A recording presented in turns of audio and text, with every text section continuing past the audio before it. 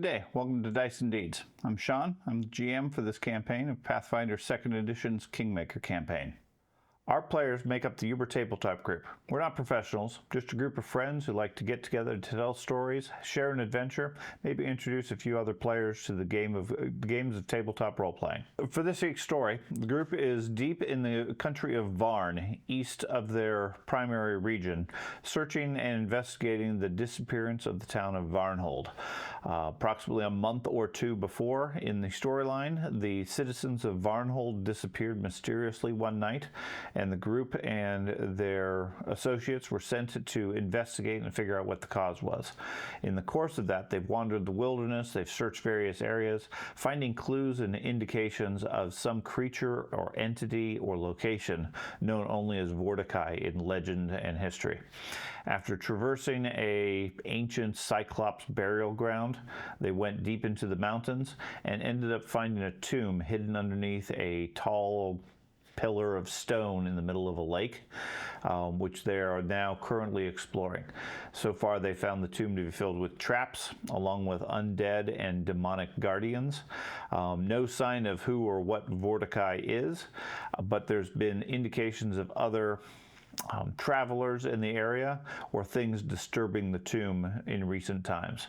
So the group has been spending the last couple of sessions now searching through this tomb, trying to make headway against the various guardians and defenses, and we continue the story today. For this ongoing campaign, we've had a number of challenges.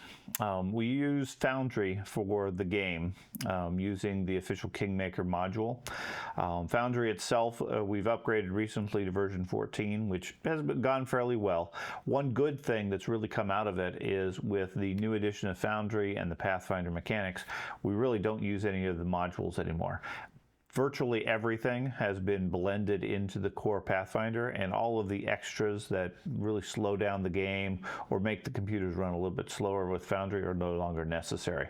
All the core rules are really automated and built into Pathfinder already. This is helpful since we use a number of really old laptops for the players, and those have had problems in the past where they start failing or dying or whatever in the middle of a combat. We have to reload, causes a whole disruption. So far, that hasn't really been a problem, especially since we got rid of the last couple. Really, the only module we use at this point is Monk's Common Display, which we use for the streaming view. That, although it messed up for us first thing in this adventure, it picked itself up, it started working again, and generally it's been very reliable. It helps show a overhead view of what the party sees for the purposes of our recording and stream. The biggest difficulty really I'm having with Pathfinder is just the momentum and the sense of pacing. Part of the problem with Pathfinder and D&D in general is it's gotten very, I'll say, heroic focused, which is good. Players have the advantage of doing larger than life things, being effectively superpowered and so forth. The challenge is, especially at the level of the group at this point, with the number of characters, the number of abilities, everything else, and the general mechanics on healing, most of the combats are really, here's one encounter, fight the things, lose some hit points. After the battle, take 20 minutes, everybody's fully healed again. In general, not a big deal. It's sort of the nature of the game at this point. But from a GM standpoint, if you're trying to maintain stress and tension in an unknown area and the sense of danger, it kind of takes it out of that. It takes you out of that mood when you fight a battle or you deal with a trap, people get injured, and then everybody just spends 30 minutes in game searching for secret doors, meditating, getting their focus points back, getting their healing, etc. It's one of the struggles I've really been having with the game system itself, in that there's not very much long-term cost to making forward progress. Not that everything needs to be a life and death struggle, but there should be some consideration at least for moving along. Other games like Shadowdark have a timer or limited resources. Other games you have specific keys around how fast you can recharge, etc. And frequently you have some sort of a artificial timer, be it the need to rescue somebody or stop a plot or whatever. This particular scenario doesn't really fundamentally have that.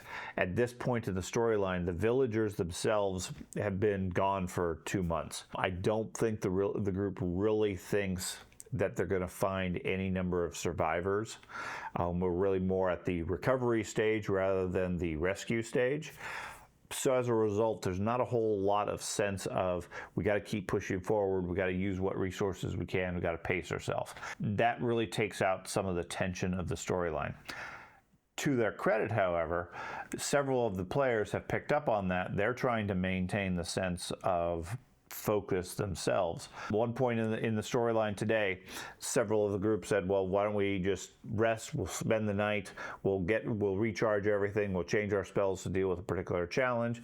And the rest of the group was in there saying, well, we really haven't spent any of our daily resources, so why would we wait? Why don't we just keep going?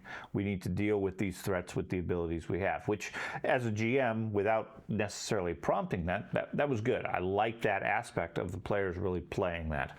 Now, they ended up striking a plan that, at least for some of them, felt kind of questionable. They didn't feel quite prepared, and it was nice that I was happy to see that we didn't fall into the trap of metagaming and understanding mechanics as far as, well, this is something my character could just survive, so I'm not really worried about it because, again, we can just heal at the end of the encounter. My character wouldn't do this, therefore I'm not going to do it. Now, that all changed once the encounter and combat actually started. People started to see what the effects were. Everybody wanted to get involved, etc. That's fine, but at least it was a lot more story-based, heroic-based as a result. So I guess really what I want to say here is it's important as a GM to really trust the group. I've had a difficulty in the past where the group seems to be floundering, trying to figure out what to do next. So I start dropping hints, I start figuring things out, and I've been making an effort over the last few months, as much as I can, as much as I remember, really to sit back, just leave the puzzle to the group, give them as much details as they reasonably could have, but try not to lead them to any preconceived plan. Let them come up with what they can with their abilities. And in almost every case, they come up with something that is plausible and works and so forth. This particular case, their overall plan to jump was unexpected. I didn't end up thinking that they were going to do that, or at least I hadn't even considered that as a possibility. So if you trust your players, most of the time they'll figure a way through and be able to figure out something to come up with their to deal with whatever the threat is or the challenge or the puzzle. It's important just to stay flexible so that you don't have preconceived notions and say, nope, that's just not going to work because that's not the solution that I wanted in the scenario. Let the players come up with their own solution, and a lot of times they'll surprise you and be successful regardless. So anyways, as far as that, let's get to the story, and we'll further explore the rest of the crypts and tomb.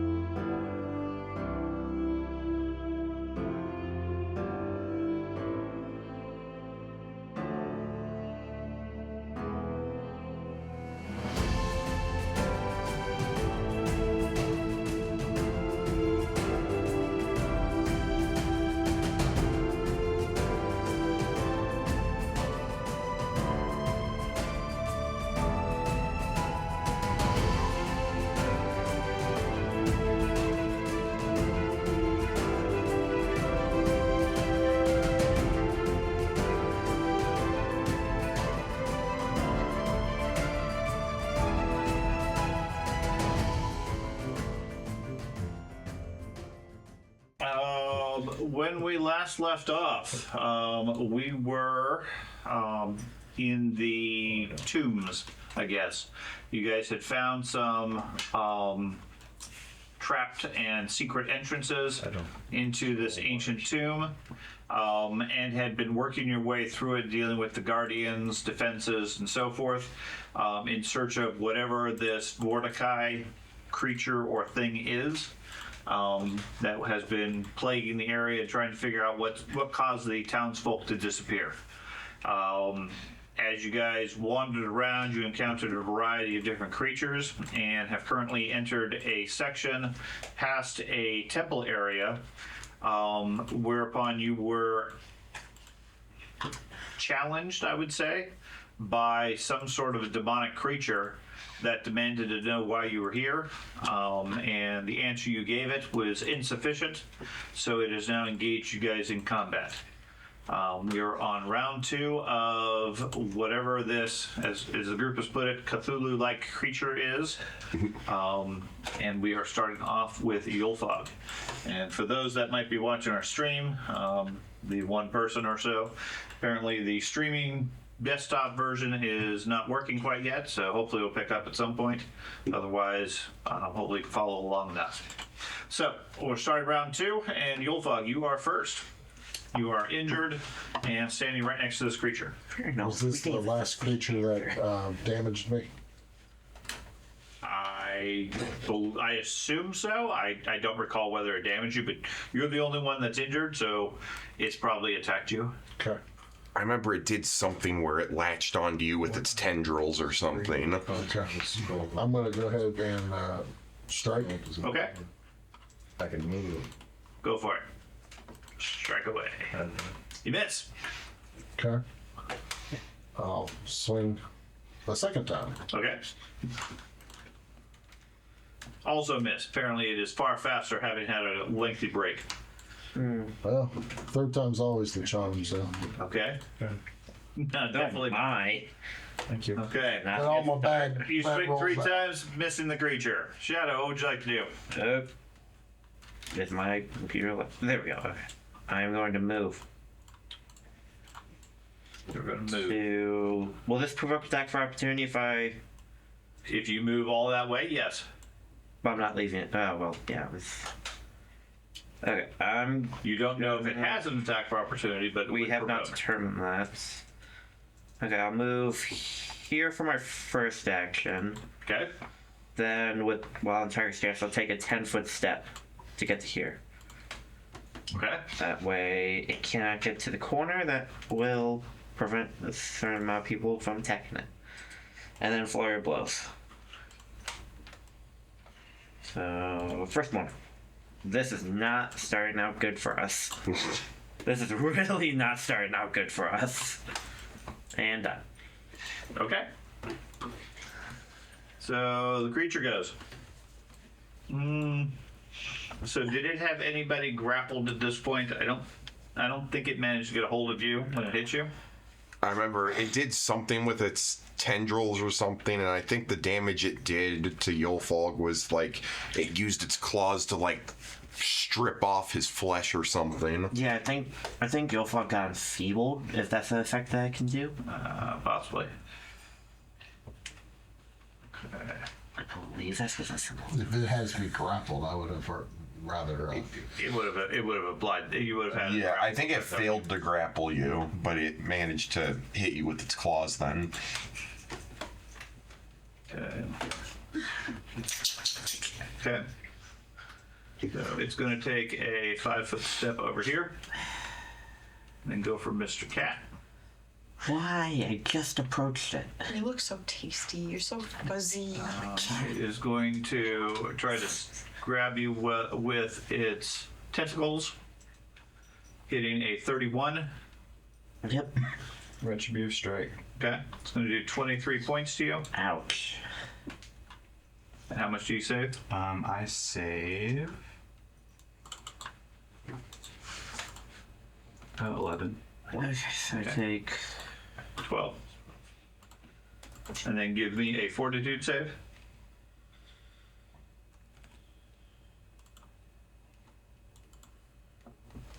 damage. Fortitude. Bam. Hey, pretty.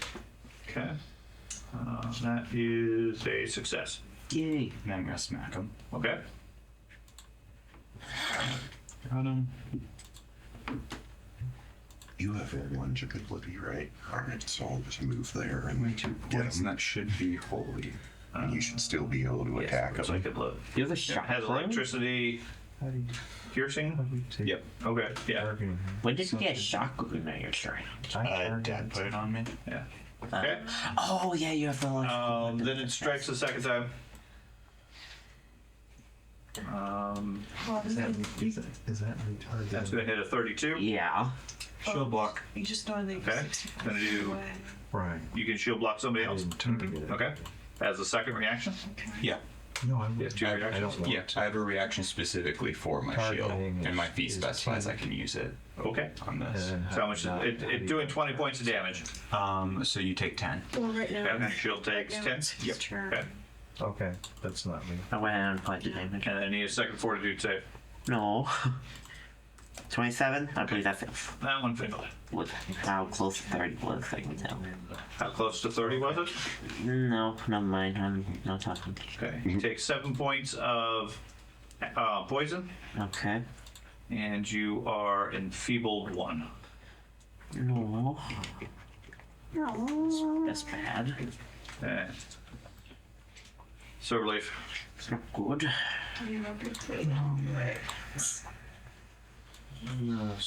Shape. Cast harm on. Yeah, so what? Hey, Craig, imagine if that shock was on my fists. That'd be so many attacks. Oh, I need fortitude, sir. Fortitude save. Can do. Critical success. That's my turn. Okay. Says I will not be affected by your spells. Start dusk. Full spell dash. So I was gonna take a 5-foot step and strike the creature. And I can enable my abilities. And strike. Yay, Yeah. somebody finally hit it. Craig hit it. Well, Did. that's a reaction. Okay, those don't count as strikes. Yeah. No, I'm talking about Take during another 11 the- points of damage then. Okay, then. Okay, take 19 I points see from your how strike, it is. and it becomes enfeebled 1, I believe. Yeah. Okay. Let me make sure. I will say if this thing can You cast were spells, we're in enfeebled. trouble. Andy or Jason, What's that? you were enfeebled, so you must have the poison effect from last round. Give me a fortitude save. Uh-oh, the poison does something else. Okay. I don't think it means it does something else. I think it just means it's kicking in. You took 4. You took 4 points at the end of your round. Okay. Okay. Am I still enfeebled? Yeah, that doesn't change it. What else did And, you want to do, Jenny? let's see. I'll just take a 5-foot step back. Okay. Step up, stab it, and back away. Yeah. Pickle. Stab and retreat. Target it and cast combustion. Okay. It's saving throw. It's going to be a 31. It's going to get a success, but you still do damage. Roll damage. Yeah.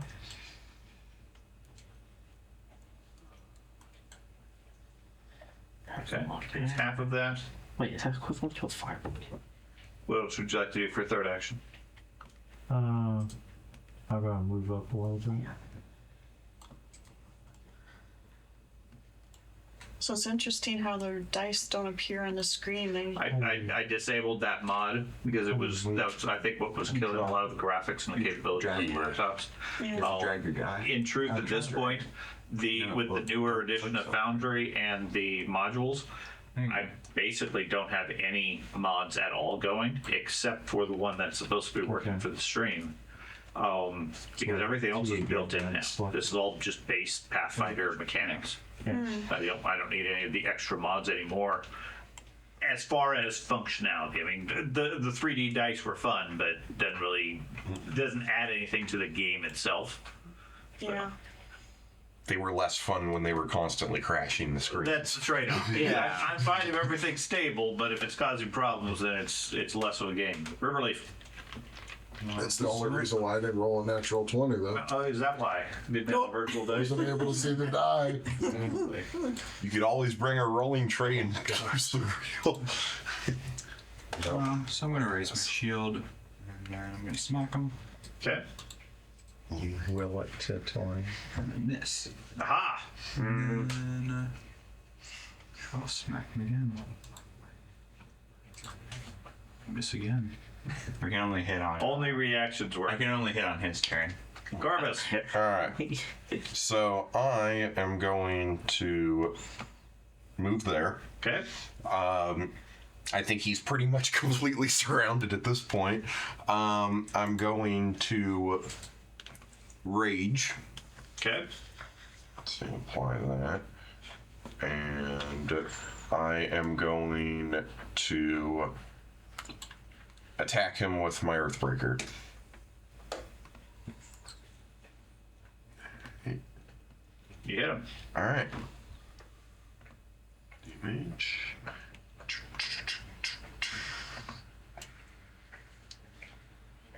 Okay. You could bring a 25. tower, though, and just, drop it every time I even look at it. There you go. Just for the Just for the sound. That's right, just for the sound of them. Okay. Well, you took a lot of damage from that too. Okay. Yolfog, your turn. I'm going to do a lunge attack on him. Go for it. Nice. This is actually really a lot right now. Critical hit. There we go. I don't think he's doing too good. Yeah, he certainly felt that one. What else you got? I'm going to go ahead and strike again. Yes, no. What's that? Yeah, he might be deafened. Oh, from the thundering. Yeah. He's not deafened, but Does he even have ears? doesn't matter. Still makes a thunder crack. Hmm. Second one misses. You got thundering too on yours.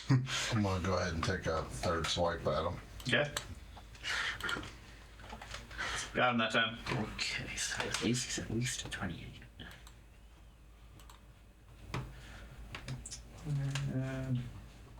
Okay. He's not looking too good. Shadow. Another flurry of blows. Another one. Ooh, yay! Well, he's disoriented by the lunging dwarf. So you get a critical hit with him. Needs to make a lot of saving throws. 26 points of damage, which will take him out. Never mind, he does not need to make a bunch of saving throws. He falls to the ground, melting away into a pile of blackish goo. Okay, so that ended that pretty quick. Good job, Yolfog. I'll start putting my crown on. The place otherwise goes quiet. We have killed Cthulhu. We are immortal. What do you guys care to do?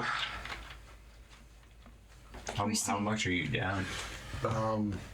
Is the poison lingering? 50 plus. Yes, I need another saving throw for both of you. 50 plus. Can I get my 13. turn? Sure. You got a I'd turn. like to treat the poison with medical skill. Okay, that's fine. I still need it for their turn because they went before you, but other than that, yes. My turn was literally next. On their action, they should have made their saving throw. 32. Okay, you're fine. Did the crabman have any good gear? Okay.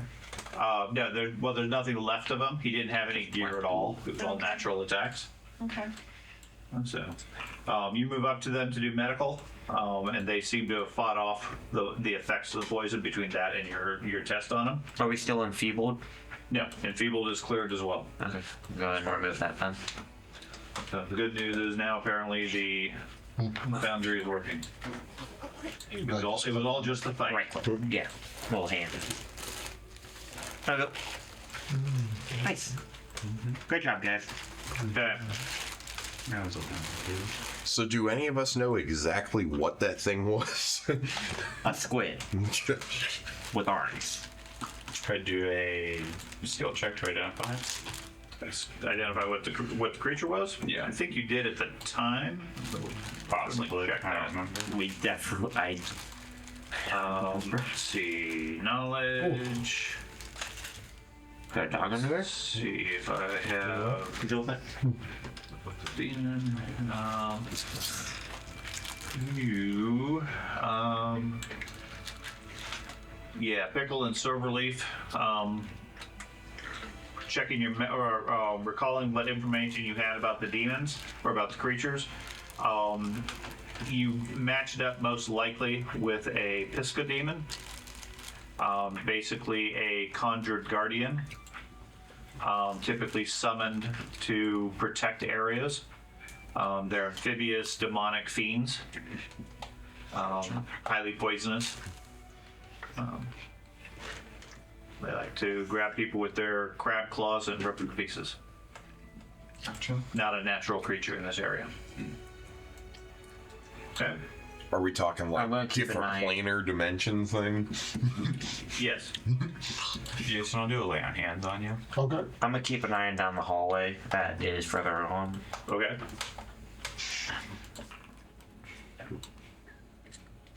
You can hit apply healing. There you go. Thank you.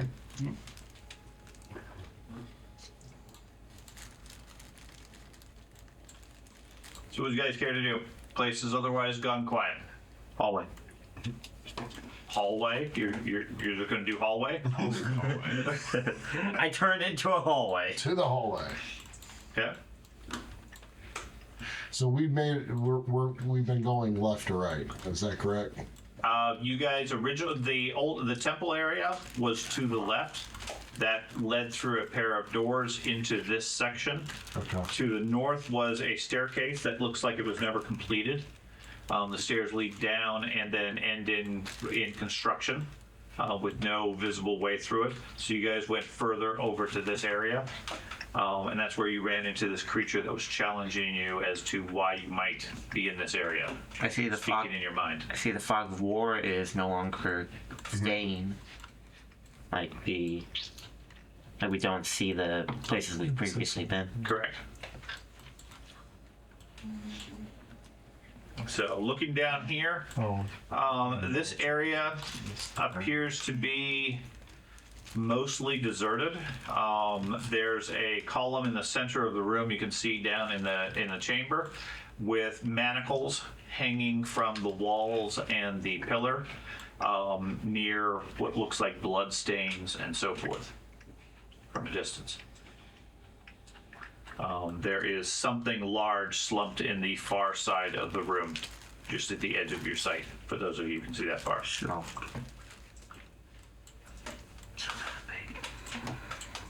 Oh.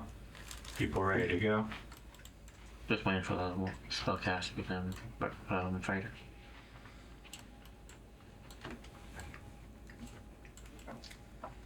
Okay. I can sneak ahead. Sure, if you want to. Okay.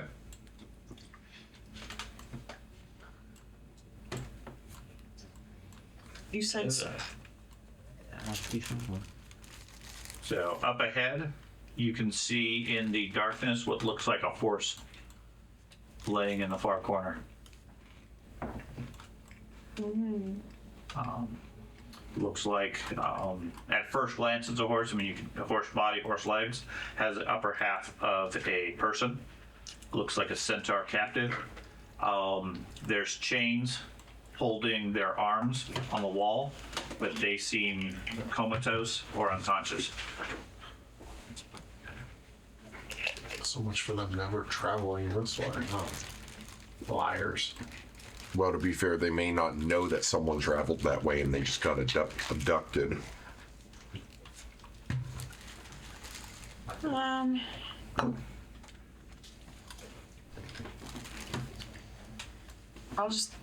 tell, I'll whisper to Silverleaf and the exemplar that there was it a centaur, possible centaur prisoner in the next room, and they look injured. And I was just gonna like sneak back to the edge of the room. Okay. I'm guessing We should probably go in there and help them out. Okay. Everybody else starts moving forward. Similar. The room itself, like I said, looks nearly abandoned. It's covered with dust and dirt. And there's manacles attached to most of the walls as well as the central pillar. All of which have signs of old blood stains and so forth from prior prisoners. The only prisoner here appears to be the centaur, who's currently unconscious. So I'll sneak closer to the centaur. Okay. It does not seem to notice you Okay. or anybody.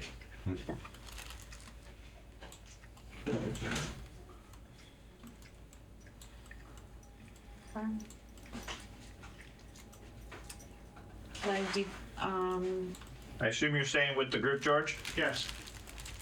I'm staying with George, Okay. the bodyguard. I'm gonna check and see if the centaur is alive. Because I'm the bodyguard or because he kills me. One of those two reasons. Oh. What's that, Jenny? I was gonna check and see if the centaur has a pulse, if they're alive. Very faint.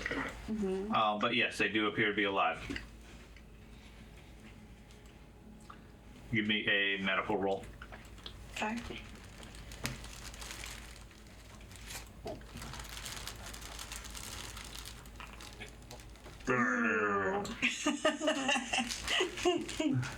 What show they alive? Seem to just be sleeping peacefully. Are we sure they're alive? You're not able to make any determination as to why they're unconscious. Apparently, centaur anatomy is beyond you. Apparently. Does anyone have a potion? You seem to recall something about centaurs always sleep standing up or something, and you're really confused by this. I do have a potion. I could give the centaur a potion. Is this a healing potion or something else? It's a lesser healing potion. I can do a lay on. Okay. I can do a lay on. Yeah, let's just do something that we wanna can, check the guy out? something that's not permanent. Sure. Want me to do a medicine check? Sure.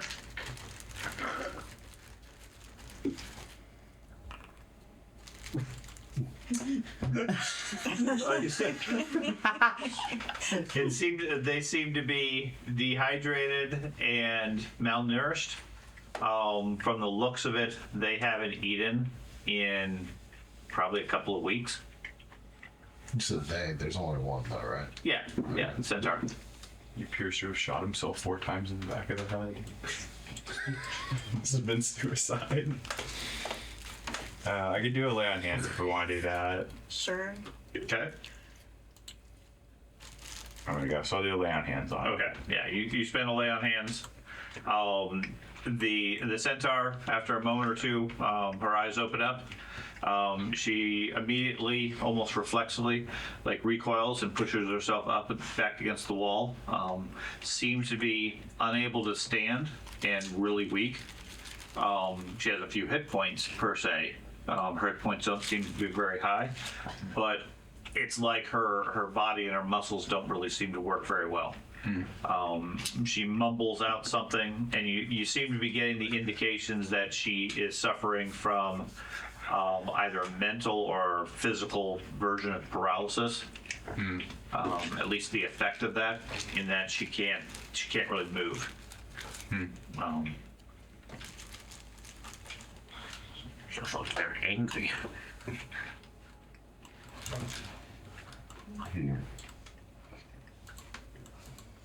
I'm gonna, while they're messing around with the centaur, I'm gonna look around the Take that feed. other chains to see if there's any more recent blood splatters No. or anything out of the ordinary? More recent than the centaur? No. There does seem to have been some of the blood appears to be not like ancient, as in months or years. The fair bit of the blood, depending on your medical knowledge.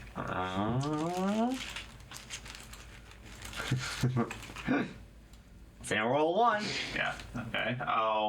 Yeah. I mean, anyway, there's some that's fresher. It's not completely crusted over and aged and everything. I'm just trying to gauge like how, like, what's the farthest back some of this blood might be here, if I can discern that. Can't really tell. Yeah. Okay. None of it appears to be within the last couple of days, other than what markings there are on the centaur. Okay. I was gonna unchain the centaur. Okay. Unchain the ladder. Okay. You release its arms. They She fall appears to be loosely to the side. paralyzed. I don't think she's gonna do anything. She mumbles out something that sounds sort of like a thank you, but she seems to be not really able to speak well or really move any of her muscles type stuff. She's like that. She seems like her entire body is limp. Tell them that you know what they do to the racing horses when they break a leg. You guys healed it? Put it down. Why is the dwarf so racist to centaurs? Okay then. You're supposed to be racist to elves.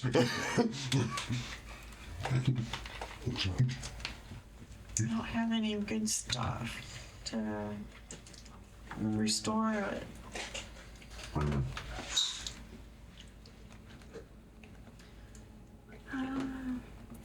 I don't think a grappling hook would help. In theory, right? I mean, we can. In theory, with my radiant epithet, I could keep using transcendent actions and use that ability to potentially heal this person. It's not hit points she's taking, it's that fact that she's paralyzed. Okay, so we need like a paralysis antidote. Or something. Okay, I've been fooled by a sconce before. I'm gonna go over here and see if this one's a lever or something. Because that's weird. I've been fooled by that before. Doesn't seem to move. Okay. Just making sure. Oh yeah. Because amount of those in this place has frustrated me. You're frustrated by the number of torch sconces? Okay. Last 3 doors. So the lay on hands made the creature awake, but we still don't understand what's Yeah, health and hit point wise, she seems more capable. I mean, she wasn't doing very good from an injury standpoint, but the lay on hands woke her up. She's conscious. She's able to survive as such, but she seems completely incapable of movement. including talking. Other than very basics, you get the sense that she's grateful from her emotions and her expression, but she's basically slurring, unable to do much of anything. Now, since it's half horse, how about nature involved? Can you do a nature check instead of a medical check? A nature check, Okay, sure. For what? just to see what's causing the paralysis. Okay.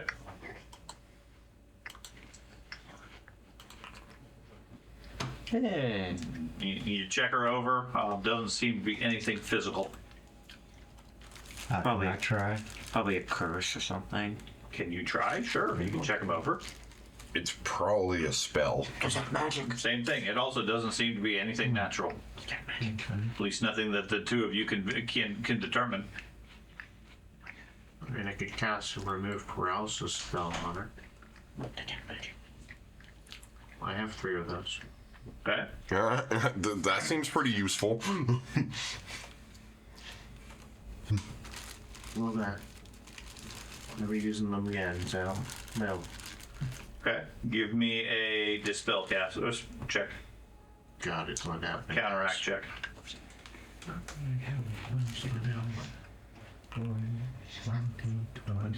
Okay, so that is. So it's a counteract ability. It's not gonna happen probably. Just a base roll. So Okay, it's a spell. Well, it's a spell level 2. Yeah. Okay. Yeah, you burn the scroll. The spell, for a moment, it seems to return some of the energy to her muscles and everything, and then whatever the effect is overwhelms the scroll. It's not able to dispel it. Cursed. Cursed. Finder. Well, is there any more doors or entrances that we can see from this room, like any other places to go, or does it seem like everything cuts off at this area? I think we gotta figure out this horse thing. Well, I'm saying if there's nothing else, we just get the horse person out of here. We came in here through the water. Dragging a paralyzed centaur through the water is probably not a good idea. You're right. Besides that, we can't even have a conversation Yeah. right now. Why don't we look around the rest of this floor, see if we missed anything, and then see if there's any other ways to continue through this. Does somebody have a dispel magic? It runs into the exact same mechanic I just did. Okay. How about healer's gloves? Would they do anything? Those give you hit points. I think it might also give you a medicine bonus. But How counteract works in Pathfinder, you effectively need to memorize it at the max level to counteract, to have the possibility of counteracting stuff. It's Difficult. okay. Yeah. Okay. It's the basic mechanic is you get your whatever spell level you have versus the spell level effect. If, say, you have a equivalent, like you're trying to dispel something he's doing, odds are you're going to be fairly close. But if he does a level 5 spell and you do a level 2 dispel, you're already 3 levels behind. I gotcha. You have to beat this. You have to match the DC to get a bonus. That only adds 3 levels. So if it's a really powerful wizard that casts the effect, you have to have either, like George said, a maximum level spell. Like you have to dedicate a level 5 or a level 4 spell to it to get close. And even then, you might not have enough power to overwhelm it. So it works fine if you're trying to dispel magic for people that are roughly same level, because a lot of their effects might not be top tier, but you're really going to only dispel lower level magic. So this is a pretty high level spell. It's more powerful than his level 2 paralysis was able to do. Remove paralysis. So the way I see it, we have 2 options. Either we find somewhere safe to rest, and George memorizes the remove paralysis at high level, which is probably not a good idea. Or we continue through the cavern trying to find something that could remove it. Or finding something else that might be the cause of it, like the caster.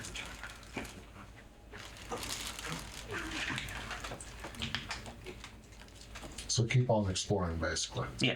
I mean, she's not going to go anywhere. I'd like to meditate for 20 minutes at least, just to get my focus points back. I mean, I don't think we've fully explored this level of the dungeon. Is like, right. yeah, I can also do medicine on it. Yeah, cool. Okay, you guys gonna burn 20 minutes and get your focus points back? Yeah, I'll go ahead and toss up the Aeon Stone. Sure. Everybody adds 20 points if they have a healing stone. When you heal people that are injured, Do you want to meditate for your focus point back? Sure. That's fine. I don't know if you want me to roll or not. It's No. a trivial check. I'm not worried about it. Between the focus points and everything else, people are healed. Okay, so full heal. While they're doing that, can I look around this room to see if there's any potential secret doors? Sure. Okay.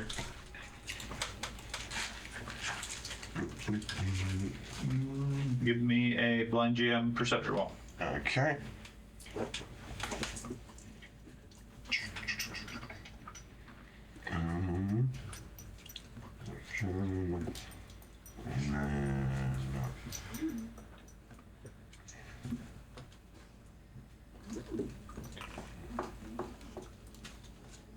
Okay. You check the room out. Seems to be completely devoid of any secret doors or other openings. The centaur lays there, watching you guys, unable to do anything at this point.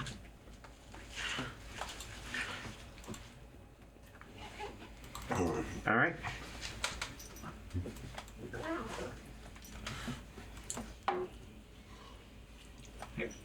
Can I also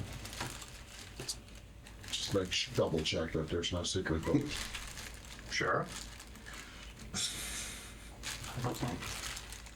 The stupid thought in Fight 3 is You're fairly certain there's no secret doors also.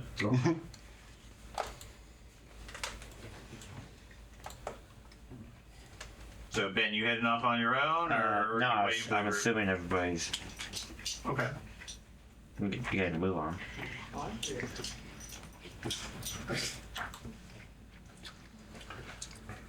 I'm just moving up here so I can make the rest of the groups right now.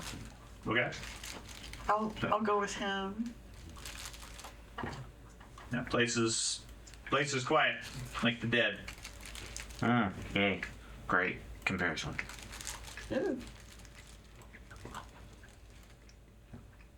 We have to get information from the centaur guys.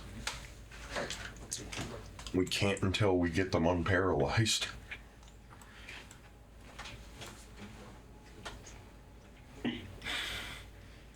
Sounds like a side street for me. So we checked the south. Those eyes. area. That's where our perception went, but I didn't check the north. Is that correct? Where you fought the creature? Correct. No, you didn't. You haven't checked that per se. Everybody moved on to the next room. You want to spend some time to check that one out too? Yeah. Okay. Okay. Another couple rolls. Find the roll. Whoever cares to. Okay. Perception.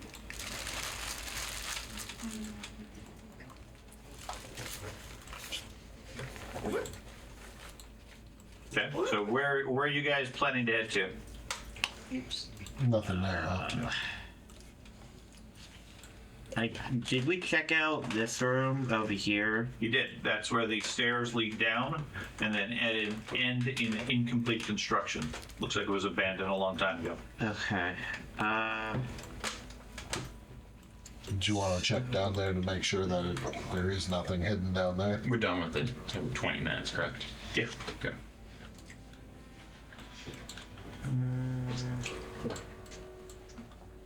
I mean, just because it Nothing looks like there. the construction stopped doesn't mean that the construction stopped. What does the area where we fought the demon seem to be like? Like an entry room. Okay. Like a guard post. From the looks of the layout, that other room would have been more of a prison, given the shackles and so forth. And this area, in a more civilized or peaceful time period, might be a guard shack, where guards would have their post. There's nothing living here, and there's no tables or whatever. So, but instead they had a demon for a guard. Gotcha. So basically, we're in a dungeon. I'm just trying to think, cause Yes, you are in a dungeon. yeah. Now we just need to find some dragons.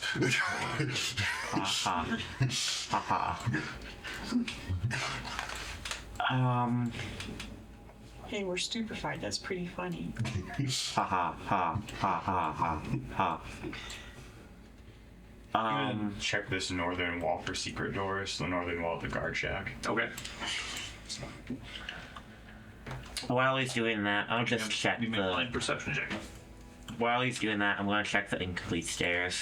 Okay. I'm gonna add keen eyes to that. I'll go ahead and do it too. Okay. Where's perception? Perception. There we go. The mule. There it is. Yeah, you guys spend some additional time checking out each of your respective locations. There's no sign of any openings along any of these. So we're really gonna have to figure out how we're going to move the centaur across the water. Well, the only place I believe we haven't gone yet is across the tar pit, but we can't get across the tar pit while being attacked by the undead wizard thing, lich, whatever it is.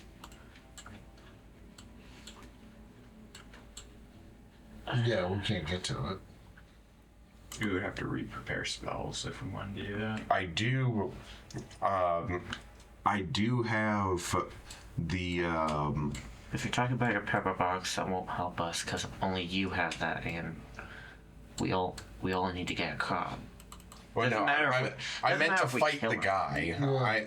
I have the Starshot ability with my icon, which basically creates an area of effect blast that But can get if him. I remember correctly, he was just one guy on almost like a pedestal, right? There Effectively. was nothing over there, Well, there was There's a a door door up behind last time. was it? We just need to figure out. I think the biggest There's gotta hazard be a is. secret door in this area. That's what I'm thinking. That's why I was checking up Yeah, where they're I think we're just too stupefied to find it at the moment. Well, he was on the floor below us, right? I think. I mean, you guys hit the northern wall. I hit the whole room. I believe it was a upper level. And the stairs over here go up, right? Over that way, yes. Yeah, those go up. Then I think a secret door would be on the next floor up. I'm gonna search this bottom corner here of the guard post. Okay. How is? I mean, we could always like Indiana Jones style it, toss a grappling hook up in the ceiling and try and swing across, but I don't think that'd work.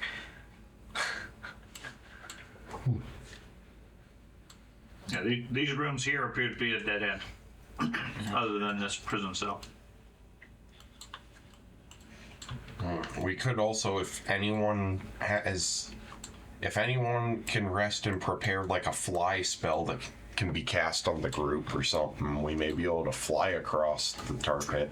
I think you're assuming more arcane abilities that the group We doesn't do really not have our Yeah, we're right. We have occult and divine. Unless there's primal spells along those lines, I don't. There might be, but I know there's some primal ones that have use. Use. If we had wall of stone, we could just break. But we don't have that. Did we check the entry room? how Wall of Stone works. Actually, it is. Yeah. Lay it down? Okay. Yeah. Well, maybe you can't make a bridge with it then. Yeah, you do a lot of stuff with wall of stone. Who can have Wall of Stone? That's a higher level spell. We don't have it. Have we Centaur's thoroughly? still there. Yeah, have we thoroughly checked this room? Yeah, I believe we've checked that entire area. We've effectively checked the entire side of the area for secret doors. And there either isn't a secret door or our stupefied is outweighing our perception to where we can't Let's find it. go up. And we've searched this room in here, the like entry room right after the like ritual boat room. I don't recall anybody specifically searching that room, but you can. I checked the I'll search incomplete it. stairs. Okay.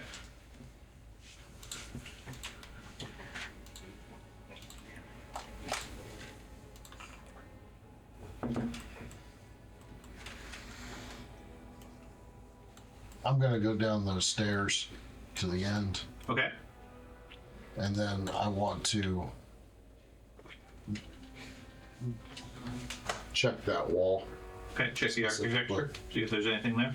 see if there's Sure. anything like behind it. Perception, I'm guessing. Yep. One.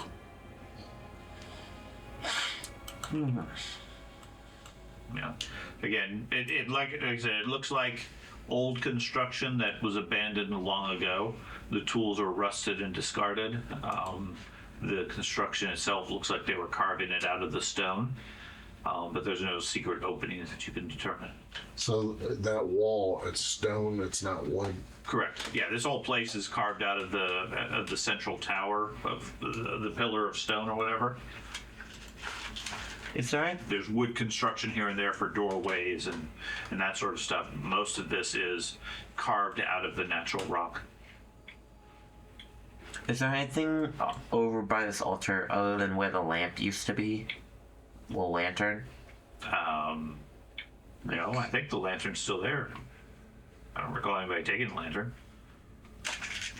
Well, yes, I put it back there, but I believe I used it to. Yeah, we used it to open this door in the first place because there was a whole ritual we had to do with a blood sacrifice, and then Well, we're not even sure we even had to do that, so I just did that just in case. So, but I'll check the altar, see if there's anything around it, or any like buttons, any switches, anything. No, there's no buttons or switches, no control panel. Secret doors. Yes. I mean, you can roll for to check for secret doors, but Okay, with what you're saying, I'm not gonna bother.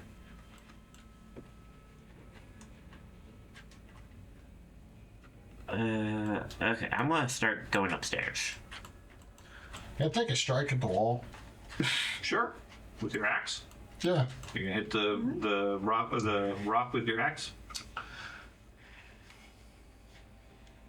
I just don't think that Earthbreaker. there's something. yeah, I have an Earthbreaker. If you really want to hit In the the wall, name, yeah. breaking earth. If you really want to hit the wall and do something to it, my weapon can actually damage stone. Okay. You're convinced there's something behind there? I am convinced. Okay, sure. So you call over the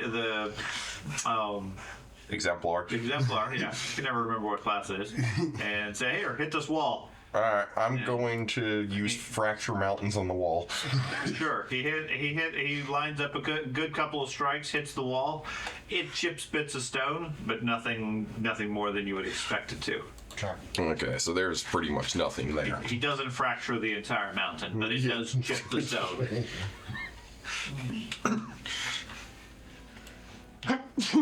Bless you. Thank you. The hammer isn't really the ideal tool, but Actually, it is. He has the traits for it. I have. Yeah. okay. It is raising, which I believe. Okay. Okay, it is a tool for demolishing walls and Okay. structures. Okay. So yeah, I mean, you could certainly dig with it, but it doesn't look like you're breaking through into another chamber. Yeah, I don't think this is like the one time we actually found a wall that looks like it could be. Hey, you like nature, and you can talk to animals. Then you can talk to them. You are so convinced there's something in the wall. You want to talk to a wall? Aren't you a dwarf? You can talk to stones. Well, yeah, if anything, you'd be better for that. You can do the feet. Yeah. Is there a secret behind you? No. The wall just turns into a face.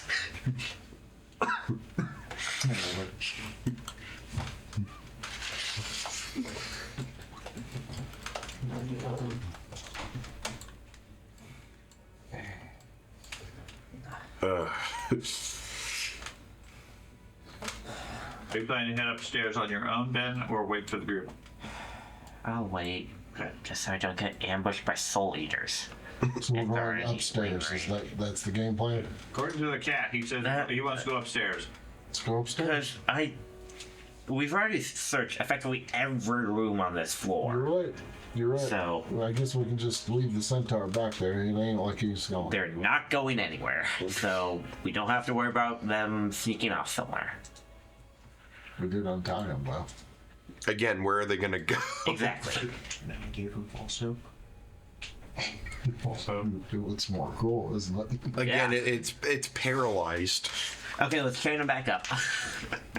You're gonna chain up a paralyzed centaur. Okay. I'm waiting for the are group. heading upstairs, you said? Yep. Yes. Okay. So let me line people up. I'll go ahead and Switch map. I'll go ahead and head back over there and make it easier for you. Does not matter.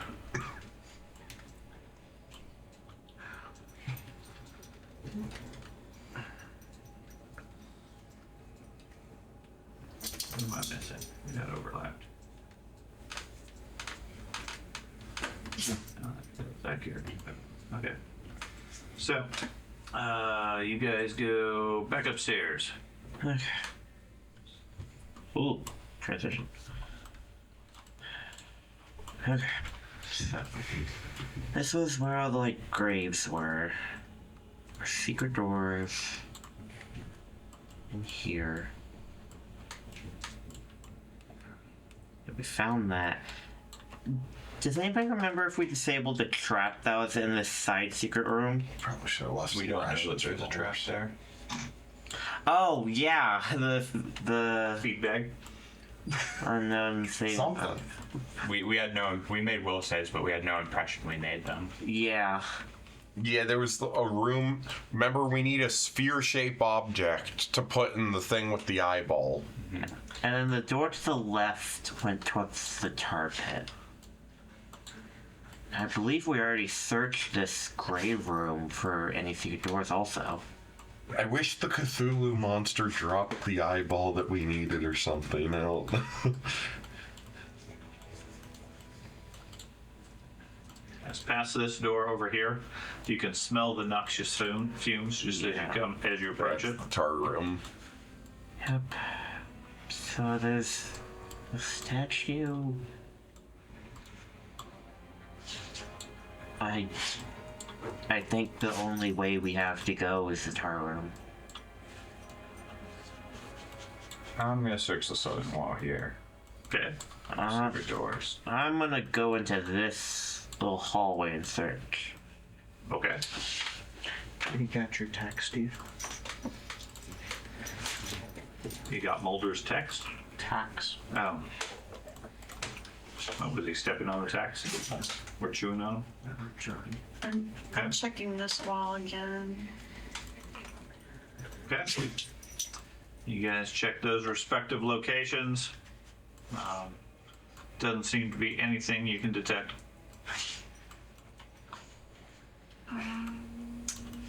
That's the only thing. Would a detect magic spell be any good, or? I don't know.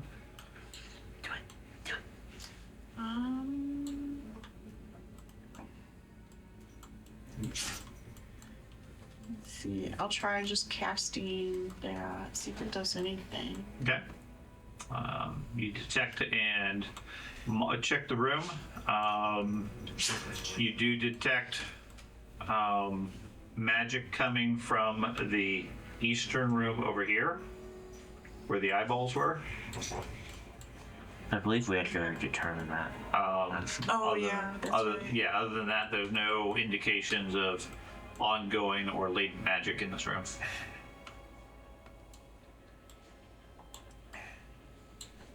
If I remember right, there's a hallway before it gets to the tar room. I'm going to go and open this door. Okay. Yeah, there's a little hallway to the tar room. In this area that I'm in, we've already searched this area, I believe. Yes. I'll check this little beginning area, making sure not to get into line of sight where I remember the zombie guy to be. What are you looking for? Secret doors, anything that could lead to another passage. Okay. Pull out my mask because of all the fumes in this hallway, I'm betting. And why do these doors keep closing automatically? I've noticed that every time we leave an area, some doors close. You're supposed to close doors when you burn That's right. They're automatic. fire things. But yeah, I'll just search, I guess, like up to here. Like Okay. for that textured area. Search Okay. up to there. Try not You to. can hear the bubbling of the tar in the other room. And the hiss of the steam, but other than that,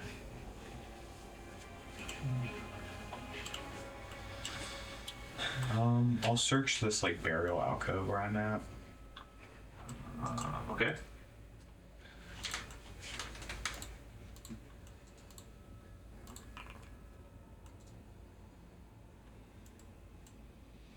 Yeah, same as before. Go. Nothing of note. I'm gonna stick to the shadows. I'm gonna just do a quick scout real quick. Try and be sneaky. Okay. And Stealth your way up there. yeah, just to where I can see the ceiling in this next room. I'm putting my crystal away. Okay. I'm realizing that's out right now.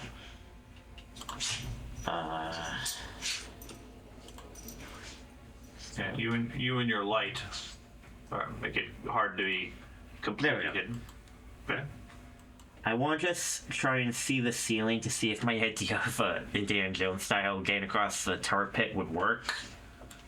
Okay. Like if there's any like places to attach a grappling hook on the ceiling to attempt to swing across. You go in there. Yeah, the ceiling, the walls are all very jagged and rough from the natural formation and the chemicals and everything. There's probably a number of places where you could lodge a grappling hook up above. Now, whether or not you could get it up there is a different challenge. What kind of check would that be? To throw the grappling hook? So just a dexterity range. Presumably, but it's going to take a bit of luck as far as where you end up bracing it. But, assuming you can get it braced, the hardest thing is going to be more of an athletics of being able to swing across. Okay, I'll take a minute or two, carefully analyzing the ceiling and different areas around the cavern that look to be sturdy enough to support some of the group's weight. Aren't you stupefied right now? I am. Highly reliable in that. I have a good perception in nature.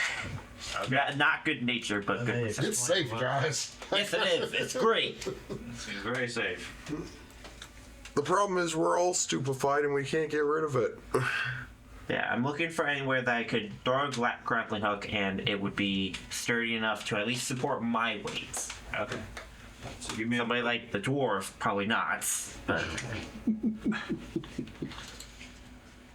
Leave the dwarf with the centaur. Paralyzed. Okay, so you look around. You don't see anywhere that you could think would be safe to put the grappling hook. okay. Now we just gotta think of realistically how much damage would we take if we stepped in tar. A lot. And it's like a drop to the tar pit, right? No, It's just level with the... it's maybe a foot or two down, but it's not like you fall 10 feet into it. Okay, It's just below the surface, just below the edge of the ledge. okay. With how the map is laid out, it looks like it's a drop. Right, there's a different texture, yes. There's water that at your feet that's draining into the tar, giving a lot of hissing and so forth. There's a couple of other areas where there are steam vents coming out, and there is the remnants of what used to be an old bridge that would stretch out across the thing, a rope bridge. But the tar itself is only a couple of feet underneath the ledge. Do I see the figure on the far end? Because I don't see You it. don't see any movement from the far end. Okay. Was that the same when he first was there? Yes. Okay. So realistically, we need to figure out There. if we can run across the tar fast enough, we may only be able to take a fraction of the damage. Okay. I kind So of wish mechanically, so you understand the challenge there. The tar, boiling tar, is hazardous terrain that inflicts 2d6 fire damage each turn. Counts as greater difficult terrain. Okay. So it's 4 squares for every square worth of distance. And every round that you're in it, you take 2d6. I should have taken water step. Now, it also has the noxious fumes, which gives you the potential of having sickened or potentially enfeebled. There's also the bubbles that explode pseudo-randomly that could splatter you with it, even if you weren't in the tar itself. The monk class has a perfect feat for this, but I didn't take it because I didn't think it'd be necessary. Or we could rest and prepare of useful spells. Or you could take a bunch of damage, whichever you prefer. Well, isn't that easy for you to say, Craig? Isn't that easy for you to say? Yeah. It's just like rest, you know? I ain't running across hot tar. You're not going to run across hot tar? Nah, I won't run that fast. So great. Like one round. Be like 3 squares. So greater difficult terrain. It's 4 to 1. Okay, so that's every square is In the spellcaster. 20 feet. Don't you love spending an action to get critical success for it too? So he moves 2 squares with 1 action. If I've I always had that frustration. if I myself with wild spellcasters. stride, I don't play can spellcasters.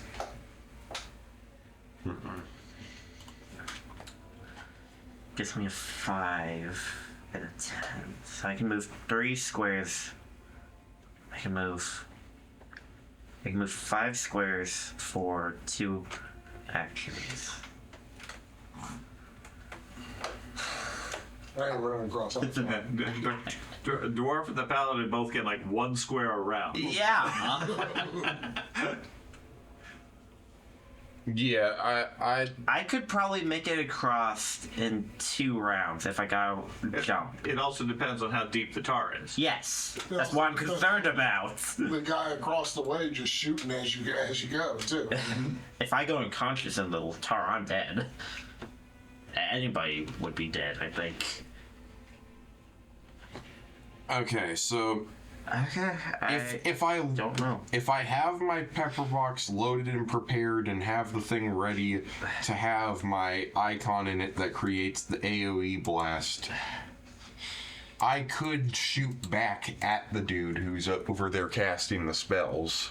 The large composite bows that we got from the disease demons a bit back. What would be the negative for using those since they're large size? Which creature did you get those from? The the disease demons that had the big bows when we first came in here. It was a big diamond shaped room. Okay, yeah. I was just wanting to know what the negative. I believe a weapon that's 1 size too big for you is, I want to say, a -4. Unless there's a feat that you can get. You could get effectively exotic weapon, which cancels out the oversize penalty. Okay, so oh my gosh, The only rule I'm aware for oversizes gives you clumsy 1. okay, yeah, I equipped it. I'm encumbered now, but that's because I have a lot of stuff in my inventory. I'm pretty sure and we have a clumsy. longbow somewhere, don't we? A regular longbow. We have crescent crosses. No. So yeah, that I at least can't use that. The large bows. Why? I have a +4 when equipped for my highest modifier. That means you can use it. Yes, but we don't have any ammo. Okay, so that applies to everybody. Yeah, we don't have any ammo for anything. My gun's got bullets. I mean, I could. It just is a matter of fact. It doesn't do much damage most of the time. Yeah. I just need to make sure with the spark that I managed to hit him in the AoE blast, and I could do some damage to him. Does anybody have something that could neutralize him for a turn or 2? Like how? I don't know, him or stun him or something. I don't know. I'm trying to think of ideas to get across. Well, there are transport spells and that type of thing that are primal spells, but we'd have to rest and prepare them because we probably didn't memorize this. But there are spells that we have options for getting across. We're at the level where we have Wall of Stone. Where it's a level 5. We have level 5. You guys have level 5 spells. I didn't think we had Wall of Stone. I thought that was. We have Wall of Stone. There's a Bridge of Vines spell, which makes a bridge made out of vines similar to Wall of Stone. There's an airlift spell, which you can fly up to 60 feet with everyone in a 10-foot emanation. All of these sound infinitely better than just walking across the target. I don't know what thinking about it. to the guy. Let me measure. Okay. But It's one thing to say that, guys. We also got to keep in mind it removes a big percentage of our abilities for the rest of the day. yeah. Doing Yeah. a 6-person group for these types of stuff. You got to keep that in mind. And anything that stuns them is a roll. Yeah, I know. It's a one and done type thing, and most of the time won't do anything. I'm just trying to think of stuff that we could do. It's 45 feet from our side to the other side. In some places 50.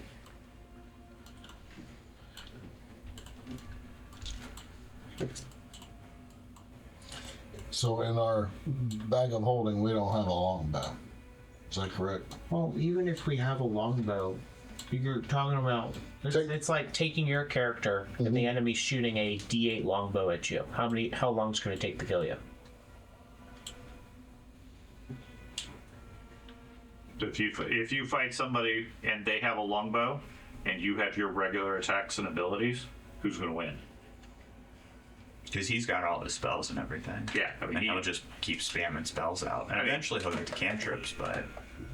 Well, even cantrips are Even decent. cantrips, yeah, is better than a longbow. We could try to keep going in and out and try to burn his spells out. Oh, that one. You can't burn out cantrips. Wow. We just gotta hope his cantrips are weak. The only thing I can think of is that we could rest and get at least a wall of stone. But I don't know. Yeah, if we can get a wall of stone and go across, we could charge across and then fight him in close range where he's at a disadvantage. Is there any other rooms in this area that we haven't done a detailed search on? Because I know we've done searches around this burial room here. I will check the other ones. Because I'm thinking if he's the big bad guy of this tower, of his tower, it seems silly that the only entrance to his throne room or whatever would be a rope bridge that's broken. I feel like there's some kind of secret door or something we're missing. 100%. Yeah. I know I've been searching places, but I have a bad perception. Yeah, the entrance level where you came in, there was the four-sided room where the demons attacked you. Mm-hmm. You guys searched all that. You found the one side room. Yeah. Then there was the pool with the serpents and the eel. Mm-hmm. That you found the secret entrance through that led into the room filled with pottery. Mm-hmm. And then into the large trap room. And that was basically everything on the floor. Yeah. Okay. You never really explored that southern river tunnel that went submerged, except for with, I think, the snake. And the snake said it led into the main lake. Yeah. Yeah. Okay. On the level you guys were just at, if I go back to that one, that's the one with the temple. There were stairs leading up to the temple. You searched all the prison area, and then there's stairs that led over to where you're currently at.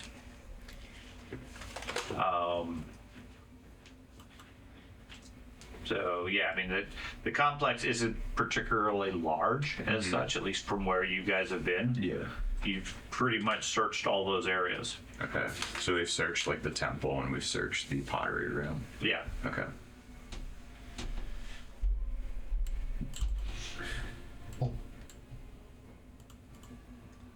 I really wish I took either water walk or wall run. Yeah. So, yes, I would agree that if this was like a person living here, this would be rather impractical to go get groceries or whatever. Yeah. But the indications are is whatever is here is ancient. Has been dealing with demons Yeah. and doesn't seem to have any difficulties. So you can probably like teleport or whatever. Yeah. I don't know. I mean, you guys could, if you had the need, could easily cast a spell once a day or twice a day to bypass this. Yeah. The difference being you guys are in adventurer mode where those sorts of utilities aren't something you regularly memorize. Yeah. Versus if you're living here, I mean, that'd be routine for you. Just have it on you, you know. In other words, he has the home advantage. Exactly.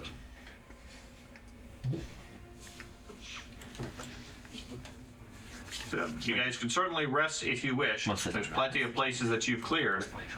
The only question is whether you consider yourself safe at that point. I would say probably rest and. Where do we I mean, even though I'm not spellcaster or whatever, but Druid's already resting. yeah. Say, I think your druid is. Well, the druid's pre-gaming is rest. Get ready. So, where do we want to rest then? Because we know that Soul Eaters were in here. What I'm not. Do we know if Soul Eaters reappear in the same spot that? All of the creatures you guys have dealt with are summoned. Yes. So he can probably summon the Soul Eaters while we're resting in here. I say we rest in like the dungeon area because It takes time and money. They're not like undead where they automatically recharge. He would have to do a thing, which I mean, I guess he could.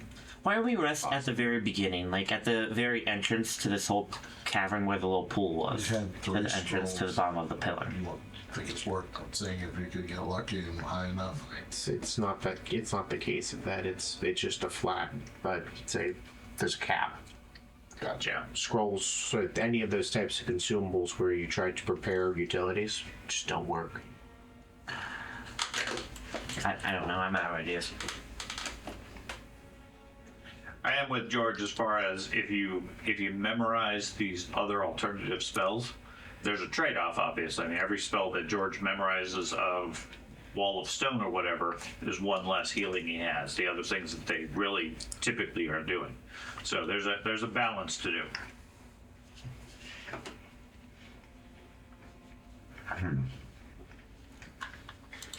And Druid, you can't form some type of natural thing.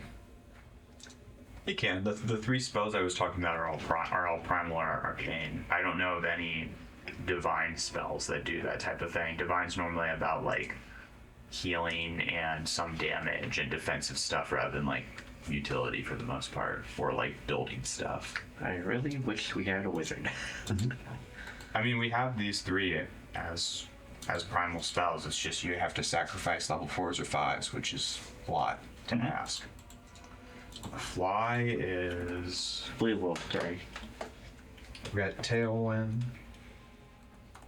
Flies level 4. yeah, it's level 4. And one creature. Yeah, it's universal and it's only 1 creature. So that really wouldn't work. No. Well, it depends on what your plan is. There's only so much space on the other ledge across the tar. So it's not like all 7 of you are going to fit over there, regardless. Now, afterwards, absolutely, everybody needs to get over there, but then you can clear space. The good thing with fly is it lasts 5 minutes. So it gives you some time to get back, but exploring whatever's past the door will probably take more than 5 minutes. maybe when we get past the door, we'll find an alternative way through. Like maybe there's a room and then there's another place that just Wallace takes you says to you the can do that. It's 1 inch thick, 120 feet long, 20 feet high, and you can make walls or stairs. It's Wallstone is very good for like utility. So I Not just think that's probably the route we need to take. Probably.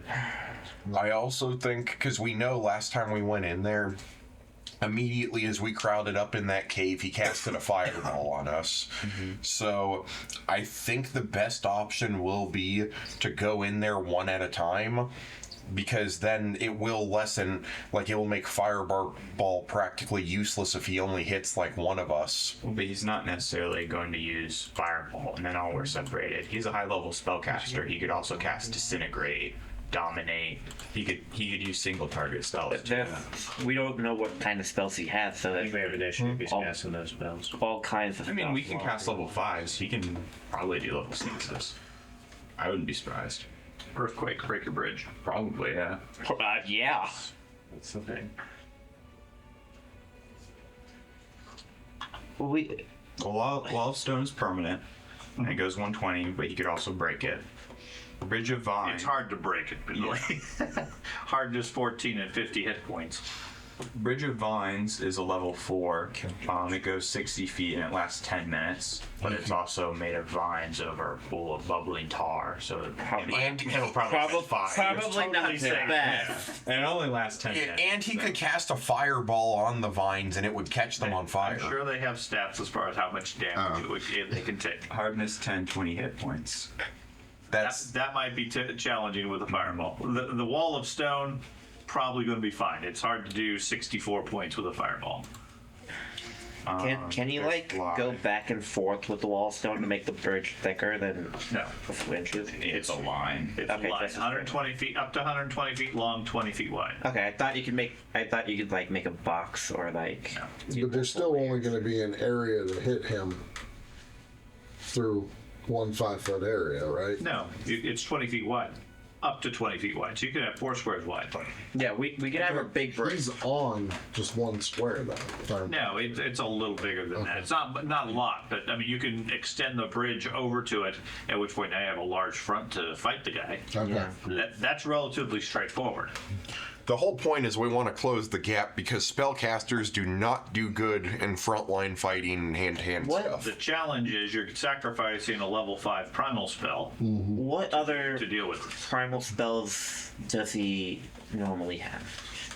Well, Another primal I spell. also think that this guy's probably a pretty powerful guy. What, are we thinking this dude's like the main bad guy here? Like, No duck, Jason. are we thinking that dude we encountered who shot the fireball at us, are we thinking that was Vorticai himself? I think Vorticai's a Cyclops. There's not enough height. He was, yeah, So that's probably like his, like, apprentice or maybe like just a second in command type stuff, like, or just a lich. I think we're just going to have to blitzcrank him.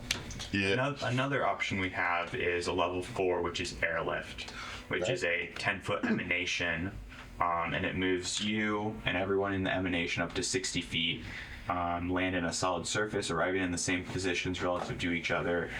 If there isn't enough room at the destination for everything you're bringing, the spell fails. The GM might allow you to rearrange the group slightly to accommodate it. You can also transport unwilling people if they fail a reflex save. I have faith in your wall, man. Just do the wall. Let me. The wall would be good. The airlift is nice because then he can't. We destroy need it, to but it's a build a one-way wall. ticket.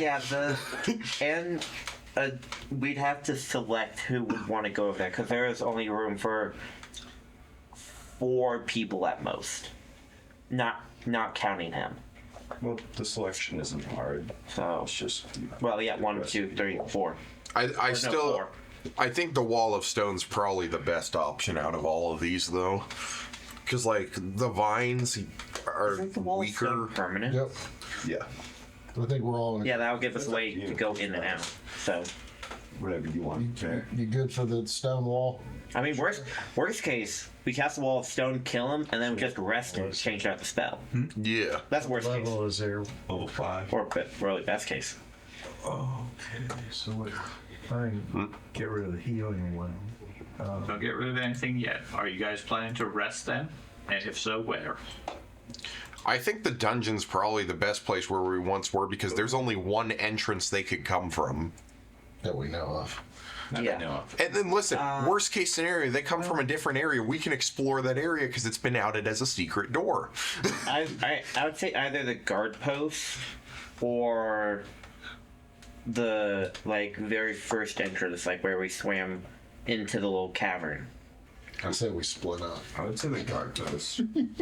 But probably the guard post. Yeah, guard post. Because if we went to the very beginning, that means we'd have to go all the way back through, and he could have summoned more people. Wait, with the recall checks, do we know if the guardian will reappear the following day? No. Demons are summoned. Yes. They don't auto-regenerate. They're not like undead zombies. typically would. I'm aware of that. I'm just saying, you described it as a guardian. Yes. So I didn't know if it was a different kind of No. something that recharges every day and automatically summons it. Not that you're aware of. He has to resummon it, manually. There's still a chance it could reappear, but that's only if he decides to manually resummon I don't it. know. My opinion is you guys suck it up and you go walk through the tar. I think the guard post is the best option because I mean it's not like he was that difficult to defeat Then you're either. gonna have to heal us. And I have that's to heal like, you regardless. well, yeah, but then you're gonna have to heal us more. And It that's would like be way the more exact spells. same amount. Also, there's some people Either who would overheal straight up you or die you're if we dead go through anyway. the tar on its own. It's the nuance. Because here's the issue: if there's someone who moves super slow, right? What if they take enough determining damage and they the become AoE unconscious? They sink in the tar and And then you're they're putting dead. yourselves all in one group to go across said bridge in lines and circles. Yeah, we just make our saves. It's And if you ask me, I think it's a bad plan. I think it's better to spend the extra couple rounds moving through to get to him. Especially since if it's only 2d6. Well, we don't know how deep it is either, though, do we? First person will find out. It's, yeah, 2d6 fire per turn. It should, and that would probably be like, as she said, the king's bodyguard should go first to make sure the king doesn't. But my view it's is, gonna take me and Jason 20 rounds. No. Me and the Yeah. 50 feet. Is it 50 feet? Yeah, that's what Ben reported. Okay, I thought it was 60. Even 60 wouldn't All make right, you 17 rounds. Also, How- it's how fast do you it's move? difficult. 20 feet. Okay, and you have 3 actions around. That's 3 squares around. 3 squares. So then 50. Oh, wait, It would that'd take be you 50, 4 50 rounds divided into by those, that'd be I 10, think. yeah. Within those 4 rounds, he could pick us off with fire. 4 rounds. 4 rounds. So you take 8d6. That's a lot of damage. It is a lot of damage, But it's but it's not that much really. That's a lot of damage. 8d6 sounds like a lot. It's what, 3 times 8, 25 to 30 points? which I'm not, like, if we knew that there wasn't You're gonna- deepness in My, it, my also view is you're going to take more damage going through the bridge instantly than you would take periodically going through the sludge, even with him casting spells. Well, we're also assuming the sludge is uniform and doesn't change depth. It could be like 50 feet And deep what are in we some gonna do when we get sections. halfway out and it drops? Another 20 feet, it's like, oh. Well, no, it's a legit thing. It's like, I don't know the depth. His biggest concern is the dwarf getting tar in his beard. Because that stuff doesn't come out. Yeah. You're going to have to shave.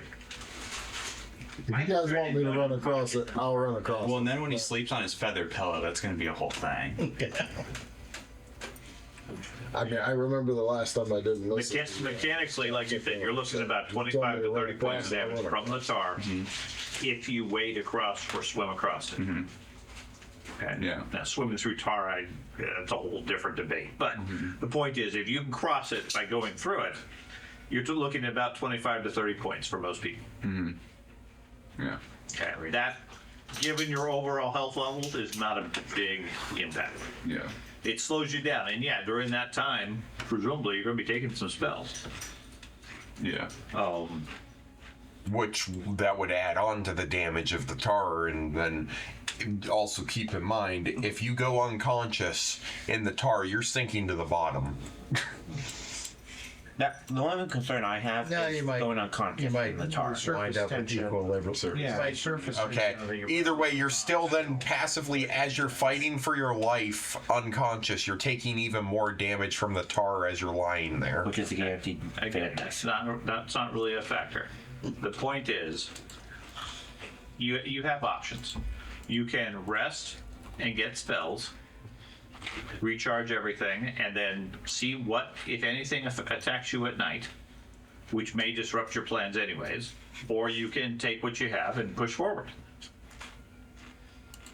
Or you can say, okay, let's go elsewhere.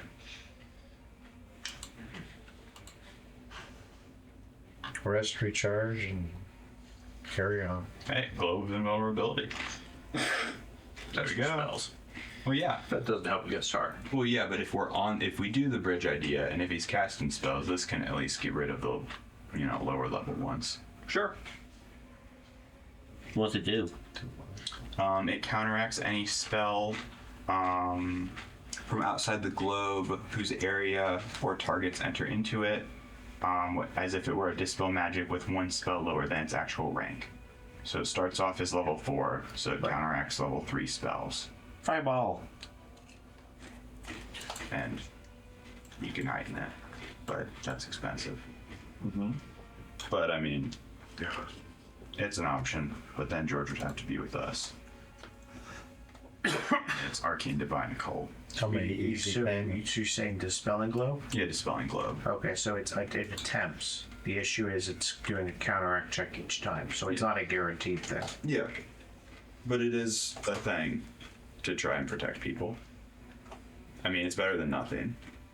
Well, I wouldn't disagree, but sure. I mean, I'd rather have it than I not view have it. counteracting 90% of the time failing. So you're just spending a level 4 slot for no effect. It's not a guaranteed thing. Does that count as a skill check? Yeah. It counts as an attack roll versus their DC. Okay. I can give you one reroll.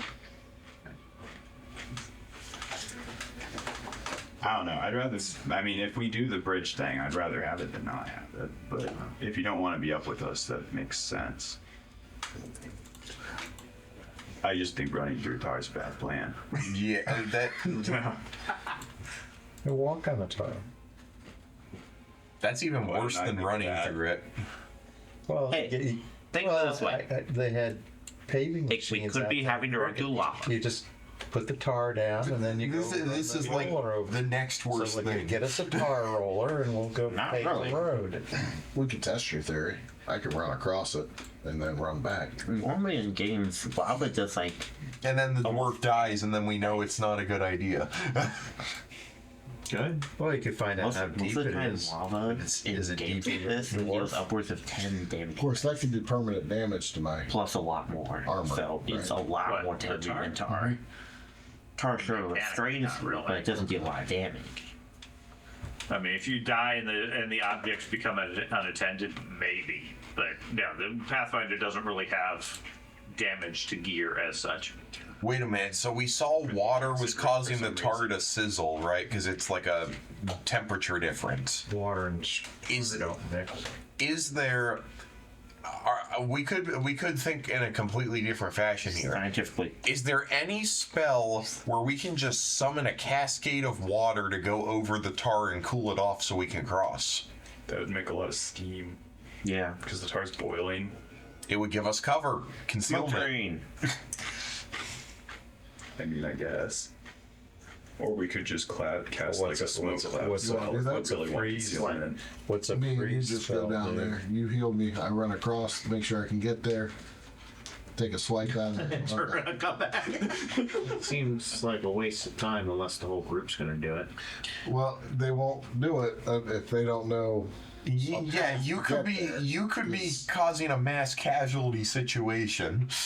I mean, if the fear is they won't jump into the tar because they don't know how deep it is, and you're willing to test how deep it is and go first, you can go first and everybody else follow one round later. Okay, let's figure out who all the people that would be crossing. That would be me, Craig, Jason, and would you be staying on the other side with your pepper box or not? If I have the opportunity to cross and hit him close range, I probably would do that. Okay, so and Either way, you guys do a bridge, trying to. I'll run across it. If you don't do a bridge, I'll run I'm across pretty it. sure out of everybody here, me and Jenny are the fastest. So we would get there the fastest. King says it ain't deep. Do we want to try George's idea? I mean, Right across the tar? Yeah. No, I don't. I mean, Champion, for some reason, is against this whole jumping into boiling tar thing. Yeah, I'm I don't know why. a person myself. The stupefacition's really getting to everyone. Well, what would be nice if we did rest, it'd be nice to get rid of a level of drained, right? I think we should summon a cave squirrel and have it run across the tar. I have a snake. I do have a snake. Tomorrow. yeah, we used it to explore the underwater tunnel part. Yeah, so Yeah. We don't have that. either Get very far. either way, it seems like we're gonna have to rest. pretty Power much. snake. No, Squirrel. I don't think you have to rest. We do not have to. The only reason you have to rest is because your high-level spells have been exhausted. Everything else is practically universally rechargeable. I have 90% of my spells. Yeah. Let's try it. Let's try it. Let's do it. Okay. So Ben's going first. I'll go first. I want to try and get a running start and try and jump as far as I can because I can go. Even with the greater difficult terrain, I can actually still move pretty fast. I can still actually move pretty fast. I don't blame you, Craig. This is so dumb. The concept of jumping into the burning tar. This is so dumb. Okay, so your plan then is to take a running leap and jump as far as you can.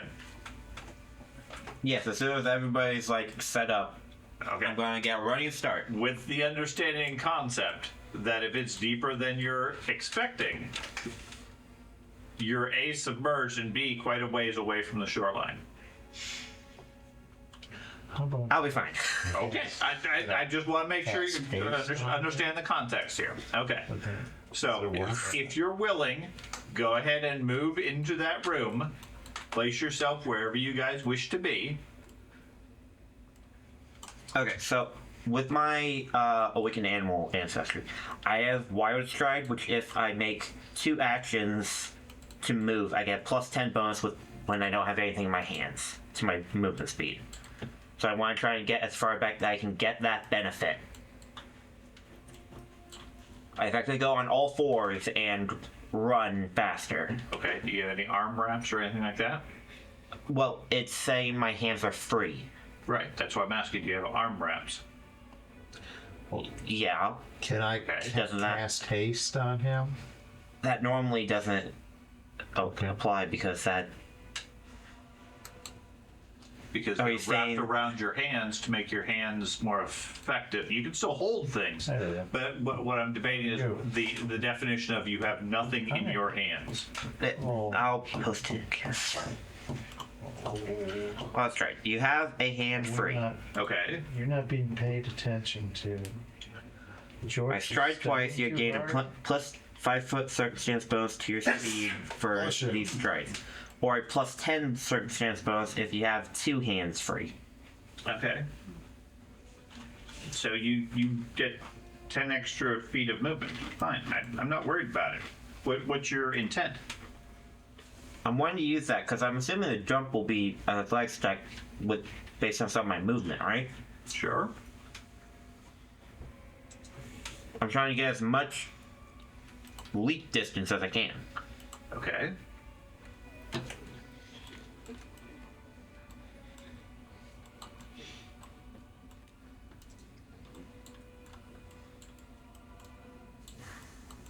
Falling, force open, grapple, high jump, leap. Okay.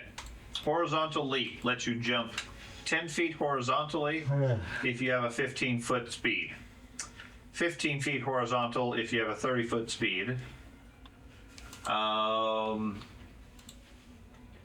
Long jump, that's just a standing one. The long jump is a DC 15 athletics check. You have to stride at least 10 feet. My feet. Just repeat the same thing. Okay, I don't have any from that old.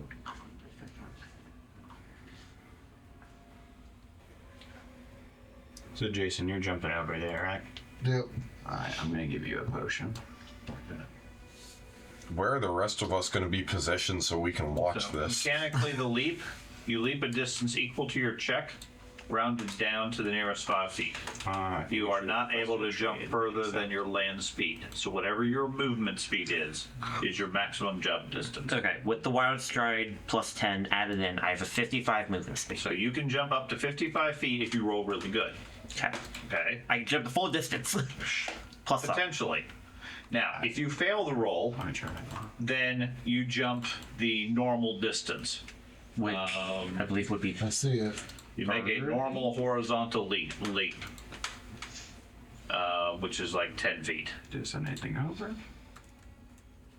And if you critical fail, then you go the 10 feet and you fall prone.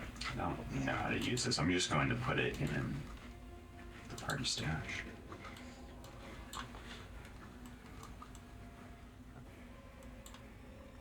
What does that do? It's a Cheetah's elixir. I put 2 of them in the party stash. They give you a plus 5 foot speed boost for 1 minute.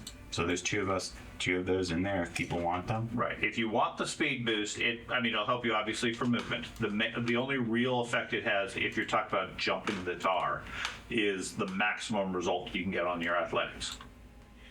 Okay. It doesn't change anything. If your athletics is not very good, and even with a 20, you can't beat your speed, Cheetah doesn't really help you. Yeah. Okay? Like, Ben has a 55. I don't think you can get a 55 with your athletics. Yeah. Can I? Does it say specifically athletics, or can I use acrobatics? No, athletics is what you use. I have a plus 17, so the max I can get is a 37. Right. With a nat 20, but that's probably not going to happen. But So that's as far as you can jump. man, I need to 20 increase my feet athletics more. going. Gives you 5 foot, so 25 feet. Which honestly, a 37-foot long jump is remarkably 20 impressive. feet. You should Yeah. be going 2 squares around, right?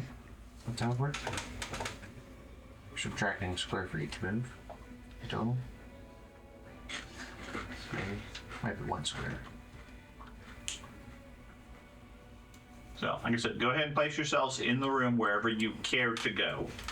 And then we'll go through the details. Now, I'm assuming you guys are doing this with some sort of organization, or all not just sort of standing around, Right. etc. So you guys come in, you take your positions. Those of you who want to leap are welcome to do so, and that's when we'll start effectively. Because the creature at the other side is probably going to respond and start doing things as soon as you guys come in, start engaging. Plus, we need to determine whether anybody is currently being overcome by the fumes. So is this like a test you guys are doing, or is this the full I thing? mean, if we get there fairly easy, might as well, right? If we don't get there fairly easy, then I think this is the real deal. This is the real deal. Real deal. King says no retreat. No retreat. Get out there, dwarf. is that 5 foot extra gonna help me? It'll help you with the leap for maximum, which for you it might make sense, but I think the formula wise, the extra 5 feet's just gonna go to waste with the greater. Yeah, what's your athletics skill?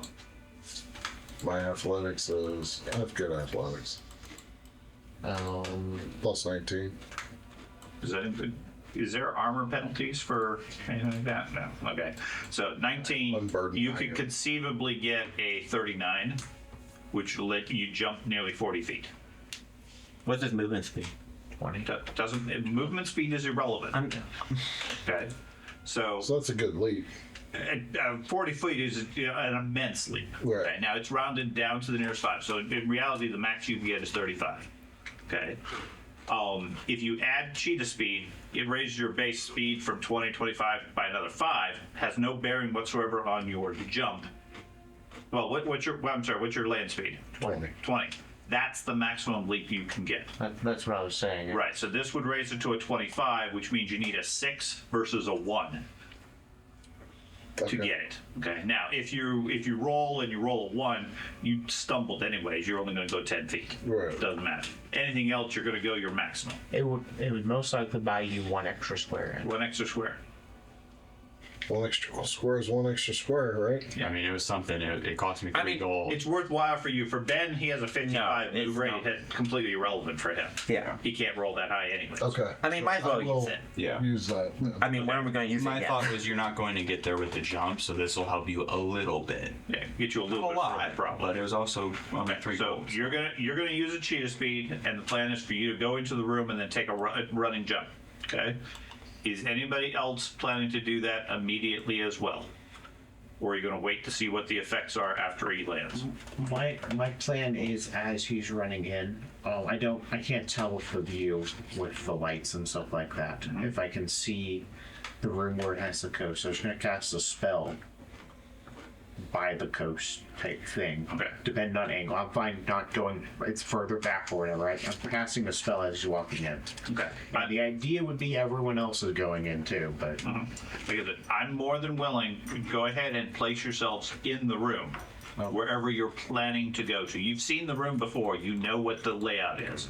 So move yourself into the room, wherever, so you can see what you can see. I'm running up to there, then leaping. Let's do this, y'all. For obvious reasons, I'm assuming nobody's stepping into the mud right now, or the everything. But when the dwarf goes running in and takes a leap, where are you guys all going to be positioned? Okay, and then based off of what you can see, you tell me what your plans are. You say you're gonna follow the dwarf in and then cast a spell of some sort. Yeah, I'll post it in the chat. It is a 3-action spell, so that's why I want. That's why if I need to be further back to cast, that's a range of 100 feet. So I just need to see him. You should be fine. I guess I'm never gonna have another opportunity to cast this. Healing survivor. Okay, so it's a healing burst. All right, yeah, we want to spread out so he doesn't immediately fireball us. It arrives, gives temporary hit points, And then does a heal every round? and then at the end of my following round, it departs and then does a big emanation heal. Okay, so it's a temporary couple of bursts of heal. Yeah. That should nullify most of the damage he ends up taking. Okay. That's the idea, at least. So I would say everybody on the coast should spread out. Sorry, George. It occupies the space of a huge creature and has a speed of 60 feet. Okay. So the plan, as I understand it, dwarf's going to go charging in. As he reaches the edge and jumps, the priest from a distance is going to cast a healing creature that'll be roughly wherever you're going to land, and will give 2 blasts of heal in that area. So is anybody else planning to jump with the dwarf at the same time? Me. No. Okay. You're going to jump a lot Keep further. going, Greg. This is a dumb plan. I am literally giving you temporary hit points to ignore the That damage. doesn't help me when I sink in the hot tar. It's just swimming. Whatever. In hot tar. Such a relaxing bath. This is how dinosaurs have died. You're going to jump too? Yeah. Okay, so 3 of you are going to jump. What about you, Ben? I'm going to wait and see what happens. Okay. So 2 of you are going to wait, the other 3 are going to jump. How about the druid? You going to jump? No. No? Okay. Good idea. Okay. No, I can do, of course, long jump and then through acrobatics. I've got Acrobatics won't help you. This is athletics. not even maneuver and flight. No. You're not flying. All you're doing is literally just leaping as far as you can. So the mechanics of this, whatever your ground movement rate is the maximum distance. The distance you actually travel is a DC 15 athletics check. Whatever your result is the number of feet you go rounded down to the nearest 5. So what's your athletic skill? 13. 13. So that plus 20 is the maximum result, gets you 33 feet. Do you have a movement of 3 or 30? I mean, you could take the cheetah speed to get a 35 feet move, but you're not going to get a 35 on your roll. That's not possible. So it doesn't add anything to the jump. It would add 5 more feet to your movement rate for the duration of it, if that's relevant to you. Okay, so right now I think the only one that's really beneficial for is the dwarf, who doesn't move very fast. How high is the ceiling? The ceiling in the center is 20 or 30 feet or so. Okay, It's not really an issue. Can't. I was thinking I might be able to jump up it like.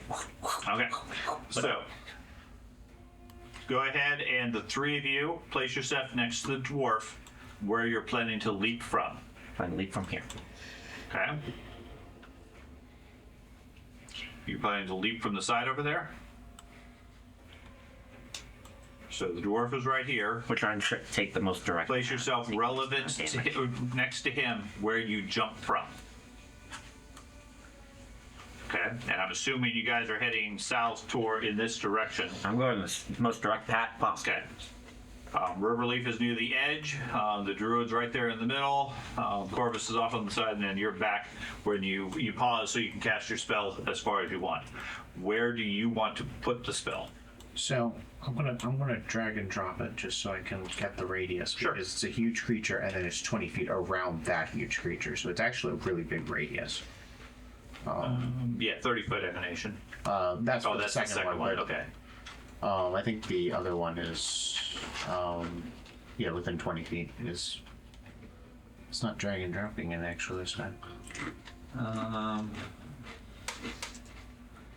You trying to drag and drop the spell effect? Yeah, spell. Last time I almost cast it. It allowed me to place the creature. Okay, so a huge creature, I think, is 2x2. It's 3x3. Okay. So if I put a basic area of effect, it's target, distance, draw, rectangle. Okay. So that's a 3x3. And then it's 20 feet around that. So I mean, it's effectively a 50-foot radius or something like that. Do you know where you want to put this? It's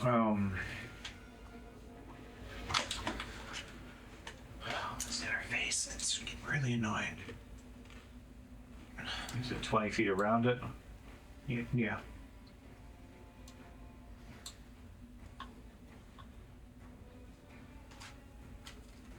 Around it. So 20 feet from it. Okay, yeah, that's big. Yeah. I mean, ultimately, you put it in the middle, it's going to cover the whole area. And if you put it further down, where they, because they're not going to land right next to you, it really doesn't matter. I think you're going to be covered. Yeah.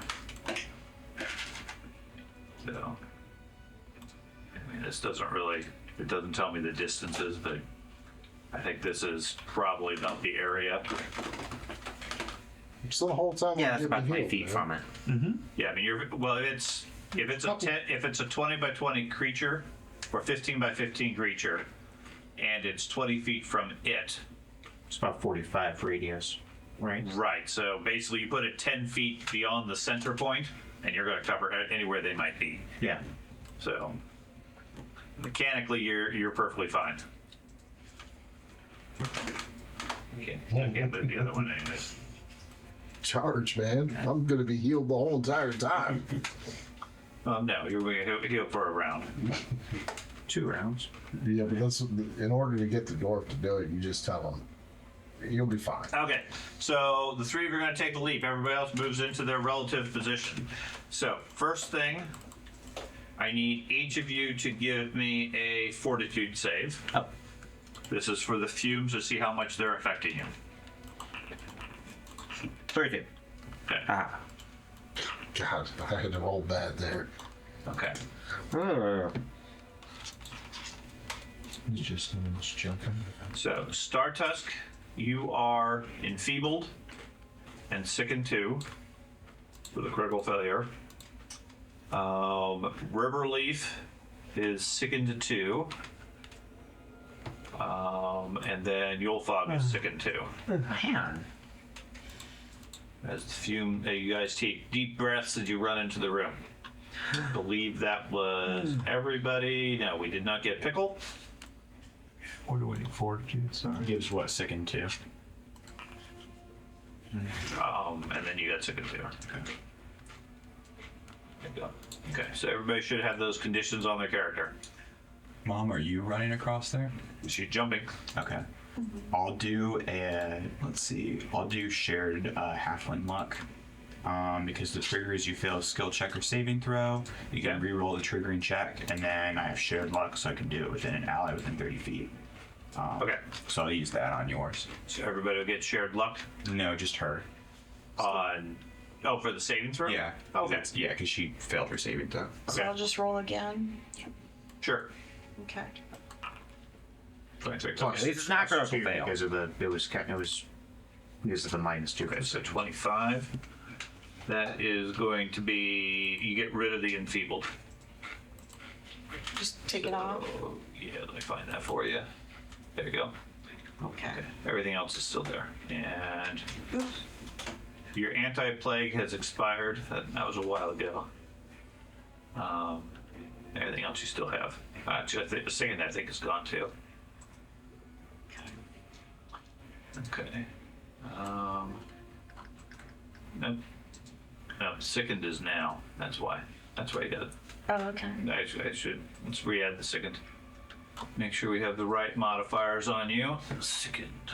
Sickened. There you go. Okay.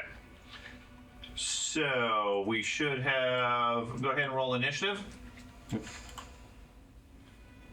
Everyone or just the people jumping? Everyone. All right. So your first action is effectively moving into these spots, or in George's case, casting a spell, or for the 3 that are jumping, moving and then leaving. Oh man. Okay. There's So I only would, 3 spots open on this side. A what? Okay. So we begin the fight. And let me switch this to that. That one off. Okay, so Shadow, you go take it off. Since you have the highest speed, anyways, reach the side and give me an athletics check. Please. Yay! You got a 34. Just below 35, but I'll 1, take it. 2, 3, 4, 5, 6. You land there in the hot mud. So that's my Okay. full turn? That's or... it. Moving into the room Yeah, moving and in. leaping is your round. Okay, got it. You hit the bottom there and immediately feel the burning tar get all over you. The tar itself appears to only be about 3 feet deep. It's not that deep, guys! Ah! Silverleaf, you move up. The goal is I need to wait for the people to be in the radius because it's Okay, you're going to delay until after that. Yeah. Okay. Because the effect applies when it arrives. I'm perfectly fine. So you're going to go after Stardust jumps, which is effectively at the end of the round. That's fine. Okay. Okay, let me move back up in the initiative level. Okay, so the guy at the far side, as you guys go running into the room and start reacting, he reacts. And he is going to...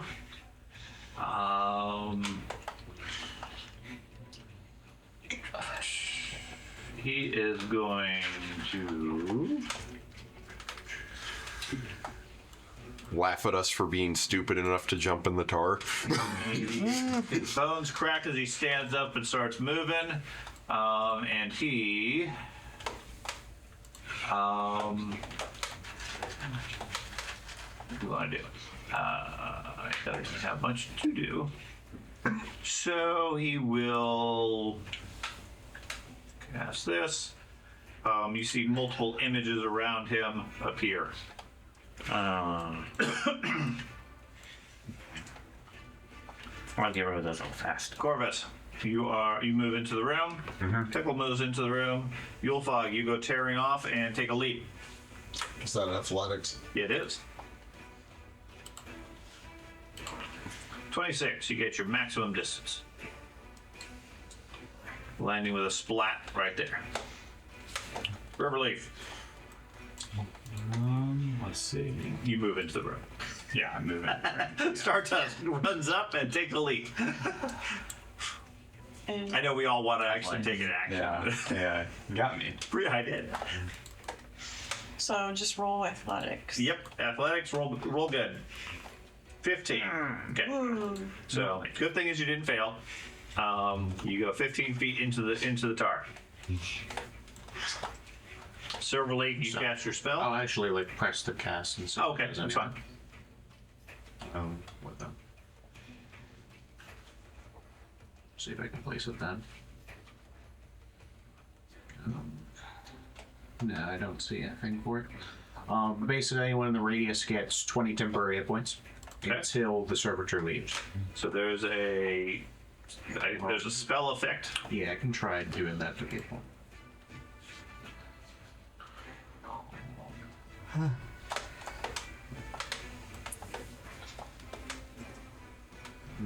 Lacks permission. Okay. That's the area of the healing. Okay. Yeah. Okay. So let me add the effect onto him. I guess technically Riverleaf also gets it. No, that's the healing.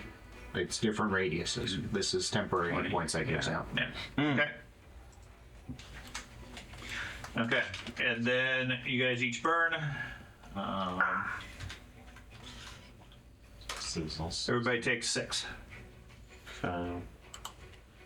So go ahead and apply 6 points against your temporary, and you're good. Against your temporary.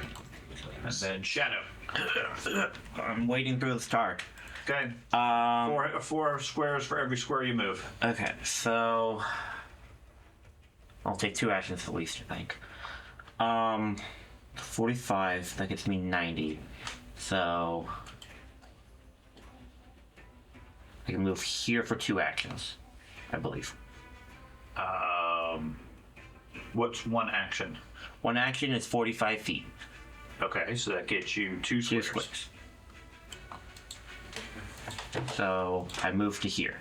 Okay, so I'm going to remove this area because that's make it very difficult for me to see anything. And now I don't know how to remove an aura. The tile? No. Origin. It's on a wall. Okay. Placeables. This is. And. Would you say I was unable to enter target stance, but when we No. started combat? Okay, just wondering. Regions. Yes, it's region. Okay. Region. Get rid of that region. That's how they define ours. I never realized it. I never knew how they were doing that. Making them regions. Okay. So, anyways, you jump. So you 2 actions will get to the end, and then it'll take your 3rd action to crawl out. Okay, never mind. I guess I'm done then. Okay.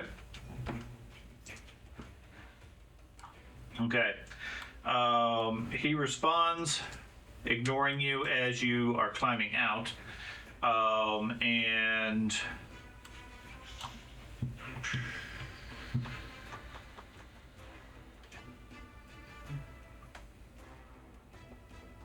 I guess he's going to not ignore you. Monks. Because he doesn't have very many in the way of area of effects that would be effective here. So he is going to instead cast a spell on you. Okay. Target you. Cast.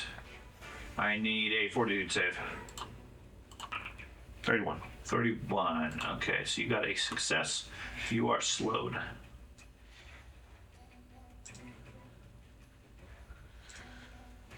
Okay, and then it steps here. It's the downfall of being the fastest. Corvus. All right. It's not the fastest anymore. So Slowed. I'm still really fast. I am going to take an action to reposition myself to be closer to the area that I want to go.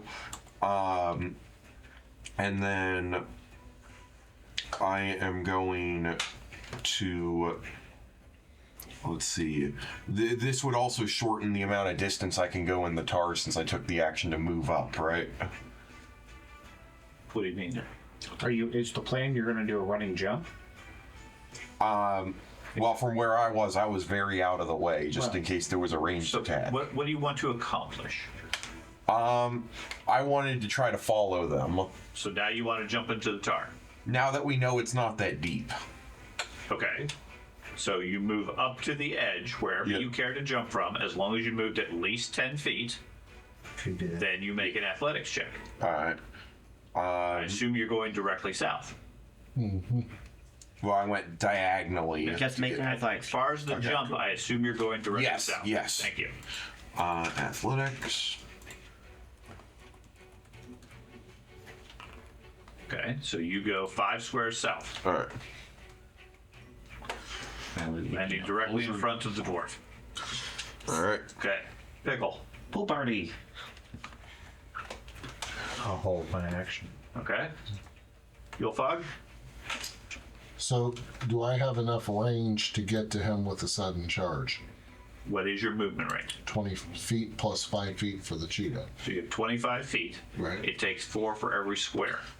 So, or 20 feet for every square. So with a sudden charge, you go 50, which is 2.5 squares. So no. So I'm just going to go as far as I can go. 3 squares. 3 squares. 1, 2, 3. Correct. That's all the distance I got. That's it. Oh, that's cool. So technically, on the next one, I can technically do a sudden charge. No, because because you have to get out of the thing. Also, that's you can't sudden charge up over the terrain. Could I sudden charge and swing level with the thing? You could get to the edge of the tar and then lunge out of it conceivably, sure. But you'd still be in the Sure it's Tar. online and has power. you'd still be in the tar. But, Right. okay. Not that I don't know. there. Riverleaf. So it's dark over there, so I can't see him. If you can't see things, yes. Okay. So that's what, greater concealment? Oh, Or can I not target? you can't target. You can't see them. Okay. I guess I'll just go to the edge here Okay. and stay there. Yeah. Everybody over there doesn't have any light. Alright. Actually, I'll be over. I forgot to pull my crystal back. Start task. I'm gonna keep moving forward as fast as I can. Okay. And you have what movement? I've got 30 feet. So you go 30, 60, 90 divided by 4 is 4 squares. Okay. So, oops.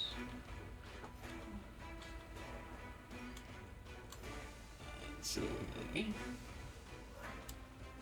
1, 2, 3, 4. Okay. Okay. Silver leaf. We move forward a little bit. I'm moving more than that. I just. Okay. I'll go ahead and move right here, and then cast shield on myself. And then the thing goes away. So people, if they're damaged, heal 3d8, and he's gonna make fortitude save and potentially take some damage because I assume he's undead. Yeah.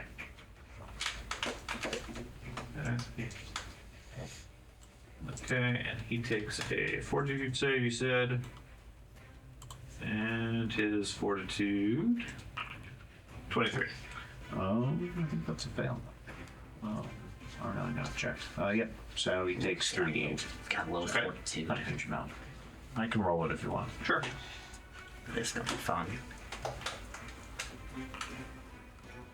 13 points.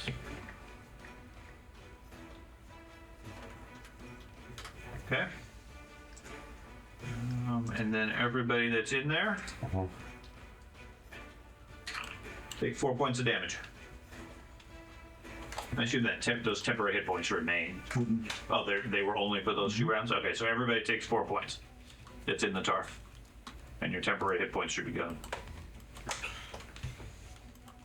So I'm take, hoping they'll line up the tar to get both rounds of it. But Right. so take 4 the way we did it, points. I just ended up getting both rounds. I'm fine with that if you want to consider it temporary hit points for now. At which point only Ben, who jumped in afterwards, Yeah. would take the 4 points. I understand what you were going for. Get as much benefit from it as possible, and it's purely a matter of how it was organized. So, okay, Shadow, what would you like to do? Tiger stance. Okay. Slowed. I can still make multiple attacks because that's not the D&D slowed. So flurry blows on this undead. Okay.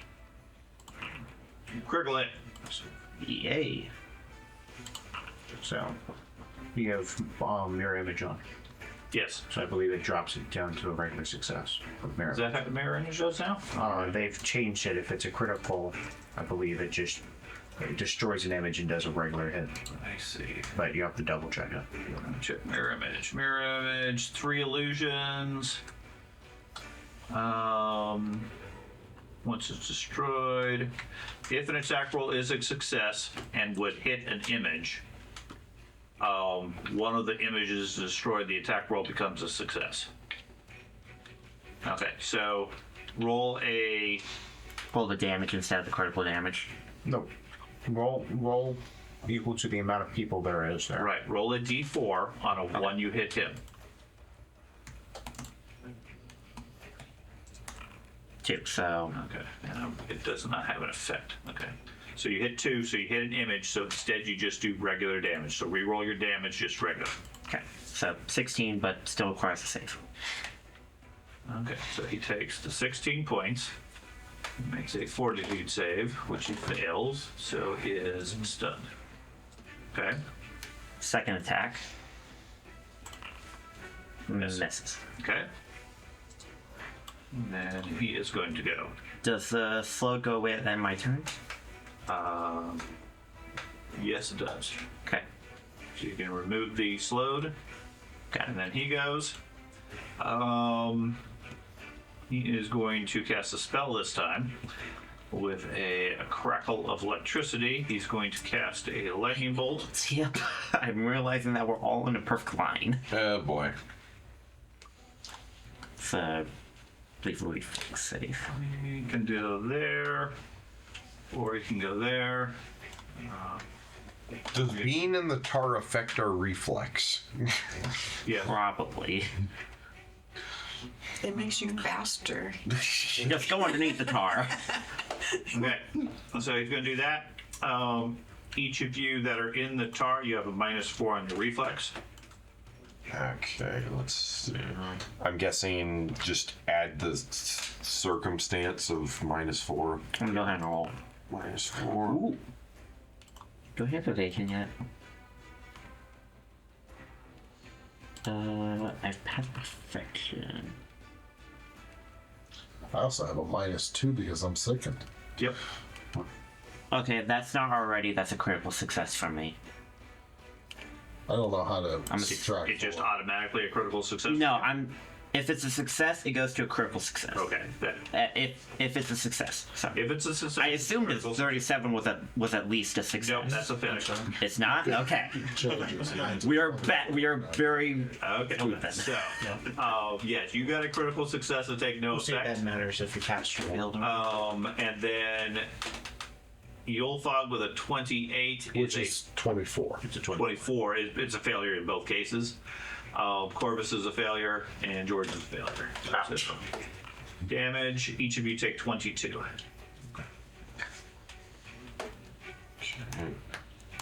And at this point, your temporary hit points do not exist. Okay. And then we go to Corvus. Okay. Now we'll remove this template. Wait. So, first up, before I start, Yeah. before I continue moving through, I'm going to rage. Which, Okay. You can spend a round to rage against the tar. The fact I got hit by a bolt also made me mad. So there we go. Now I got temp HP. And now for the next remaining 2 rounds, I'm going to continue moving forward. Next 2 actions. What's your speed? My speed. Where do you look for that again? main tab. Main tab. 25 feet So you get 2 squares. for my round. Yes. All right. For the Well, that remaining would- 2 actions, you get 2 You can't go on squares. top of it. Yeah, I know. Gotta go to the side. So 1 and then 2. Sure. All right. Pickle. I'm going to move up with these other 2 right Okay. beside it. Okay. Group up on the edge there. Yep. The assault ones. Okay. Yulfog. Okay. I will stay in the tar, Okay. but you're saying You can move up there and then make a lunge attack. That's Because he's 10 feet away from you. what I'll go ahead and do. Okay. Then next round, conceivably, you could climb out and then still attack. Yep. Go for it. I jump as he swings underneath my legs. Now he hasn't actually hit us yet. Yes, he did. He just hit the whistle. Get you a technically the lightning bolt hit you. Yep. All right. So lunge attack Living lightning. and target him, and hopefully I haven't rolled good all day, so maybe a good one. 30 is a pretty good hit.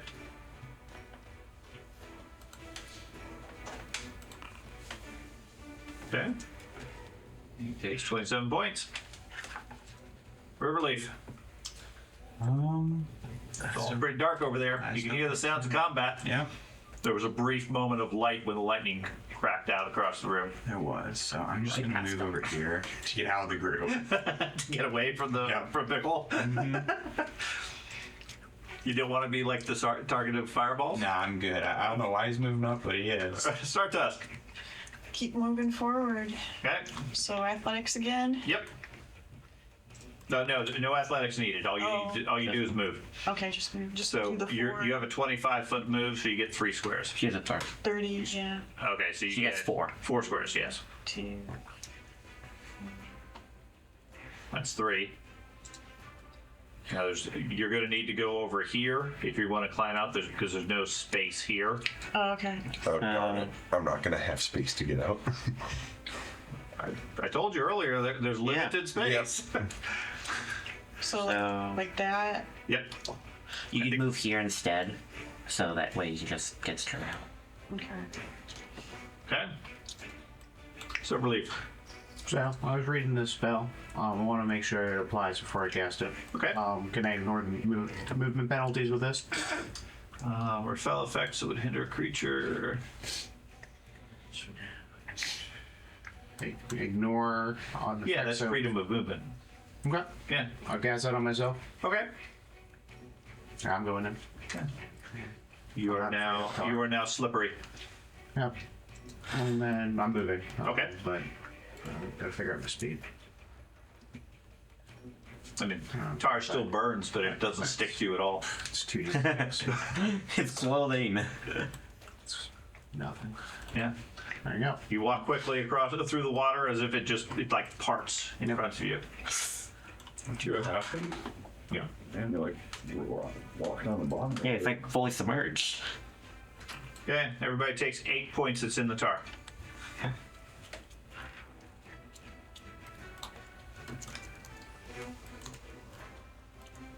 And then after you apply that damage, Shadow, you get to go. Another flurry of blows. Okay. 35. Yeah, Or no. D4. D3. 1. You got him. Oh, I thought upper. No, a 1 is the one that always hits. Okay. So, damage and another saving throw. Okay, he fails that saving throw. Okay. You need to remove one of the Yeah. stuns. Okay. Second one, miss. That one missed. I am going to do. He has 2 images still. 3. No, 2 images plus hit, yes. Okay. I'm going to do 2 more regular strikes, not Tiger Slash. Okay. Trying to get rid of those images. Nope. And no. Yeah, those images are too fast. Okay, he goes. What's he got? He is going to do. Nothing. And let me keep punching him. No.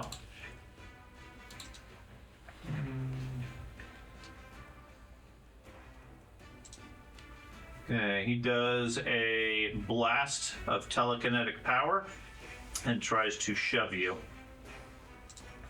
So is that a. It's a 24. It's versus your athletics check. So I need to get like, Versus, it's a shove, so it's going to be against your fortitude, I believe. plus 10. Yes. So that's a fail. I have a 27 with a plus 10. So you have 17 fortitude. Yes. Okay. So he pushes you with telekinetic power, and he's unable to move you. So then he. Does he have anything? Yeah. And then I cast shield.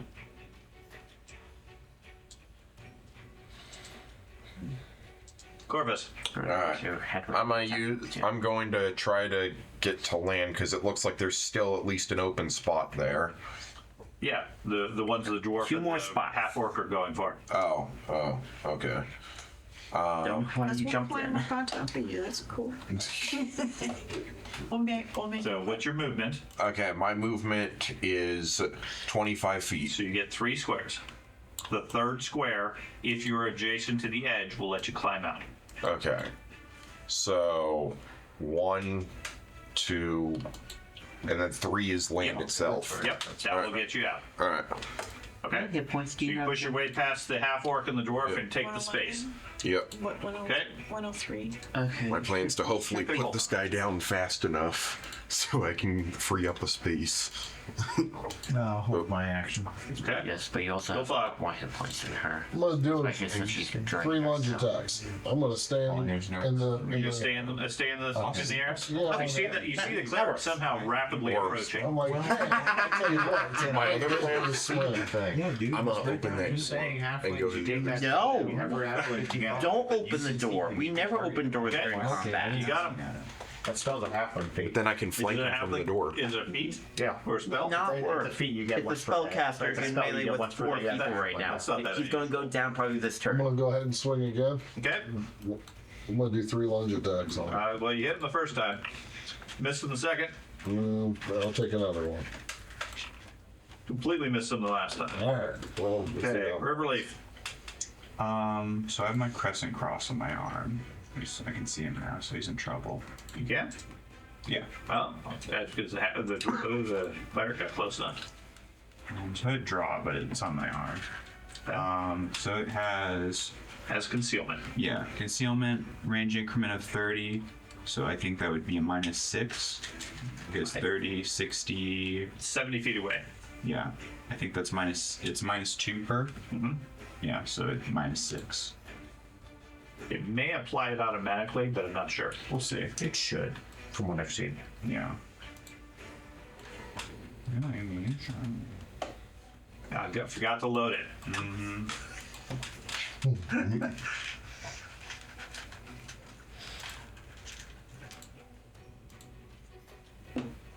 You loaded it twice. I guess. I thought it was gonna keep going for all the chamber. Oh, it does show it there. Okay. I can actually move down one and then free up space for. Okay. I'll take my action whenever I can. Critical miss. Okay. You take a shot, critical miss. I'm curious if it. It does. It has a thing. Yeah, range count. I only did -4 though. Well, Well- first 30 Right. Should only was be no minus penalty. 4. So 30 to 60, 60 to 90 would be Oh, minus yeah, 4. yeah. So it at least applies automatically. Yeah. And then, Pickle, you said you want to go now? Yeah, I'll target the creature. Okay. I will cast Holy Light on it. Okay. Okay. Sounds like a Right. Attack. Range spell attack. So you attack. divine light. Yep. You seen the wizard game with the divine light? And you hit it. So then roll damage. Yep. If he has images, though. Oh, yeah, you do have images. You do 33 points, but roll a d3. Where's the D2? You got to type it. So the /R 1d3. So we're doing dogs in space. I don't know. 2. So you blast one of the images, it disappears. Now there's only 2 of them. Okay. That's a 50-50 Start chance. Taking the case. I'll try to get it. Is there space next to the guy? Like, There is one last space Yep. here. Otherwise, you're stuck in the mud. Probably just should Get out of the mud. We're gone. so like right there. Take you 1 to climb out and 1 to move there, and then you can do whatever you wish. I'm gonna take a strike against the guy. Okay. I didn't last. You were out of the tar last round, correct? 2 rounds ago. Yeah, he was out. 2 rounds. Okay. The first round getting out of the mud or the tar, you should still take half damage from the tar. No, at that point he was still onto the temporary hit points. He Yeah. went across. Okay, and that's fine. But the tar doesn't instantly cool off. Yeah, I figured, but I got out of it like the round after I jumped in. So you jump out. You climb out of the tar, move across there, and take a swipe, but are not able to hit him. Right. Wait. No, I was gonna take another strike if I could. You 1 to climb out of the, Oh, 1 of to the climb tar, out. 1 to move, and then 1 to strike. Okay. So silver leaf. You're the only one unencumbered by it. Yep. It's on the king. Don't worry, I got a plan to heal you, and then The you tar is too lowly to touch What you. about me? I'm fine. Alright. He's got a lot of hit points. Only 2D's not doing a lot to him. Well, but built to go to tar, yes. I think you can actually, in theory, Just lunge him from here, right? Yeah, you can. Option. You did that last Getting time. rid of this guy. Yeah. So where is that creature? Right. there? Yeah. Bless on myself. Yeah. Bless on yourself, okay. And then I'm moving forward.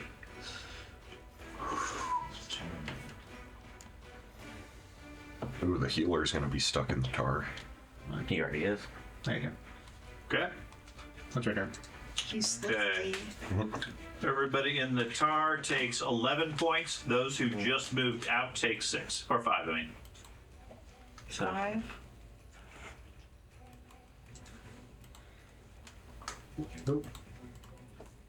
And Shadow, you get to go. another flurry of blows. And then it's 50-50 right now. Mm-hmm. Coin. I destroy the other image. So no more mirror image. Yay. And then second strike. Missing. And then now that he doesn't have an image, I'm going to target slash him for my last 2 actions. I am rolling terrible for all of my other strikes. Okay. It's not stunned He anymore. goes.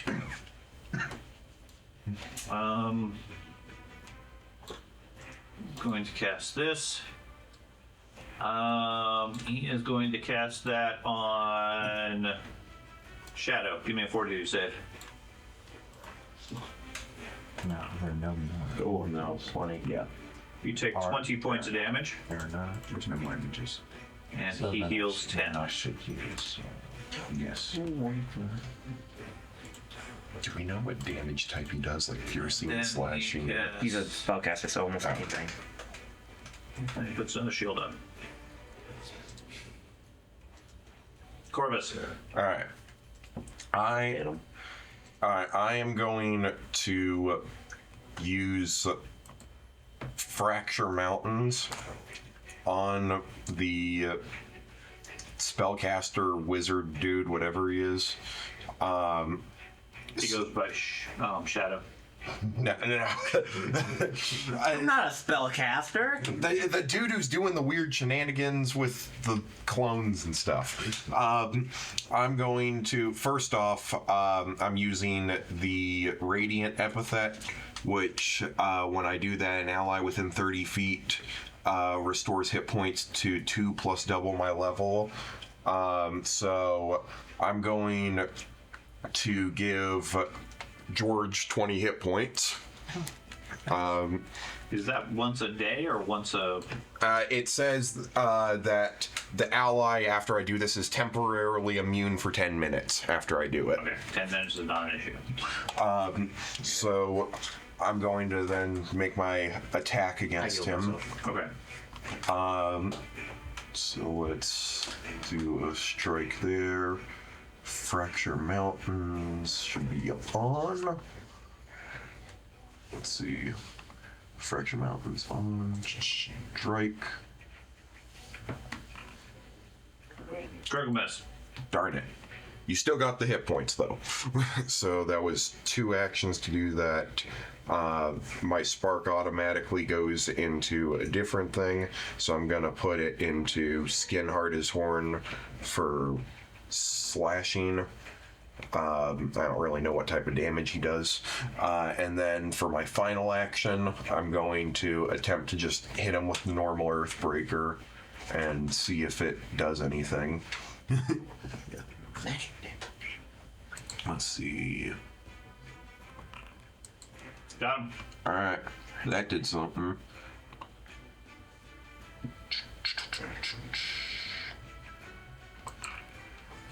$21 points. Okay, take 11.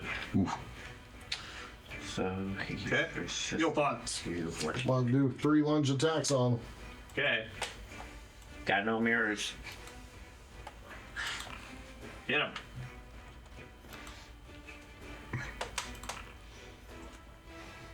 Okay, feels that. Misses him. And critically misses him. Man, this River later. It's like first attack's always hit. I had chambered. I only did 1 action last turn. Plus, I had chambered my present card after that, and I'll just try again. Chamber again. No. Miss. And then I'll chamber it. Okay. again. Pickle. I'm going to target it. Cast combustion. Okay. Really likes this. He succeeds. Go ahead and roll the damage. You didn't roll damage. Alright, cool. Okay. He takes half. Oh. He bursts into flame. Start task. I'm trying to get him with my sword. So I'll take a strike here. You hit him. That's direct attack spells. You get your flank, your backstab abilities. It doesn't protect Okay. them against fortitude save stuff. So if they have that kind of thing, you usually want to do a fortitude Okay. save. Yes. And you stab him under the spells and effects and everything. He goes down. Okay, George, you get to go next, and then everybody's going to take some fire damage. I'll get on the ledge where possible. But There's not currently any place to go. The dead body. Oh, yeah. Yeah, sorry. you stand on the corpse. Okay, I'm fine with that. You climb over him. You're going to take 4. Everybody, the dwarf will take 9.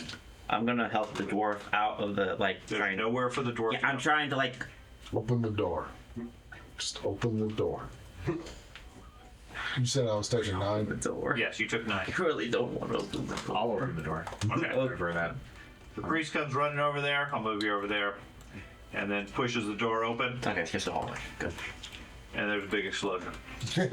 I would not be surprised. Okay? The cleric is being used. So I'm going to assume the dwarf will move in at that point to get out of the fire. You'll take 5 points more as you get out of it. So that's going to end up the fight. What would you guys care to do at this point? Get so second. Remove all the tar that's probably sticking to my fur. I still have 10 minutes of unfinished movement. You. I guess I'll go ahead and do a long jump and run over there. Okay. So I'll do my athletics check. Yep. So you get 20 feet, which is what's your base move? 20. 20. So you get 3 squares every time after that. You covered 4 out of the 10. So 7, 10 and a half. So 5d6. You take 22 points before you get to the other side. Okay. I will move you over to the other side. Oh. Whoop. How you doing, computer? Okay.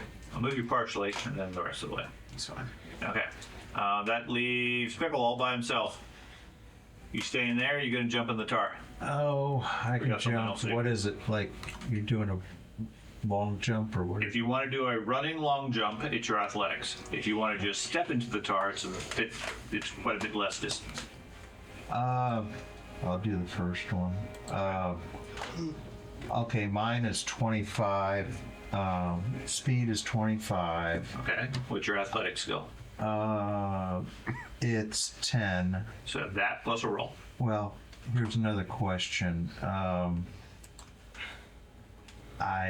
was not what I was looking for. That's not what I was looking for. Can I cast Tailwind on myself, which takes 2 actions. That the wind at your back pushes you to find new horizons. You gain plus 10 bonus to your speed. Sure. So that would give me 35. Give you 35, which you can do it, but functionally, you said your athletics was what? 25. Your athletics. Plus 10. That's a like 10. wizard. So the best you can roll on that is a 30. If you roll a 20 on dice, which gives you a 30-foot move. So the wind at your back will help if you roll really good. If not, it's not going to really help you. It does last for an hour. Yeah. So. Okay, so it's beneficial even outside of this, so might as well. That was Yeah, okay. Put spell effect Tailwind on yourself. Lasts 8 hours in your case. Oh no, that's hiding. Just the So just Height. on yourself. Okay. drag that onto yourself to get the extra movement. So how do Let me see. So you can drop it on you. Just drag it Oh. and drop it. Nice job, everybody. Worked like a charm. So now you make your jump. It's your athletics. To the right. Last time I didn't listen to the king, I ended up getting fried from some mental thing because I didn't do the bowing That's down. the king's so punishment. I listen to the king. He tells me to jump in hot tar. I jump in hot tar. Okay, so you didn't jump very far, but you got 3 squares. That's 15 feet, and then your base movement rate is what now? 25. No, 35 because you have a tailwind. Right. So with 35, you get 35, 70, 105 is 5 squares around. Ooh, that's fast. So you went 3, so it's still going to be 2 more rounds before you can get out. Okay. So you're going to get the 5d6 also. So you take 17 points of damage before you get out to the other side. Okay. From the far side in the tall hallway, while they're all jumping in and going, ouch, this is hot. Other than the fact you guys are all completely covered in sticky tar, except for the priest for some reason, they'll just let it fall off of them. You gotta stay The hallway beyond on is quiet. surface. There's no sound of anything. Must have Star test, you can see around the corner a flight of stairs that leads up and then turns to the left around the corner. I'm gonna put my stone out. So, You guys gonna sit here and rest to heal all your damage again? Did we check? Can we check the guy's body for any treasures? Sure. sure. I'll move George off of him just so you can see him. Let's see.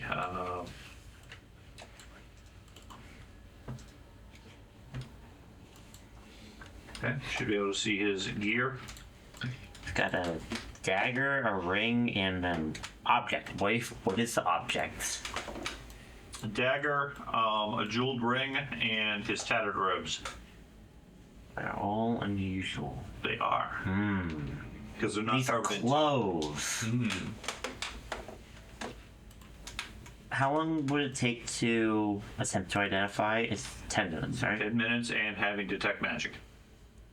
Okay, while we're here, you guys want to try and detect magic on 1 or 2 of these things? Zoom around healing people. Where do you see him?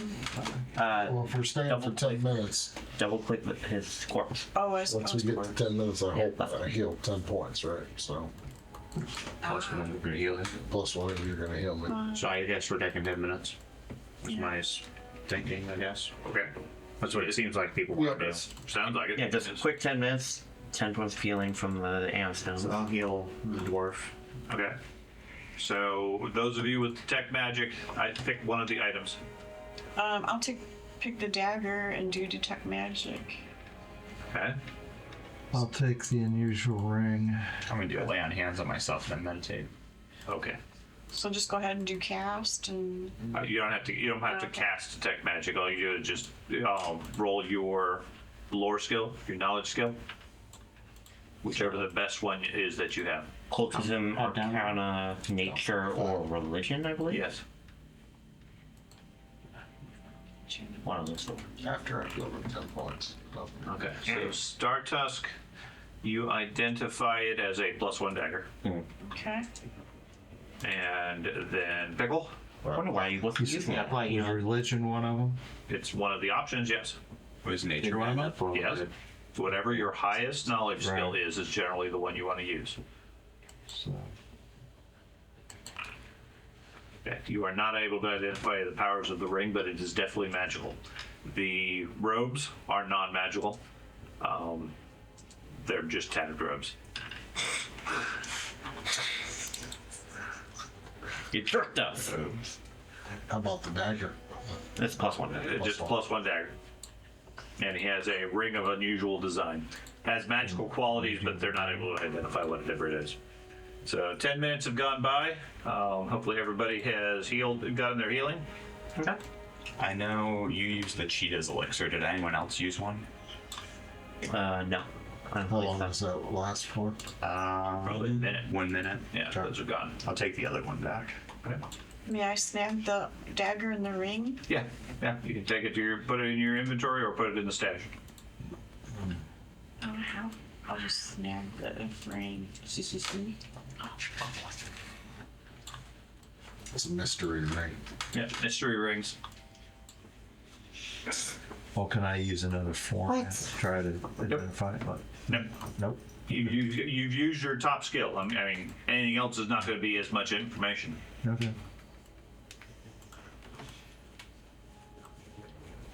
Okay. I mean, you could try identifying the dagger, but it's not We determined if you didn't pass on the initial thing, we could spend more time on it later. Yeah, like overnight or whatever. When you have a long period of time, you can really study it. But no, right now, as far as the quick check, you're effectively done at this point. Okay. Can I get rid of? Do we get rid of sickened? Like, do Nope. You're still next to the fog of the tar and everything. I'm gonna move into the hallway. Okay. I'm gonna. Oh, stairs. Yep. Like I said, there's stairs that lead up, and then turn to the left at the top of the stairs. We'll go ahead and close the door behind us so fumes stop following us. Sure. So that way, hopefully, sicken goes away.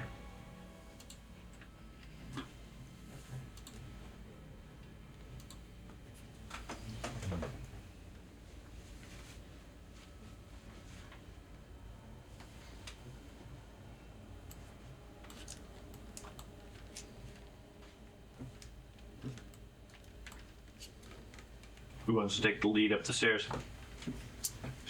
I can. Send the dwarf. Stay by the king. Unless he tells me to The charge. road, you're going to scout ahead? Okay, so whatever Belts is resting and everything, you move on quietly. Go ahead and move. Okay, more? Got something got it. You see the old passageway turn off to your left and continue down. Nothing of particular note along the way. It goes down?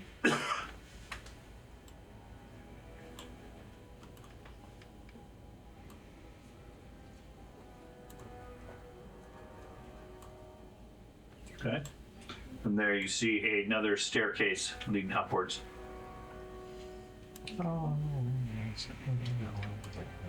So are we just letting you scout ahead, or are we kind of? Yeah, she's just checking forward. So, you can head up the stairs. I think that's kind of the plan. We're all heading up there anyway. Oh, you sure you're not going to let her scout ahead? She's only been gone for like 10 seconds. Oh. What? I mean, I think she wanted to scout ahead. I think you let her scout ahead. You're welcome to go on if that's what you want. Scout ahead, I'll be right behind you. Give her an extra 5. 5 seconds. Yeah. Give her an extra 5 seconds. Fair enough. Give me just a second. Snort some more fumes right ahead. No, we closed the door. They've still got fumes. I mean, it's not. They're not going to dissipate. You didn't turn the air conditioning on. You did. Craig hasn't done the Am I still template clicking for it through? yet. Am I still sickened too now? Yes, for the time being. Okay. Okay. So, That's no token. There is no token. correct. You have no tokens on this map. No token. We're traveling to the beyond. It's deathly quiet down this tunnel. Pitch black too. You can't see anything. You can't even hear the dwarf grumbling about why can't I follow her? As he's leaving a trail of tar. I feel like I was a scout in my previous life. Yeah. Your feet are like sticking to the ground as you walk. Looks like it ends in a pair of iron doors. Can I hear anything on the other side, or? Give me a perception check. Okay.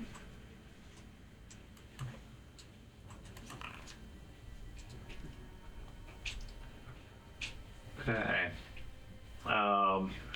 To the north, you don't hear anything.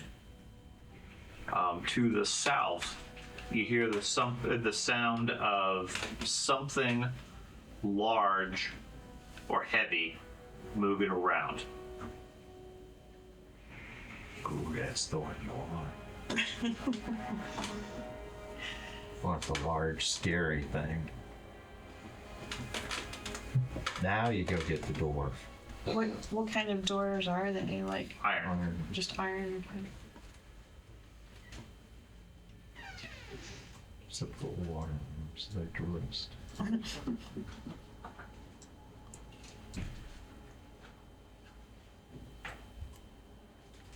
Well, let's see.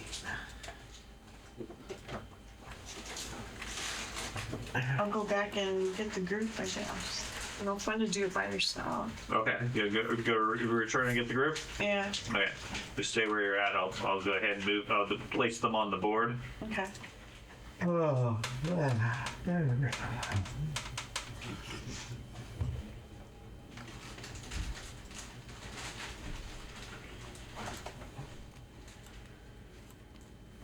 Okay. So the passageway, the stairs are to your south. You followed the rogue up. She said that everything was safe up until this point. The passageway looks similar to the rest of the construction and ends in an alcove with two doors, one to the north, one to the south. That she says she hears something big moving around through the southern door. The northern door, she wasn't able to hear anything. My thoughts would be to go to the door that we're not hearing anything first. What, you think that's going to be where the real threat is? And that they're deceiving us? If we don't see anything, I mean,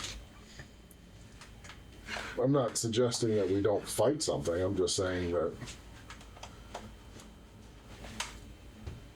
You're just saying we postpone the you fight. take the path of least resistance.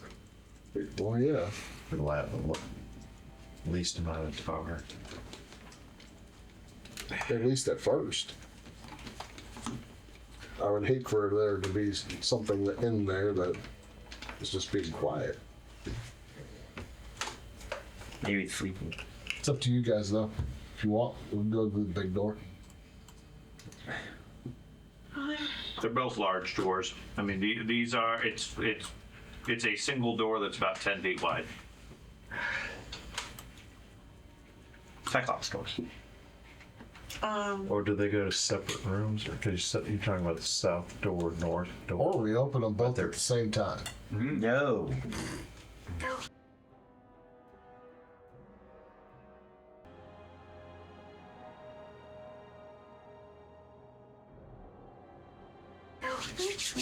Hey, we just jumped. That is probably the best Pathfinder quote I've ever heard. Didn't get much worse. Let's roll. The dwarf wants you to turn on Lava. Are we entering the north or south? Dissipate The north door fumes. is the quiet one. I say we open the north, make sure there's nothing in there, and then we can open the south. Sure. All right. Let's do that. Those of you who are sickened, that can be cleared at this point. Hey, Jason. Why don't we try jumping in lava next? Might as well. Just We've jumped in water, tar, and we got water And mud. Yeah. Okay. Okay. Do you want to check the door for traps, or I was gonna say, do you want me? We have like never done that. So everybody gathers up and watches the rogue. Oh. That'll be fine. Sure. Oh, fine.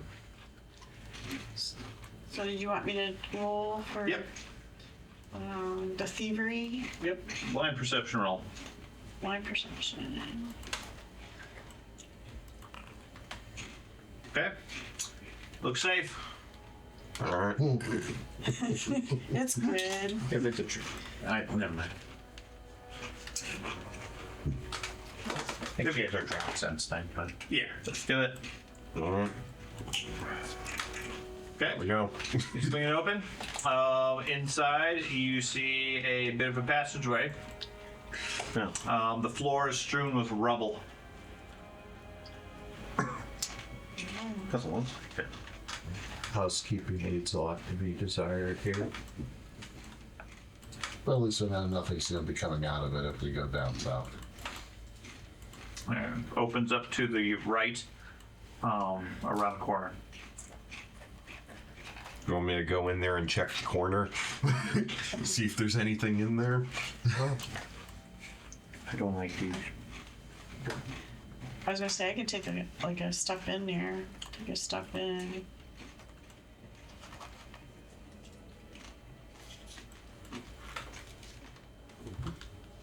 A little bit further.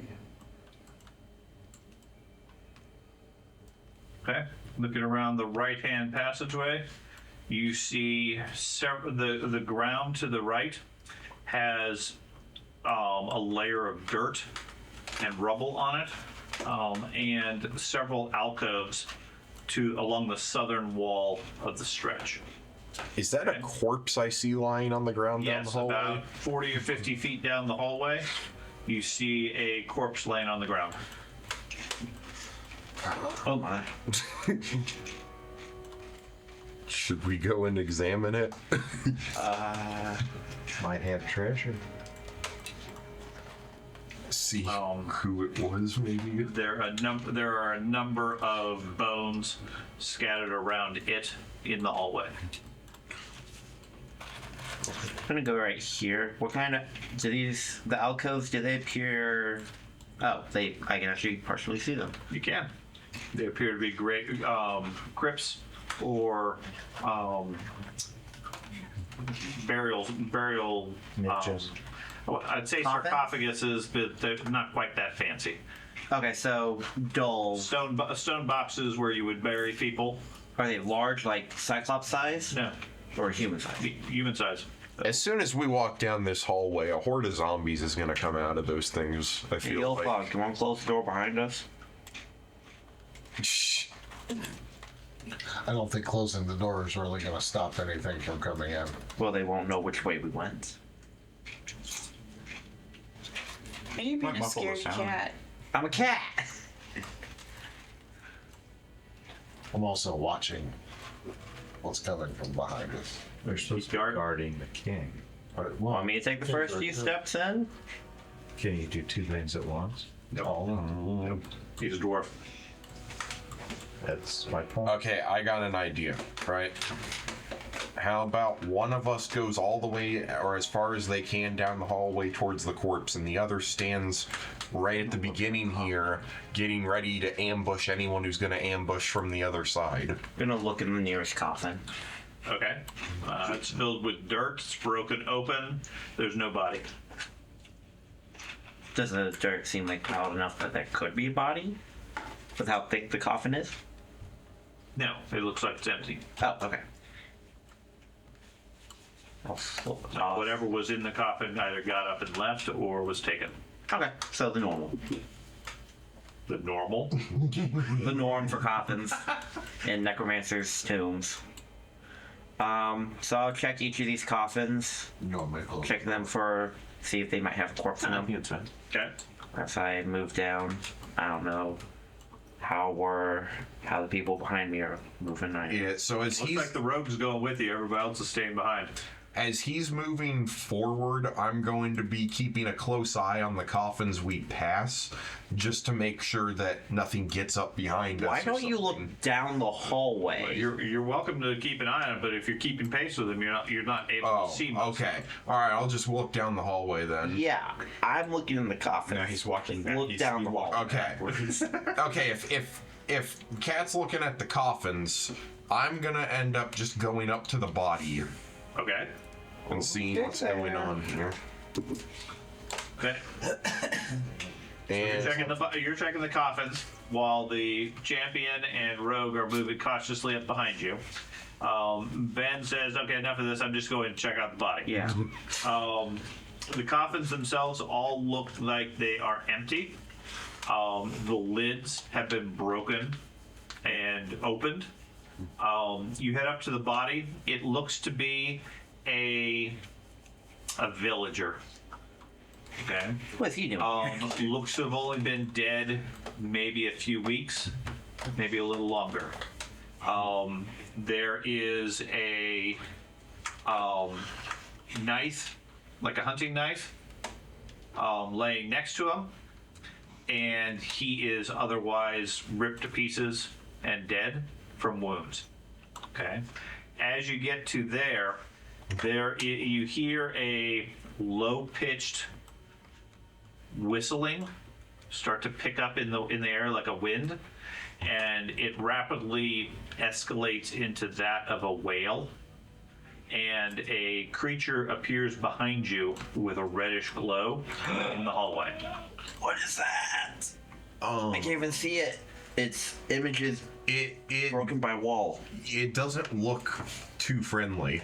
It does not seem friendly.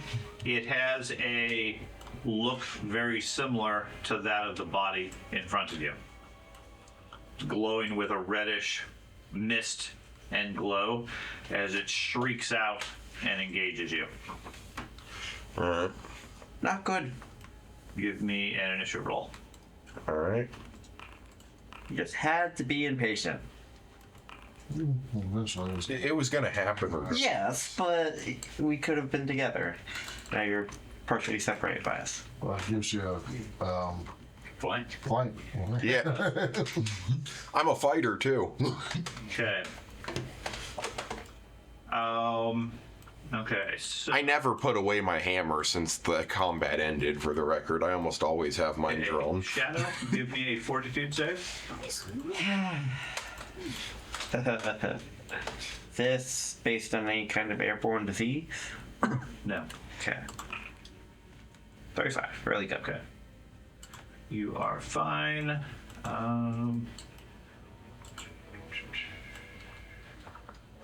I thought I rolled my initiative.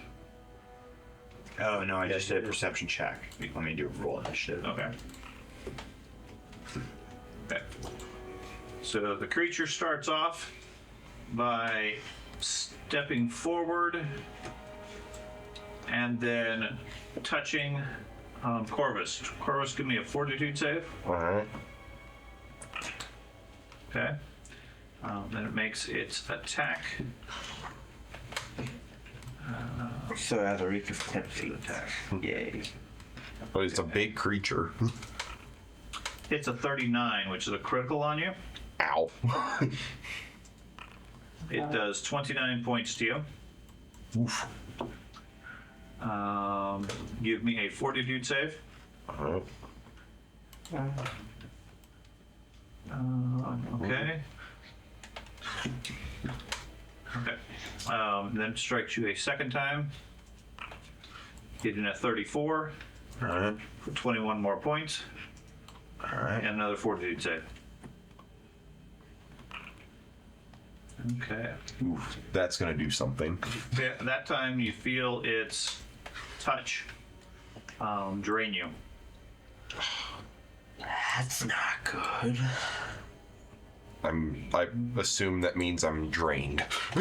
And you rolled a 1, so that's probably going to be multiple drain. Okay. Start test. Drained You one. see this creature appear and immediately assault Corvus. No, I would not. Alrighty. It does have a 10-foot reach. Down.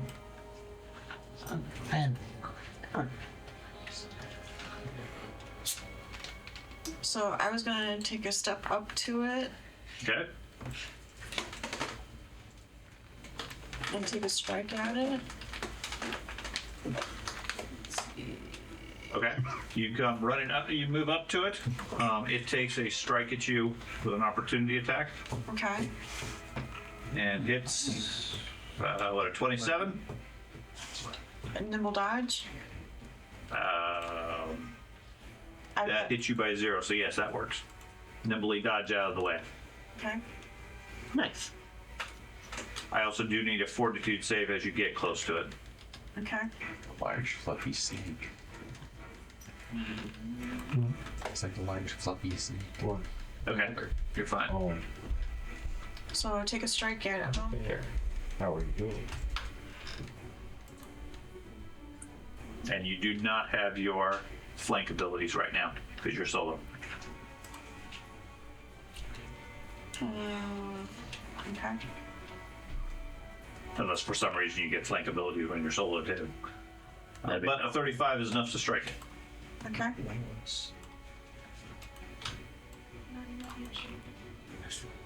For 13 points. Okay, and he's going to take some vitality pain. Okay, here's third action. I'm going to take a step back. There's a lot of damage down here. Okay. Shadow. Tiger stance. 10-foot step. Doesn't matter since I think if you use its reaction. And then Silence and Dead. I'm going to use Inner Upheaval on myself. So okay, George. Vitality damage does damage to undead, right? Correct. But it also does healing if it's not. Vitality damage only damages undead. It does not heal.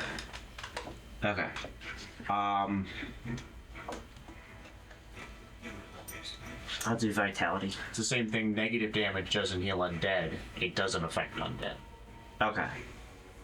I'm just wanting to make sure. Okay. Doing vitality damage then. And with that, I get to make a flurry of blows attack. So, first attack. I swear this has never worked. It's worked every time, you just can't hit connect. So, done. Then why'd you do it? Yeah. It does never works. Yulfog, you see the monk strike out at the creature. Alright, I'm gonna take 2 actions because now I still have 25-foot level, right? Why? You're not because you don't know. No, it's been more than a minute. Crap. Alright, so 1 move up, 2 moves up. Okay. and then a third move for right here for a sudden charge. Yeah, that's valid. Okay. Okay, when you run up, you need a fortitude save. Okay. And then go ahead and attack. And you miss. Great relief. I don't man. I know. It's hard. Slowing him down. So I'm gonna take,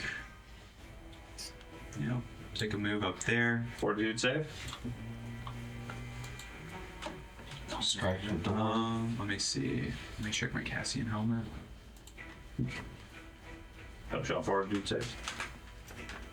Is this an unholy creature effect? Yeah. Okay, so I get my Cassian helmet. Okay. You feel yourself drained as you approach it. Awesome.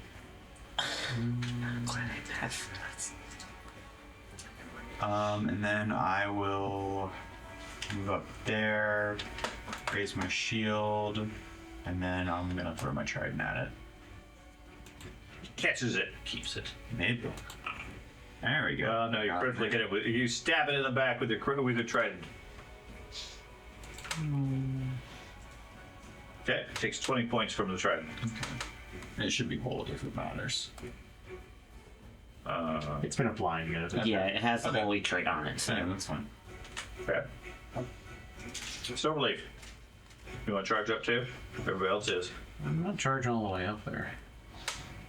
I want to go there. Okay.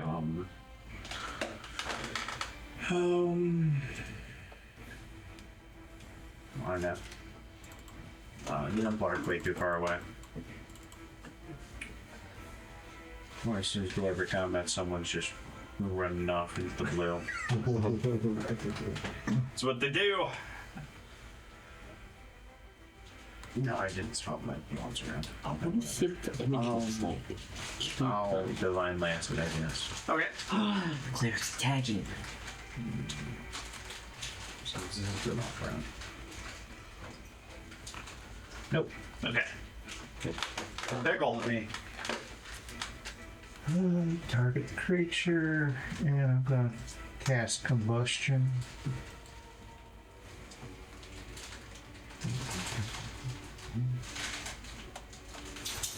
Roll damage. Saving throw is a failure, so yes, roll damage.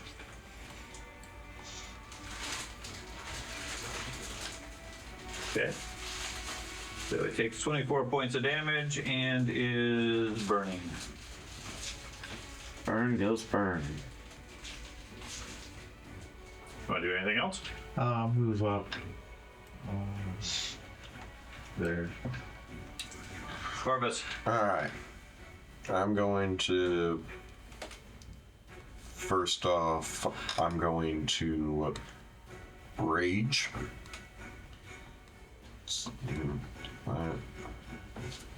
And then I'm going to 5-foot step forward towards him. And then. Hey, Dad, I think the perception damage should be 2 dice higher. And then D6. Never mind. Never mind. Alright, and then I'm going to attack the creature with my hammer. 29, so a hit. Yes, 29 is a hit. Alright. And 18 points. Okay, takes 1 point. Wow. And that was my action. Okay. It goes. It shrieks again.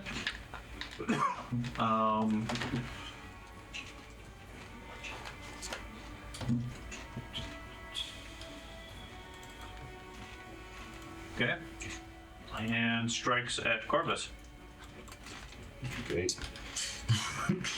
It's a 30, It's a hit. 21 points, 66 and a minus fortitude save. fortitude.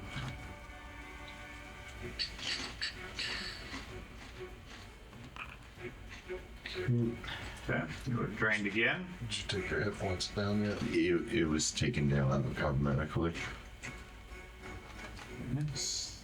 Strikes the second time, hitting a 36 for a critical. It's going to do 45 points to you, Okay, yep. and another fortitude save. You're turning her down. You were drained again, Which, yep. and that knocks him down. He goes down, and then, okay. During that, you see it absorbing. As he gets closer and closer to zero, you see more and more of an effect of him absorbing his life essence into the creature. He's draining my soul, isn't he? Probably. Yeah. Then, so that puts you at dying 1 Okay. Went down. Yeah, I guess you went down from the drain. from the drain, not the critical. So you are at. We're dying. Yep, I put it at 1. Okay. Then he hits you another time, puts you at dying 2. Okay.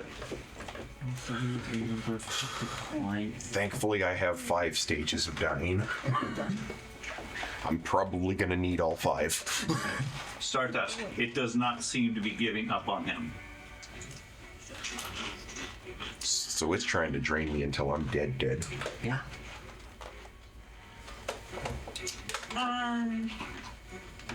What I would like to try to do is like tumble through and be somewhere next to Corvus. Okay. It's gonna provoke attack of opportunity. That's very well. If it is a spirit, in theory, it's transparent and you can go through it, but You want to try to tumble through? Yep. Okay. So make a tumble check, which I believe is acrobatics versus its reflex. Okay. 25, and its reflex save is higher than that. So you still go the distance, it just gets a strike against you. We're going in my wrist. Assuming you have enough movement to get over there. see, 10, 12. If my character's dead, I'm coming back as a It's going to take a second to get to the other side of it. Okay. A summoner is a spellcaster. Yes.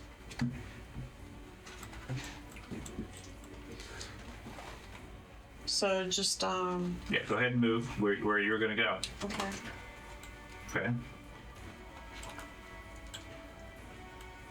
So 2 actions to get to the other side.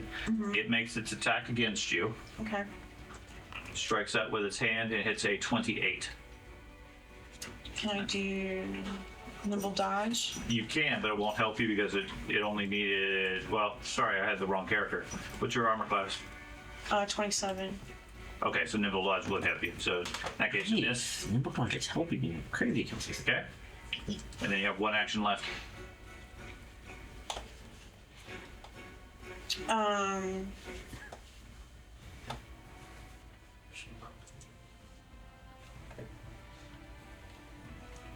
Can I? Am I able to hit it at all, or not really? If you want to stop next to it, you can, but Yeah. where you place your character, you couldn't. Yeah. How you doing,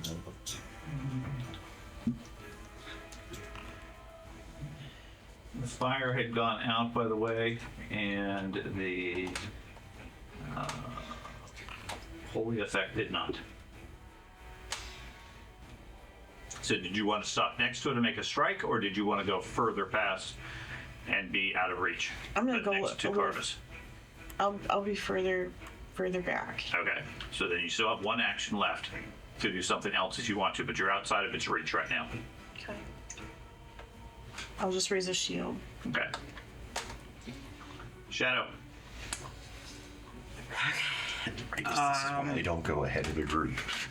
Yeah. Flurry of blows, trying to stun it. Oh, yeah, I forget. Does that hit? A 37 hit, yes. Okay. Okay. Stun kick. 7 points of damage. It passes the save. Second one. Oh my gosh. Tag slash for my last attack. Okay.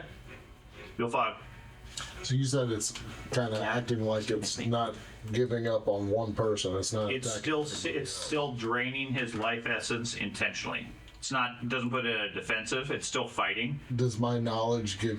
Do I have knowledge of dragging, like separating the body from its reach? Does that stop that process? Or? No, it's. I mean, it's an intelligent creature. Okay. It's not letting up, draining him. Okay. In other words, when it goes again, it's going to use its 3 actions to do as much damage to him and probably kill him. Right. So what I'm saying is it doesn't matter if his body's not. If I tumble through and drag him away from it. It would presumably chase it or do something else. Okay. I mean, if you can get it outside of its reach, sure, it's going to change its tactics.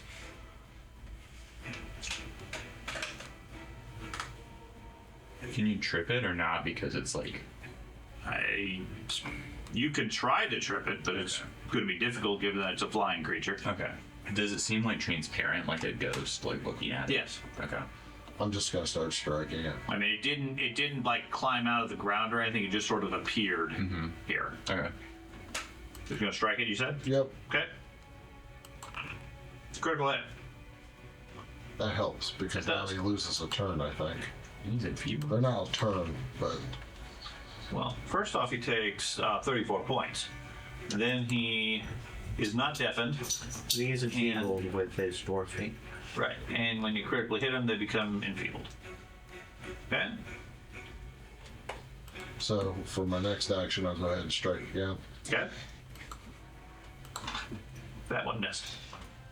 and then for my third action, I will strike again. Okay. Critical miss. So this thing's pretty much projected to kill me Relief. by its next turn. So I'm going to try and tumble through it. Okay. So I'll do an acrobatics. 28. It's not going to be high enough. Okay. And doing it multiple times doesn't. It's -5 each time. Is it -5? Yeah. Okay.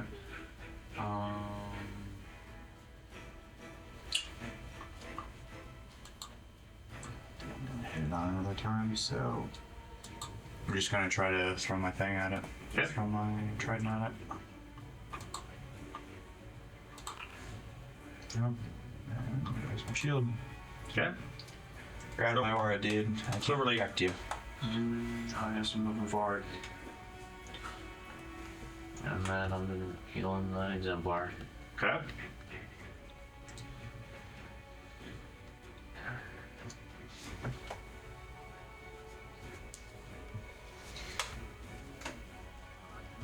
No divine infusion. It's just it's all basic. there. Yeah, Yeah. it's just a basic. So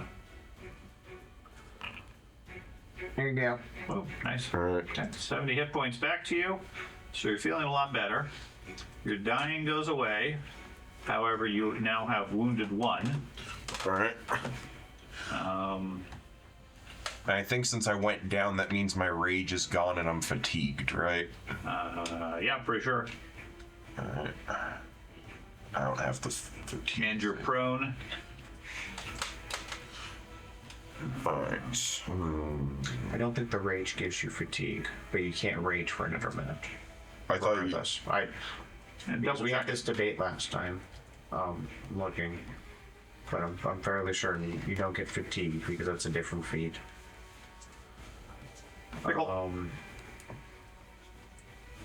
Target creature.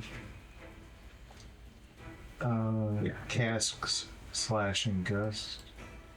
Yeah, you don't become fatigued. You just can't rage for another minute. So pretty much the rest of this combat. And I'm Okay. drained. And you missed with the gust. Okay. Okay. Corvus, I'm you gonna are. move. I'm gonna move up. Go for it. Ooh, I'm drained 4. Yeah. Okay. Okay. Corvus, you are prone with nothing in your hands. Okay. So the first thing I probably want to do is I would imagine unprone myself, stand up. Stand up. Yeah. Done. Grab my weapon, Okay. and then for third action, I'll strike him with my weapon. Okay. It's probably not going to do much because it only took 1 hit point last time, but Critical miss. yep. Okay. It goes. It targets Corvus. This thing really wants me dead. Okay. It hits a 36. All right. That's going to do 20 points to you. 20 points. So, Points. yep. Okay. It's a 26, which misses you, and a 16, which misses you. Start tusk. Where your max hit points are nothing anymore. Yeah, it's because I'm drained 4. So I have to basically move next to it to actually. To strike the creature, yes, you'd have to be adjacent. Yeah. That will provoke currently unless you have a way to nullify that. You should have mobility. Yeah. I'm definitely going to have to rest and get rid of the drained a little bit once we're done with this. 4 days later. Yeah, really. I don't think I can go against I've got, mobility. boss with 89 hit points max, right? Your movement doesn't trigger reactions. Okay. That will qualify. Okay. So I'll step next to it. Okay. Use your mobility. Yeah. I have 89 max hit points, I'm though. sorry, I before can't you make your reach for the attack, rest of the combat. Ben, give me another fortitude save. Oh, for another one? Yes. Alright. Okay. Doesn't affect your drain level. Alright. Okay, and take a strike at it. Okay.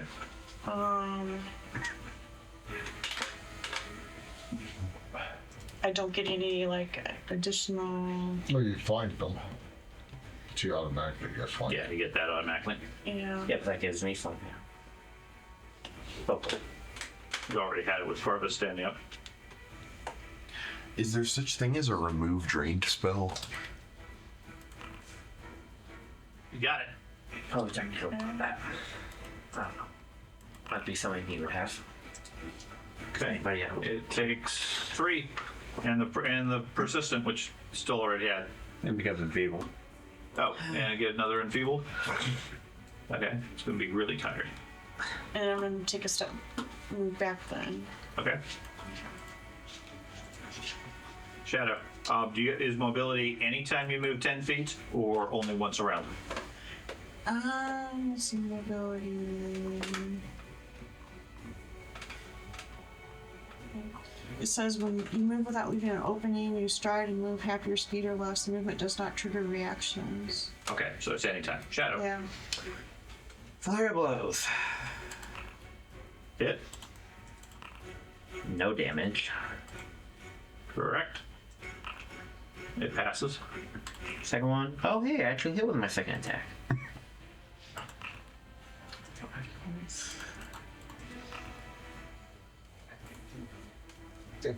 Passes. Makes it so It keeps getting critical successes.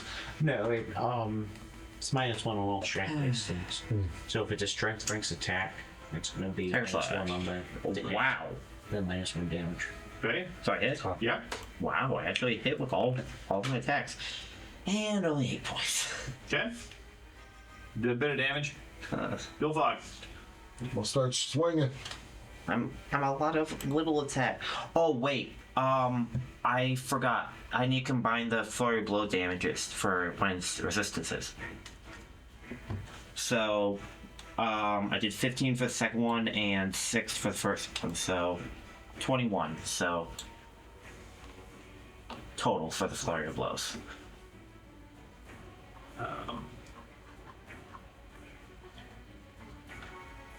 Okay.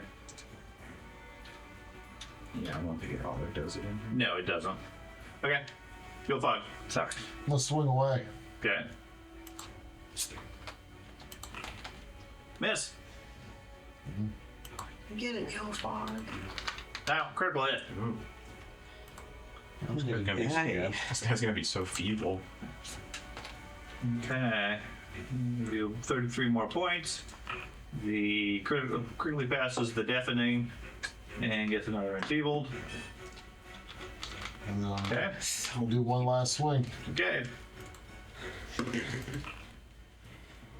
Also hit.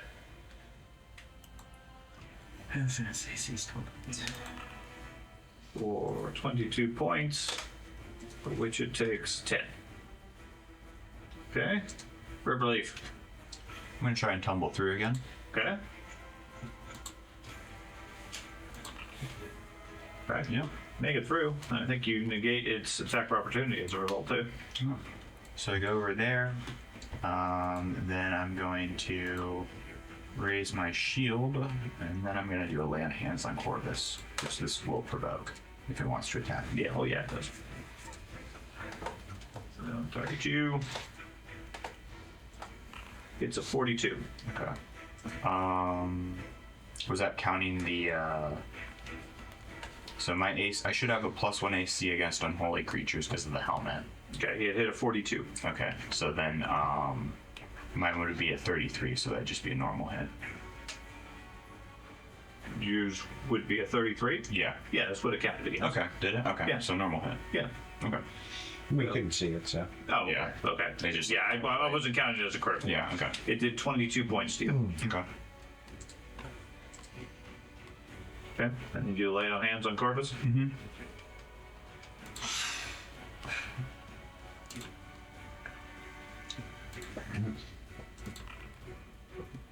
Okay. 30 points back. Then I'll drag and drop this on you. Okay. Drag and drop the spell effect lay on hands on yourself. That'll give you more AC. Spell effect. Silver Leaf. Okay. We'll see if he'll currently pass in there one of my spells. How do I do that? I'm gonna cast. Take the spell effect plan hand, drag and drop it on you. I'm gonna cast Look at that. a spell shape heal on it. Should be able to drag it onto your miniature. Oh, onto my miniature. Okay. Normally it's why I have to do at least 1 point. But, so. That. Bruce is undead. A little higher. There you go. And this is on it. Yep. Okay. Fail. Fail. Failed. Okay. So it's gonna take 12 points of damage. Ah! And then it is knocked prone. And gets a -10 stats penalty for 1 minute.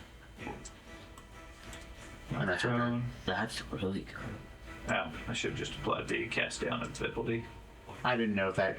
The cast down, I think, is for the -10 penalty. Yeah, okay. Right. Either way, it has it. Yep. So it's moving slower. And that's our turn. Okay. The fact that it's prone is amazing. Yeah. He knocks it to the ground. Pickle! Target. Creature's on the ropes now. The priest is getting involved. No. Cast ignition on Okay. Yeah, that one. Ignition, combustion. Just got all the fire spells. That one's like fire. If only Asnak was here.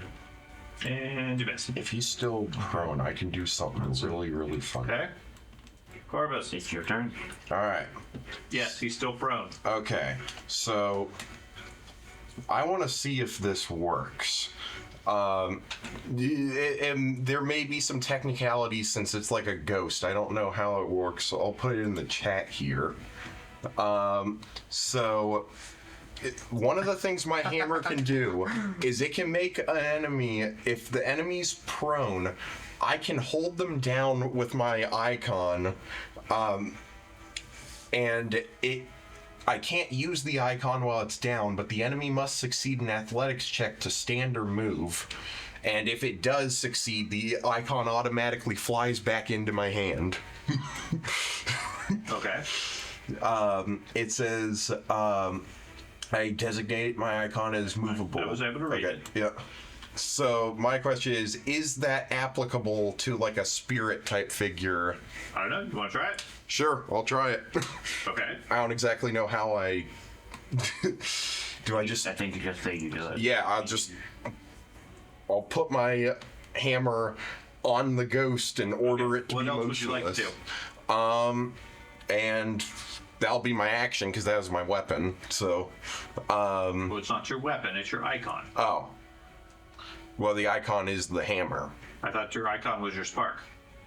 Well, no, my icon's imbued in the hammer. This is how it works, I think, right? Are you telling me I can use my hammer at the same time? Because I think... He's saying if he's trying to hold it down, Because the It's hammer... like Mjolnir. Okay. Yeah. Except his icon, his spark goes elsewhere. Because you can put it into your armor, and you can put it into all these other things. Does your arm? I mean, if it was in your armor, does that mean you have to put your armor on the creature? I'm not sure exactly. It was vague with so, that. for the sake of this, it's in your hammer. You place your hammer on Yep. it and command your icon not to move. Yep. Fine. What else would you like to do? Let's see. Am I able to, like, unarmed attack it while it's on the ground? Yes. Alright. Hang on. I guess I'll just automatically have my hammer dropped for that while that's happening. Alright, I'll take a strike at it. Would that be a multiple attack penalty? Would you consider what I did there an attack? Okay. So I'll hit it with that for... Nope. Nope. Okay, I'll try again for my last action. Okay. Nope. Alright. Punch it a couple of times while it's on the ground and miss. Alright. Okay, so its turn. Now it has to attempt, if it wants to stand up, Yep. it has to do a athletics check versus your class DC. Yep. Class DC. Where's that at? So it's athletics. My class DC is a 27 for exemplar. Okay.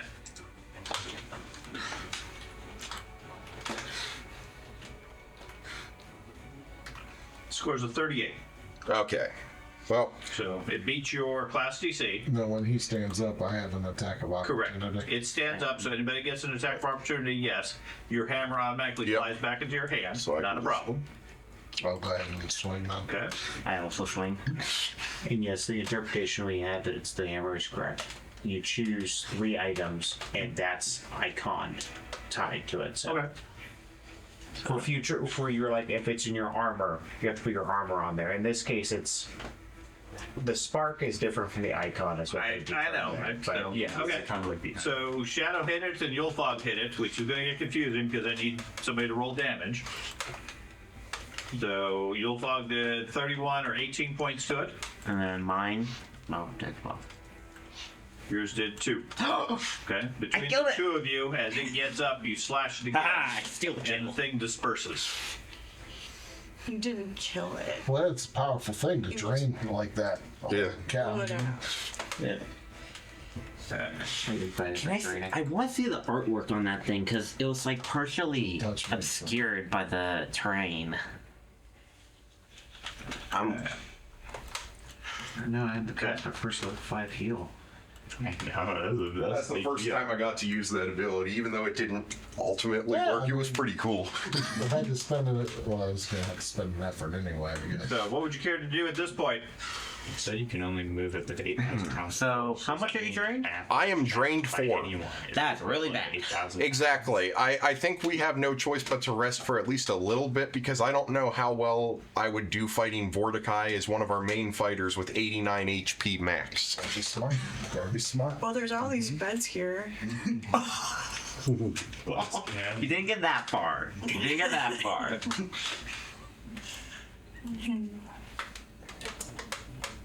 It's insane. Everyone's still mostly ill. So let's move on. Okay. I'm gonna put my stone up. Just gotta be smart. Okay. All right. Don't rush ahead. Yeah, all those hits, you were 1 square out of my aura, so You know, I we couldn't talked help about you. the stones. I think they call oscillarities or something. It's kind of the term. Oscillators? Ossuary?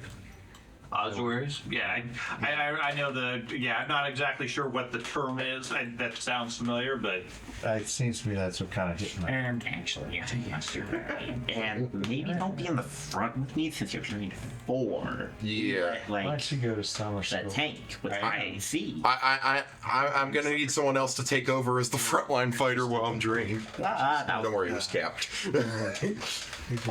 We sent you to summer camp.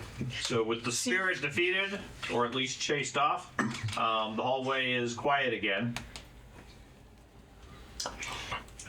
I'm gonna look at the body. Okay. Looks like a villager. Looks like he was from the clothing and everything. It looks similar to the styles and designs of Varnhold. Armed with nothing more than, like I said, a large hunting knife. There's scattered bones around him of some large creature, and he's been ripped limb from limb. Has been dead maybe a couple of months. I'm gonna see if there's anything on him. No. Nothing of value other than the knife. Does it seem like a expertly crafted knife or just like a normal hunting knife? It looks like a nice hunting knife. Okay. It's a bit rusty and dirty at this point, but it's been in the dirt for the last couple of months. I was just making sure that nobody was following up behind us. Nobody currently that you see. And checking the other like coffins or whatever. There's just They're all in similar state. The lids have been broken open, and there's no sign of any bodies inside. okay. Could I check for any like footprints or tracks around Sure. the nearest one? Sure, give me some survival check. Okay. Blind or normal? No, blind typically. Anything like that where you don't really know is the idea. But yeah, you look around in the ripped up dirt. There are large clawed footprints. Okay. About the size of the skeletons that we fought when first entering this valley. Sure.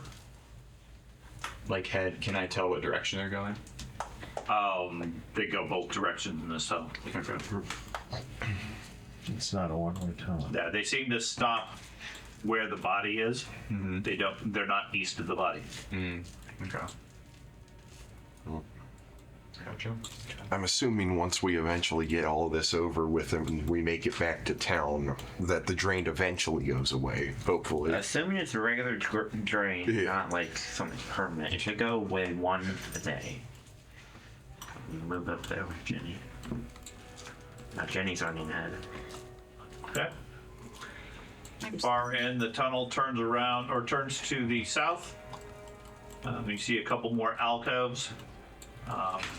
But this area, for the most part, is just a dead end. There's nothing of note down here. Okay. Rumble.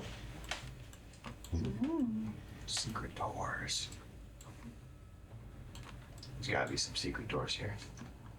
Yeah, Gotta be. can we check for secret stuff? Sure. I'll look around the east wall here. Okay. 10 minutes go by. Everybody go ahead and if you're healing, you can add 10 points. Yay. Clear. 10 points to 1. Your hit point. Yeah. Does not seem to be any alcoves or openings or anything like that down here. Based on everybody that's rolled. Although Pickle's way off on his own at this point. Everything's black for us. Well, yeah, we went down here. Where am I? You're right there. You're all the way down the hallway.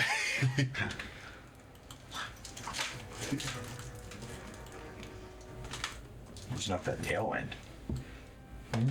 Using that tailwind. Right. You see this?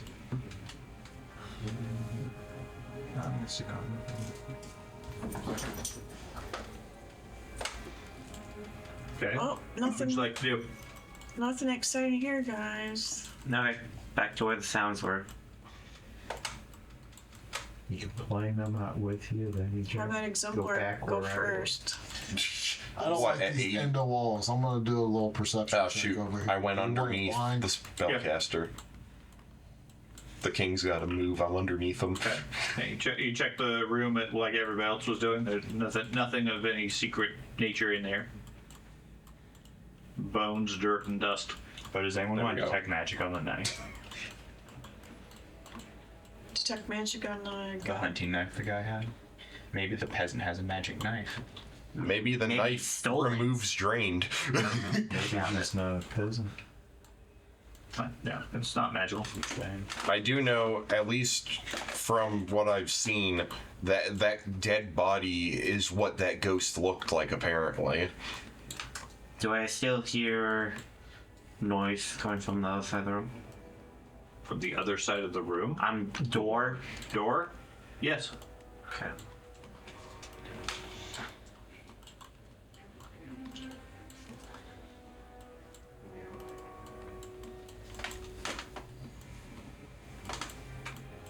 So you're looking for door number 2? If this is where that Vorticai Cyclops dude is, I might die this battle. You can die in any battle. Yeah. Anybody can die in any battle. Am I good to open the door? The whole group might die for all we know. I'll have my weapon and shield out and I'll open the door. Yeah. Okay. Ah! Door open. Yep, that's Vorticai. Close it. Close it. Close it. Okay, so you swing the door open. The room beyond is massive. 20-foot high ceiling and opens extensively off to your left. Short distance inside, you see a large cyclops. Skin peeling from its bones and so forth. It's obviously dead. That as the door opens up, it turns its faded eye towards you, and then raises its arm in hostile action, I'll call it. Not necessarily anger, because that would imply emotion. Doesn't seem to have that at this point. Okay. Maybe we can have a conversation, guys. So, It also looks like there's a bunch of bodies on chairs, some mangled. go ahead and roll your initiative. Oh my.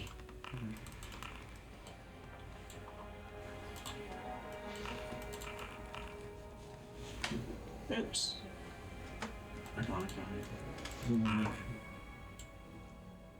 And then, Silverleaf, you get to be first. Yeah. That's as hard as zombies.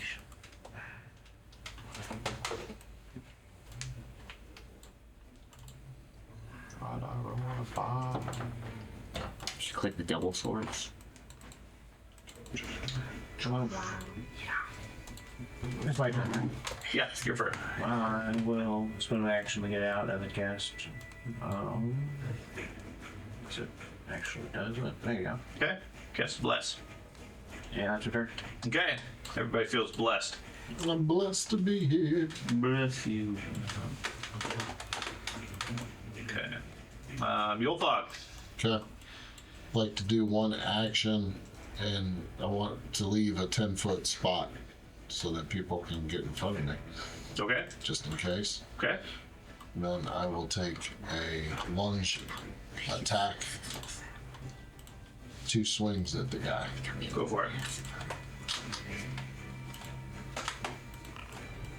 Ooh, Critical hit. no fault loves his nat 20s tonight. Okay, you do 83 points of damage to it, Should be feeble. and it's enfeebled. It's also heavily injured. Might be deafened It too. might also be deafened. It is deafened. It's a deaf zombie. It's a deaf, heavily wounded zombie. Take a second attack. Okay. That might be bad, so we can't find where we are. There's a lot of zombies in there. It's pretty heavy. Yeah. Their zombie bard won't be able to help him. Okay. We must be getting close to the final boss if there's an entire army in here. That's my 3 Pickle. actions. 5, 9. Target it. And how far is it? 35 feet. Yeah. Cast ignition. Ignition's 30.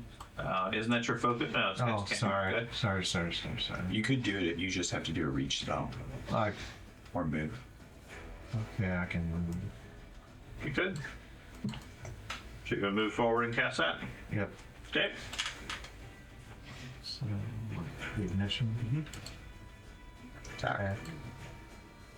Good news, I don't think this guy is Got him. attack for opportunity. Roll damage. The smell of roasted cyclops zombie in the air. Great smell. Okay, takes 10 points. Okay. So then we go to Startusk.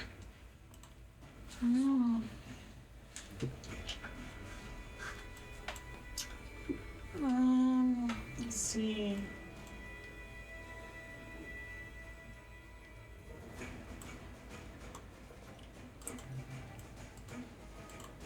Take a.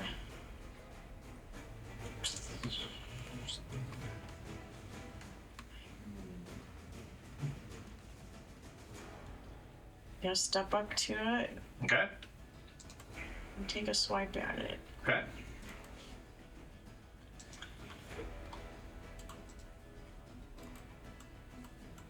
And you should get your off guard things. Do the off guard. Why? Because surprise attack. Okay, yeah, then sure. You get faster reflexes in it.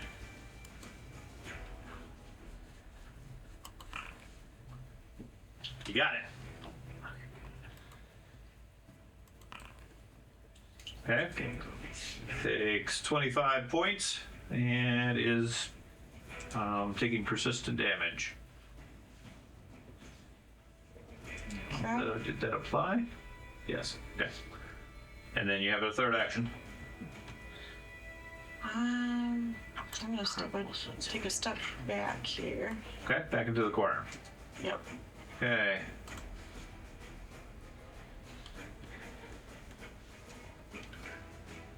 Okay. That one moves up and strikes at the dwarf. I don't give an attack opportunity. Correct. Okay. Okay. Walks up and hits a 33 with 12 points. Retributive strike. So you get 11 back. So you only take 1. And then 1 point.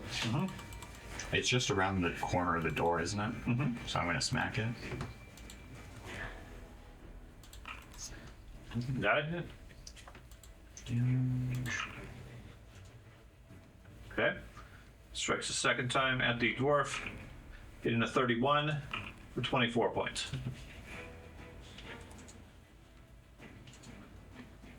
Okay.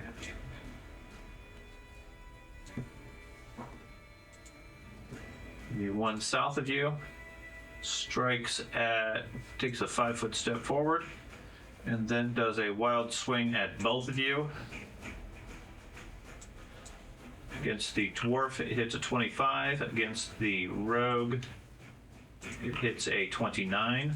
And I don't get an attack of opportunity on that. Because it took a 5-foot step. Gotcha. For 13 points. Nimble dodge. Hit by 2. Nimble dodge gives you +2. Yeah. Then it would still hit you. It was okay. Okay. And then it takes a. Are you subtracting the points or? I am. Okay. And then it does the same thing. It shows that they're slowed. That matters. Does it? Mm-hmm. Let me double check. Yep. I know some zombies are. Yep, but they are. So they surely. So ignore that. The other one for the second strike for you, you should refund because they had to move forward and then strike at you. Okay. They only get 2 actions. Okay. So And then do I get points back then? yes, whatever the last strike was again, or the prior strike against you, which was 24 points. It looks like. Okay. So I can add my points. No, you can still have yours. Okay. Shadow, what would you like to do? Dark chance. These things have pretty good fortitude, I'm guessing. Gonna move up to here. This is indeed a big room. What's that? There's something over there. I guess flurry of blows since I have 1 action left. First strike. Yes. Which one did you strike? Southern one. Okay. You do 42 points and take him out. Okay, I'm guessing I can't send my flare blast to the other one, so. Done. Okay. I should have attacked the one to the east. Because they're rolling. Because now another one can move up and attack. Corvus. Alright. I am going to walk into the room. See what's going on there. So I walk in the room. Second action. Then I'm going to do a rage.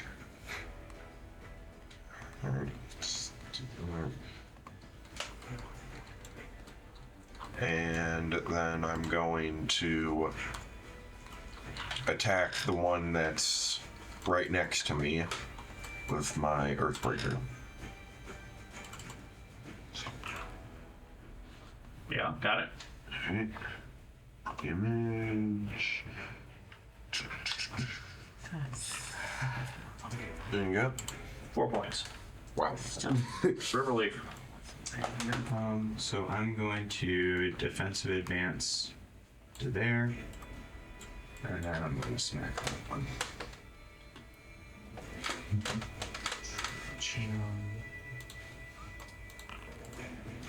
Yep.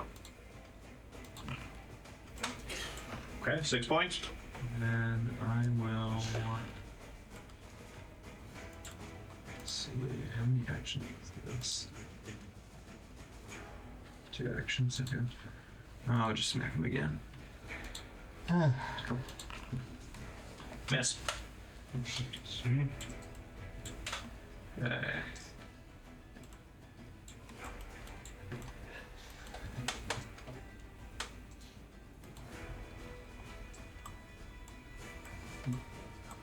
These guys don't like cold iron. And it moves up. It's going to strike at Shadow and River. Against Shadow, a 32. Hit. Otherwise, I won't do It's anything. going to do 24 points to you. I'll do a shield block on that. Okay, so what did I do? He saves 10. Okay, so you get 10 back and your shield takes 14.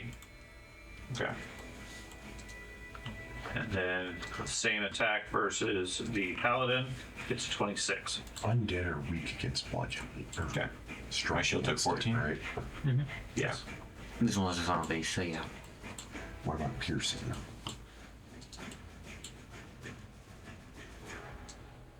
These are zombies. Probably won't focus on splashing. I don't got that. Either one will. Silverleaf. They're dealing bludgeoning damage, by the way. Okay. Saying I wish you used that piercing. Okay. Major bludgeons from my hammer. It won't matter. And then I'm just going to cast. Shield on myself. Okay, Return. go fog. But it's So, if I move right here, I can swipe these two, right? You can swipe all three. Swipe all three, Uh-huh. but I don't think I can swipe three of them. I can only. Correct. You can. Your axe, I believe, has sweep ability, could I do Right. which means you have less of a penalty if you strike multiple targets. I think he's using his feet. Okay, his feet is I'll let you hit 2 people. I think. I assume. Yep. You can put it in the chat just to be sure, but yeah. I believe you also might be able to do quick reversal. So, you go to the arrow there. And then swipe. Just click on that. Yep. Just click on it. Yep. Okay. Single melee attack against both creatures. Just drained effect. How Yep. potent my attacks. So, I want to That's right. Okay. do the two that. Also, your I know you said all three. The northern one I'm not worried about. It's, You're gonna go for the southern 2. yep. Okay. So make your attack and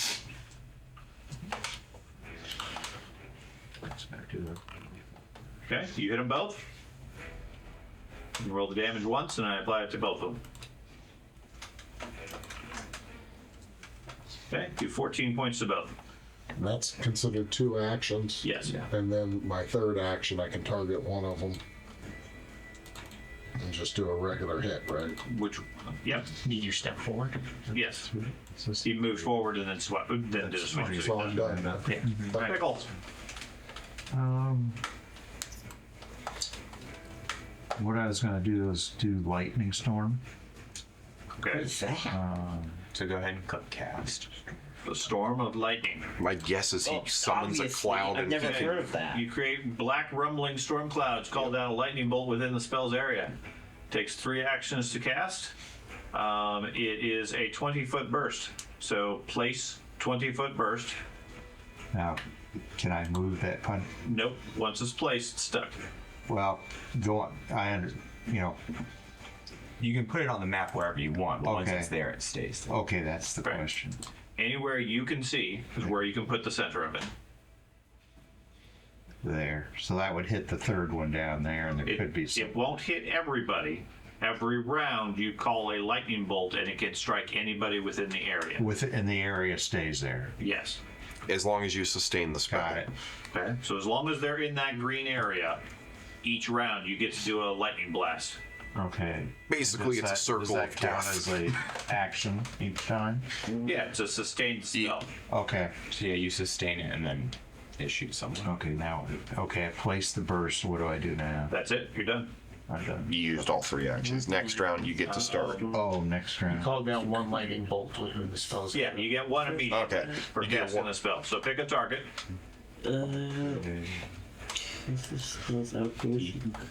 Which one do you want? That one. I don't know which one's the furthest one. Yes. Okay. So it makes a reflex save, which is a 10. It critically failed, so roll damage. It's going to get zapped. 16 points. It takes 32, but it feels 25. Okay.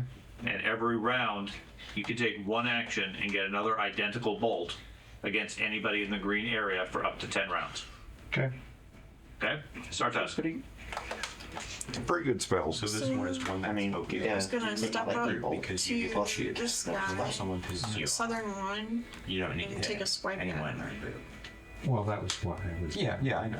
But it's okay if you just want to You're gonna move up there and strike that one? Yep. Go for it. So it means even though Critical I hit. select the person, it just hits the You object roll. and select. Yeah, it goes straight It doesn't. It is if Jason's Okay. standing next to us. not Takes gonna- 54 points of damage and a lot of persistent damage. unless you want to.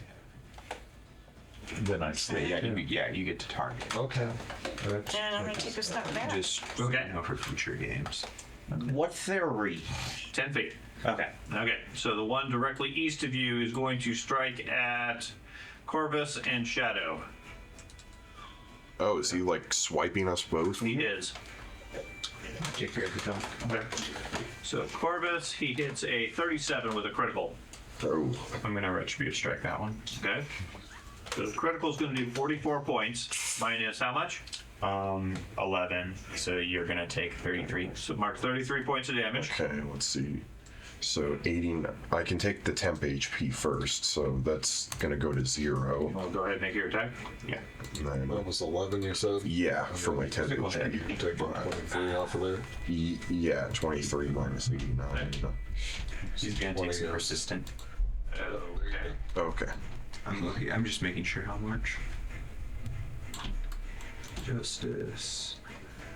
Persistent spirit equal to your charisma modifier. That temp HP is pretty useful. For each. Persistent spirit. And the best thing is that it doesn't give me a thing to drag and drop on them, so I think Alright, you have to of get course. manually, yeah.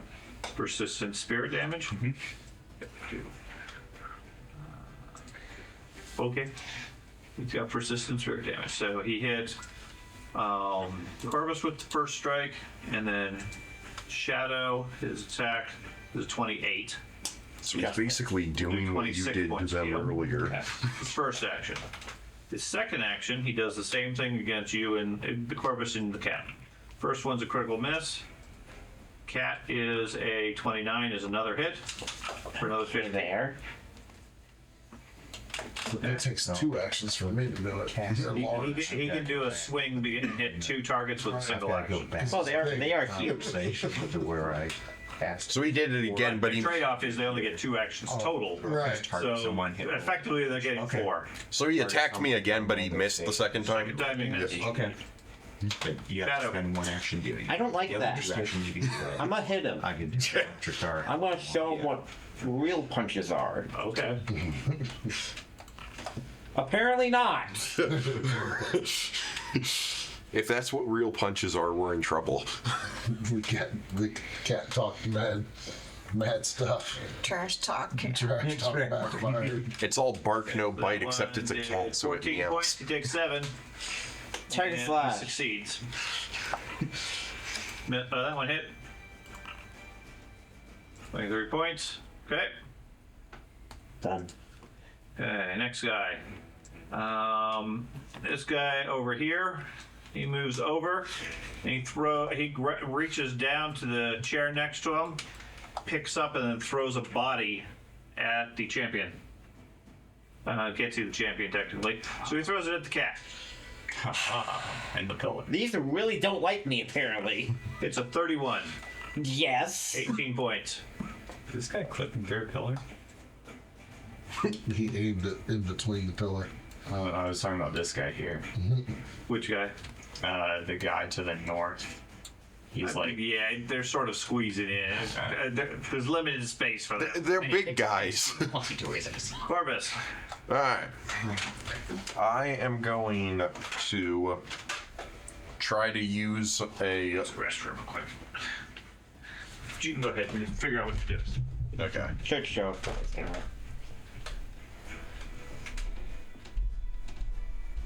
Bath and brick. there you go. Lightning storm. But yeah, that's the thing. You get to choose who you hit. So I'm basically just going to use a fracture if there's a big mountains group to of try to people get them. We're in there. You can it's exclude- okay. And then I'm going to use Because you're shooting, the you choose, radiant well, I to heal want the to cat. It's like 20 spiritual points. It's a They really don't like me. Yeah, I go straight down. So okay, yeah. And then I'm going to That's- switch it to that's skin hard as horn for you said they were doing bludgeoning the other one damage. is a straight line, but the straight line stuff you can't cross. That way I can up my defense a little bit.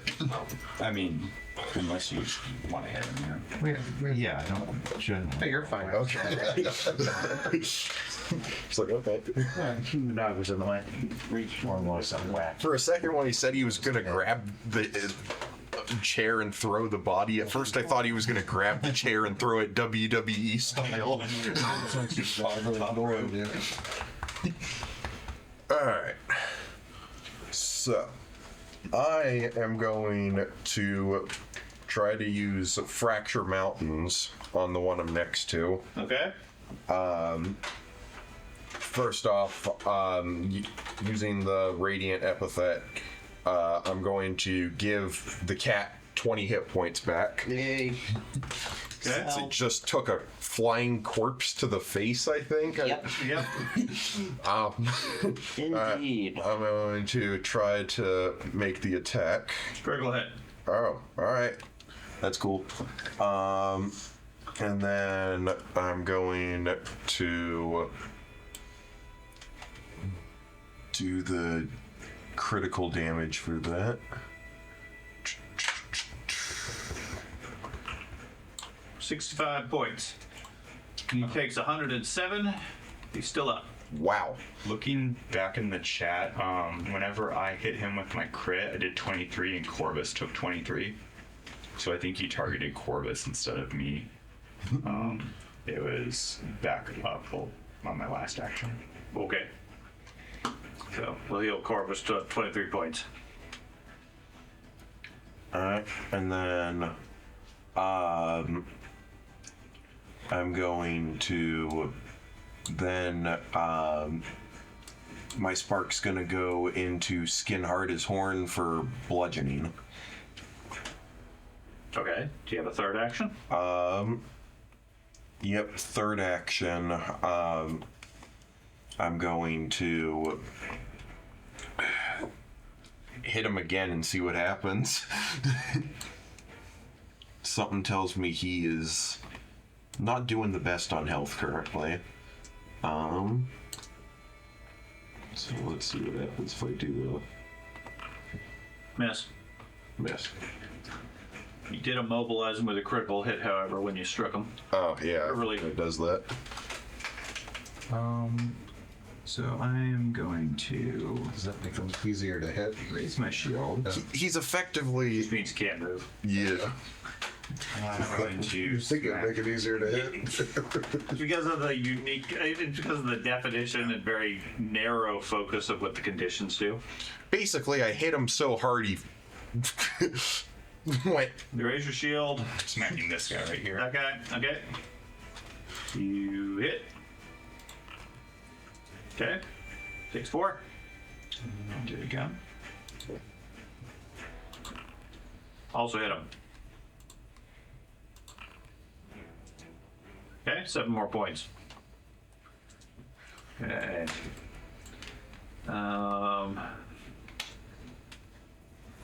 This one moves down here. And he's going to grab a body, a corpse, and throw it at Yulthog.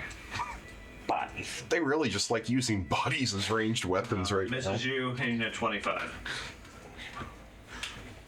The one directly in that you just struck, going to strike at Yulthog and the champion. Yulthog, it hits a 33, Okay. which would do 12 points. Okay. Retributive strike. So you take 1. You get a critical hit on him. Okay. Takes 53 points. And does he take that persistent damage? Mm-hmm. Okay. Maybe we can figure out how to program that. Yeah. 2 spirit. I'll program it. I know how. George knows how to create an effect like that? Yep. Okay. And the strike against the champion is a 35, which would do 19 points to you. Okay. Then it strikes a second time. Against the champion is a 30, and against Yolfog is a 22. Okay. Then it takes 2 points of damage. Does not recover. Okay. The next zombie back here is going to pick up another body. It's going to throw it at Stardust. Wasn't that the one that threw a body at me? No. The one way back here that you might not be able to see very well through first. I gotcha. Okay. Then the one in the south here is going to strike at Yulfog and the champion. So Yulfog, a 25. It's a miss. And a 31. You get it only on Which will hit you for 23. Only on my reaction. He's Also normal hits, yeah. 31 was the second strike. Okay. Which will hit you for 23 points. Okay. And the same strikes against the champion are a 22 and a 31. So 32 hit. Well, I guess not with the helmet. Yeah, with the helmet it should block him. Okay. This guy just moves up. This can't move there technically. There you go. Okay. Silverleaf. I'm gonna do one. Cast a heal spell. That's what I do. Okay. I'm gonna do spell shape on the cat. What are you doing? Gonna turn you into a shape. I turn into a box. I'm not really that injured. Cube. No, I'm not overheal you. I'll just 60%. Divine Lance. I'll sustain my spell. The last sword ever increase the radius because it can. Okay. And then I'll shoot the southern one with a divine lance. Okay. Nope. Okay, that one actually does have taken damage and recovery check. Okay. So Yolfog. Okay. Has either of these two hit? Which one has hit me? Yes. Okay. I'm pretty certain everybody has hit you. Okay. The one Or at is least like these two did. Fair enough. I'm gonna do another swipe again. The one is On the two southern. The same two. I was gonna say one of the southern ones is enfeebled. The northern one's Yeah, immobilized. they're both enfeebled. Yeah. Or the south one is enfeebled. They're both enfeebled, right? They're both taking spirit damage. Yep. All right. I'm gonna. Strike them both with a swipe. Yep. Hopefully. Yes. These are. I think one of them is. I think that one. 31 points. They take 18 apiece. Okay. And then you want to strike one of them. Yep. I should have immobilized So I got one of the one ones target. underneath the lightning Now, I storm. have to go 3 down, right? You had to go 3 down. What do you He mean? wouldn't be able to considered avoid my the third storm attack. anymore. Yes, your third one. Are you going for the southern one or the middle one? I have them targeted. I can't tell, so. One. I just see a whole bunch of dots. So it doesn't be the one in the middle. I think it's Yes, the one in the yeah. middle. Thank Are you you. able to do your quick reversal, Jason? Yes, but I did a swipe instead, and that takes 2 actions. Okay. The quick reversal would be 2 actions also. Is it 2 actions? Okay. I Pickle. think so. I think we Okay, one action, target the southern one Okay, my southern one. right. And you're going to do a lightning bolt on him. Yeah, roll damage. Okay, he gets a 28 on the saving throw. Okay. Which, if your DC is 24, so he passes. Okay, so you go ahead and roll the damage. He still takes half. Okay. Had this one Oh, I guess- fighting you take know what? 100 That's points and okay. still Now you have survive. 2 actions left. Zombies. Okay, so untarget that one. I go up here. You would think that would I've kill got most electric arc. creatures. Do I select both of them or one Yes. at a time? Target, then target. Shift T. Okay, Shift T this one. That. This one right here. Okay. So now they're both targeted. Yep. Electric arc cast. I guess that is one action. That's that one, and they roll a saving throw. I know you're They appropriate. both get critical failures. I should roll damage. Too. Well, I think Ends up doing the same thing, I guess, because it's only one action. I think both of them are flourishes. Okay, they both take You can only 1 do one point. or the other still. Gotcha. So Start task. So walk much up to the how much most resistance southern is it? one Two. that What's the damage? take a strike at it. I'm sorry. Walk up to the southern one. Okay, and stab them. Yep. Any special materials? No. Got it. If you're really fancy, you could tie it into the variable that tracks my charisma modifier. Yeah, that's on the opening. You're updating it each time you change it. Okay, you do 20 points to him, and he's still taking spirit damage. Third action. Go ahead and take a step back. Okay, retreat again. Okay, so the zombie to the east of you strikes at Corvus and the cat. Again. Corvus He's not going to try to break takes free. a 29 for 24 points. It's your champion reaction strike on there. So whenever I do that, And a it'll 16 apply it automatically. against the cat. Thank you. He hits a 19 Miss. and a 30. For 19. He's definitely doing bludgeoning damage because I took. And I think I I resisted 4 points from his attack. Yes, cat just took 19 points. Okay. I'm going to shield block. Okay. So shield takes another 9 and you save 10 points. Okay. That's the sound of a zombie. The other guy over here in the back, he's going to throw a body at the champion. It's 20. Miss. Yeah, a lot. Shadow, your turn. Critical miss. Since this The guy body like likes hitting me disintegrates so as he much, tries to throw it. since this guy likes hitting me so much, I'm gonna hit him back.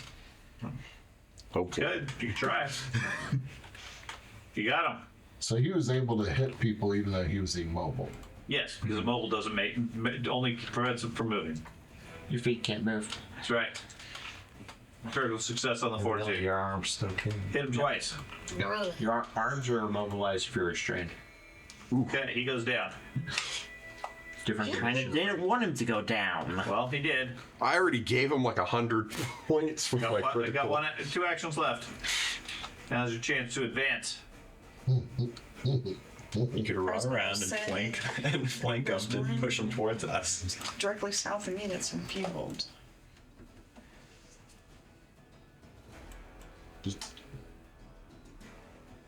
Yeah, just move to one of the southern ones and Okay. Move here and do another attack right there. Okay. Yeah, now you're out of the bless. And now you're out of the healing too. Okay, that one missed. Okay, next zombie. This one is the one that was throwing bodies at you, but you're hiding behind a pillar now, so he switches over to Corvus. oh boy, It's 20. miss. Corvus. All right. So I am going to use my Crash Against Me Transcendence to up my defense against bludgeoning, and I'm using the Epithet Radiant effect to give myself 20 hit points this time, or to give myself 20 additional hit points. So I think that would put me at, I was at 46, so that'd be 66. Gives you temporary hit points or actual hit Well, I mean actual hit points. It heals you 20 hit points. And I'm going to... It's going to then send my spark to my Titan's Breaker. So that was one action to do all that. And then I'm going to advance south for my second action and attack the creature south of me. Okay. So it's Hit. Alright. Damage.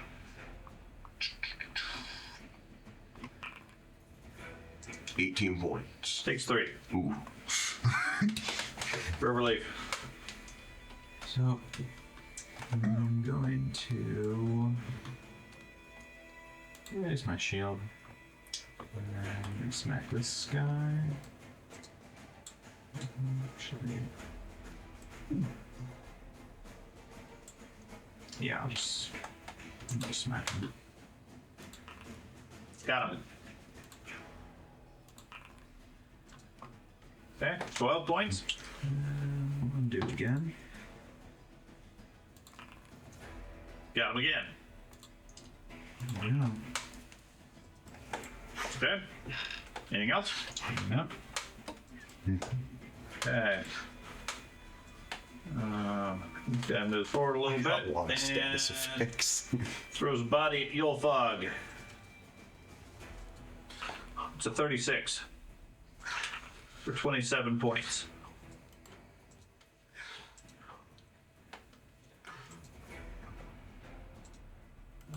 The zombie right next to you is going to strike at Yulfog and Shadow. Let me double check what's his criteria. I was gonna say, you guys are separated. Yeah, it just has to be within reach of them. So it's going to target Yulfog and Shadow. So the first one against Yulfog is going to be a 36 for 21 points. And then a 26. And against Shadow, a 30 for 19 points. Okay. And a 32 for a critical, which will do 54. I am down. Would 11 points save you? Yes. Okay, so now I'm Retributive Strike. So that puts me at 9. Wait, you block 10 or 11. 11, so you have 9. So you had 43 points or more? I had 52. Okay. You took me down with the 54. Didn't even use the thing that programmed you did. He already has it. But it still does all the damage. Programmed and everything for you. Anyway, I didn't know it was It's gonna programmed mess it up. fully and you can use it all the time. Okay, I wasn't sure. He's if it was dead. messed Doesn't up or matter, you something. take him out with the Retributive Strike. It won't double it. Okay. Won't double it. Okay. Take him out with the Retributive Strike.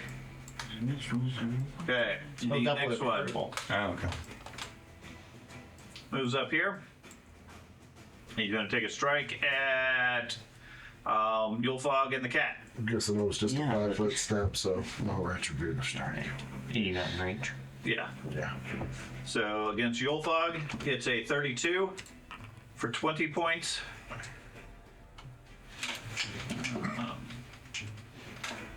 And a 30.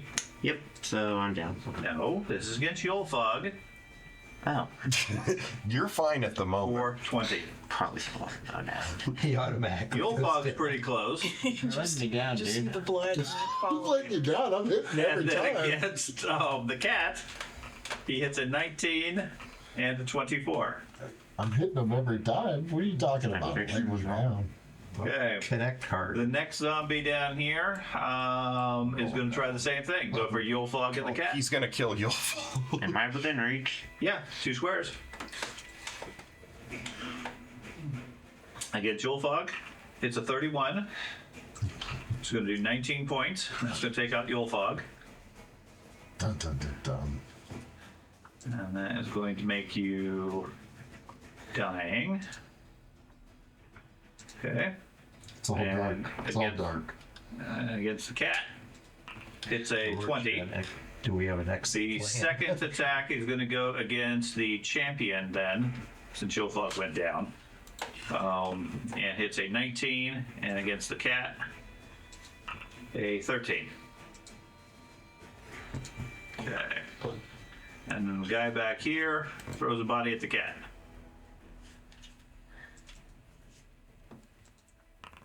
$19. No. Okay. I forgot to do this.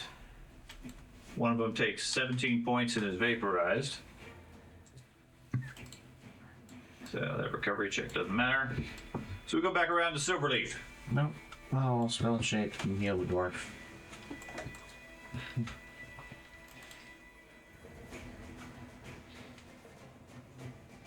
I'll use the other spell shake, not that spell shake.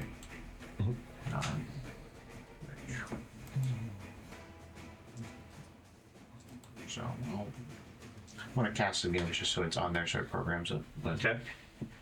I have the wrong spell shake on. You don't deserve extra damage.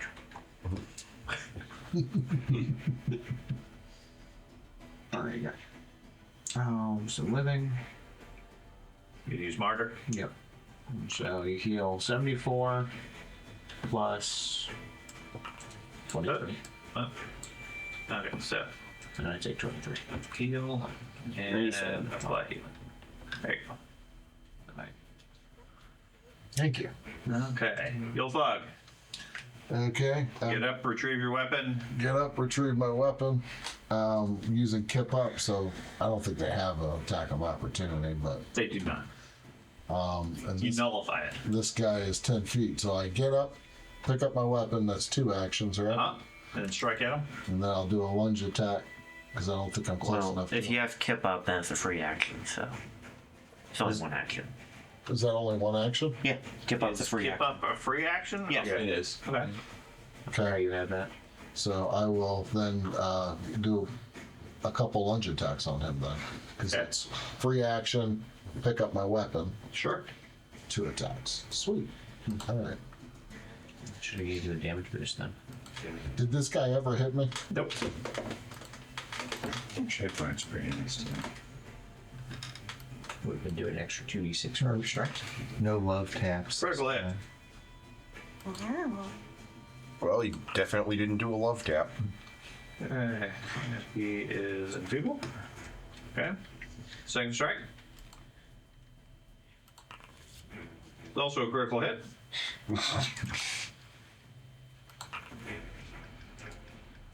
Okay.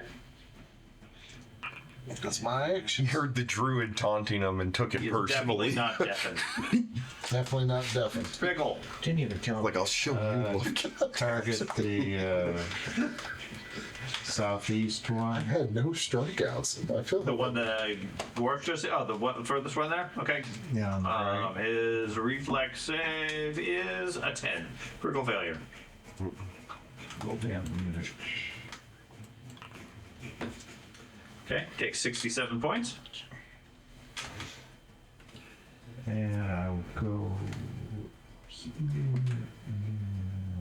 That's too far. That's too far. I'll do target that one. Wait, and slashing gust cast. Okay. Do you have both of your hands free? Yeah.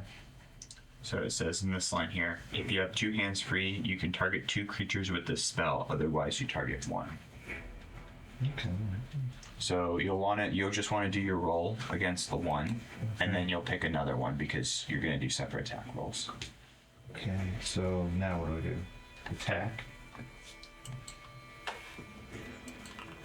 Critical hit. Let's see, roll damage on that one. Okay. Okay. Takes 25 points. So then I can target. Then you can target a different one and make the map -5 attack. It's also bleeding if that matters. Target. Does it? You with the great ball. And then, The map -5. okay. Yeah. Doesn't take that. Okay. I'm going to scroll up. Okay. And then roll damage.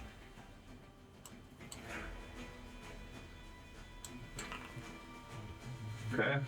And that was just a hit. Okay. Okay. So I should do that. Okay. Startusk. You're gonna have to go a little further this time. Yep.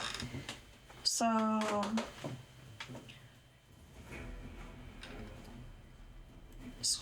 Can I do swift sneak? You can. There's not really much point. Yeah, okay. So I'm just gonna move up to this guy Okay. and take a strike at him. Okay. Now he's, They only have one eye and it's dead, so stealthing isn't really relevant. yeah. So Then how is he? and I can enable my abilities. So No, you don't get your backstab abilities on this one. yeah. Okay. And strike. But you get a critical hit. Good. Okay. There's 5 left. He takes a bunch of damage. And then what would you like to do? There's 5 left. Let me take a step back. I don't know. Can you see 5? You don't use what he has on it. You have your information. You have your own combat tracker, dude. Well, I'm looking at the emulator thing. I just wondered. I didn't know whether when they are deceased, do they go off to the? Typically, yes. Okay, that's my deal. His views. His view is different, yes, because he's in a different place. You want to see what he can see, then you need to move forward, which means then they can hit you. You're gonna retreat then after you stab him? Yeah. Okay. Okay. That zombie, he is going to go over to here, and he's going to strike himself at the cat and Corvus. So for the cat, Yeah. 27. Miss. And he doesn't get the second attack. Ignore that one. It's Corvus. He hits a 20. All right, that's a miss. I survive. Shadow. I survive another round. And I can't see you at all. Yes, I know. You ran away when you were really injured, so I wasn't that injured. you were 50%. I was more. But He's got 7. Quit Nice. brag. Oh, quit bragging. Yeah. Fine, you won't get healed again. What you gonna do? okay. Here, flurry blows. Then I'm moving now. Hey, critical. Critical hit. Okay. Second strike. Miss. Critical miss. Okay, and then for my last action, moving over to here. Okay. He has crushing. He passes that, and fails that. So he is stunned. Okay. And the zombie down here is going to take a move up. No, that's 10 foot. You wasn't in your reach for it. Right. He's approaching it. And he's going to hit Yulefog and Corvus. So what you need is a spear. So against Yulefog, he hits a 27. I think Against Corvus, he hits a 28. there's a miss. This was Corvus. 28 is a hit. Yep. He's going to do 23 points to you, of which you take the 14. Corvus. All right. Well, I am going to move up here. I am going to do a Fracture Mountains on the guy that I'm facing up here. I'm going to have Yulefog get 20 hit points back. And I'm You got 20 hit points to yourself. going to do the Fracture Mountains here.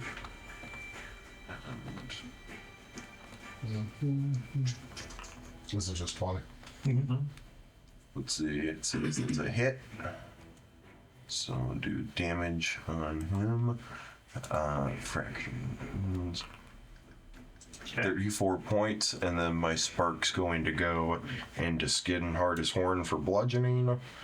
And then, let's see, so I moved, and then Fracture Mountains is 2 actions, so that was my turn. Okay, River Leaf.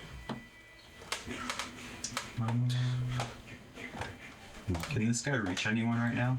He can reach you and Gulfog. And I think we've hit him previously. Everybody's damaged right now except for the one furthest east into the room. Gotcha. Okay, so I'm going to defensive advance up there. Attack him. Got him.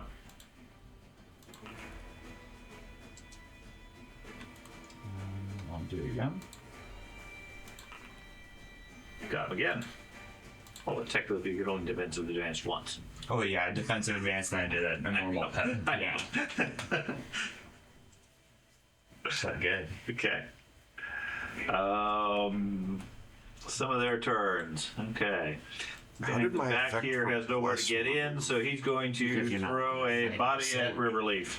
Oh, wow. I was in the emanation. I don't know. 26. Because he can't see you. Oh, okay. You're also on the site. Okay. You know. The one next to you is going to strike at you and Yulfog. I don't like that. That's not cool. Okay, against the champion, it hits a 36 for a critical. It should be a normal hit. It's a natural 20. Well, fine then. That way. Which is going to do 34 points to you. Okay. And then the follow-up, well, I'll roll against Yulfog. 21. And then the follow-up against Yulfog is a 23, and against the champion is a 21. Okay. And then the other one does the same thing. Against Yulfog, 28 That's a hit. for 21 points. I'll retributive strike that. So you take 11. You get 11 points back. So you take 10. Got him. See, you used it. Good. There you go. You're taking spirit damage that time. That was the first strike against Yulfog. Second one against Yulfog is a 25, and against the champion, a 32 and 29. A miss. Yep. And then he takes damage, which covers. You didn't want to buy it. Yeah. So relief. I didn't think I was going to get used, but crazy. Apparently the spirit damage is insufficient to pass its resistance. So it works. It does. Just doesn't do it. You know? I'm going to cast a heal on the cat now. Oh, now you're gonna heal the cat Yeah. because you treated. Now that it came out, we're seeing. Yeah, kitty. Divine Infusion. Just to The one I game have, down so it's to gonna be 9 extra damage. Yeah, kitty. Okay. You know, So, more healing. So, heal 62. Wow. The effect on. That feels better. And your strikes do extra damage. yay! There you go. Oh. Yulfog. Okay, so they're not side by side technically, so I can't swipe them. Correct. But I can put myself in between them. You absolutely could. And then you could swipe them. Well, it wouldn't be a swipe at that point. Then Sure, I but Harm and vitality if you can. Well, they have to be right next to so they have to be adjacent to each other. Okay. But yes, you can put yourself in between them if you wish. because that would give them flank on me, right? Sure. Would they have flank on me if I was right there? Yes. Yeah. Okay, that's where I'll put myself in. You want flank? No, he's going to use a different ability. Oh. He's using all of his abilities today. I'm gonna use quick coercion. Reversal. I'm gonna That one. I'm gonna tell him to quick one. But convince them that they're both dead. There we go. Okay. So I get an attack on both of them using. So Okay. first So which guy- one you want to go first? The guy to my left. So the western one or the eastern one? That'd be the Eastern. Eastern one. Eastern one. Go ahead and make your attack. And he has damaged me at some point. Yep. He takes this damage personally. He does. His axe does. Actually, left would be Got him. west, but whatever. Okay. And then I will switch over to the other one. Ooh, there you go. You And get to see how awesome he is. strike there. Oh, Critical my. hit. Okay. See, that's how it was when you were Okay. gone at one time. Okay. And those are my 3 actions. Okay. So we you basically finished one went of in them there off and he just went. And heavily damaged the other one. Pickle. Target southern one. And The one directly south of you. correct. Okay. Roll damage for the 22 on the saving throw. But your DC is 24. Damage? Else. okay, so So he should make an inferior blow gun also. Yeah, sure. Ooh, there you go. Definitely enfeebled. right there. Goes down from a blast of How lightning. many of these dudes are left? Then, I'll target that one. Oh, it's about 3. Southeast. And I will do slashing gust. Attack. Roll. Got him? Roll damage.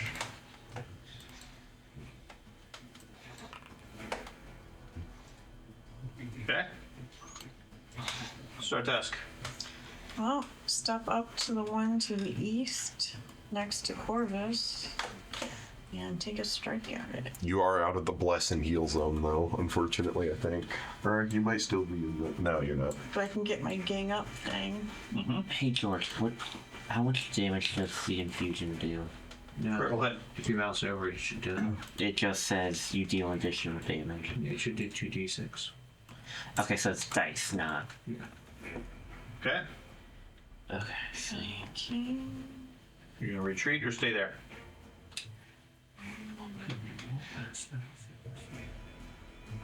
Mm. I'm tempted to take another strike at it, by golly. Okay. 3d2. Critical hit. It's a worthwhile strike. Yeah, Yeah, that paid off. that definitely paid off. Great job, Kenny. Okay. Shadow. Okay, so which ones have either of those two been hit? Yes, the one in the south has been taking spells and lightning. Of course, you have to run through the thunderstorm.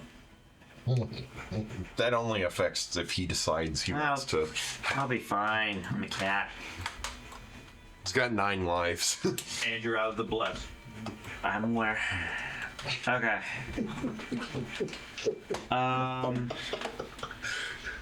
Kill the cat, he runs off again. Go ahead. We're running out of time. Tiger slash. Tiger slash. Hit. Gotta be kidding me. You don't want to hit? No, I've been rolling single digits every Okay, do 36 points to him. done. Okay. The infusion's gone. Yeah. So I was hoping you were going to do a flurry and blow. This one moves up here, then strikes his Star Tusk and Corvus. Trying to get a critical. Star Tusk hits a 31 for 19 points. Okay.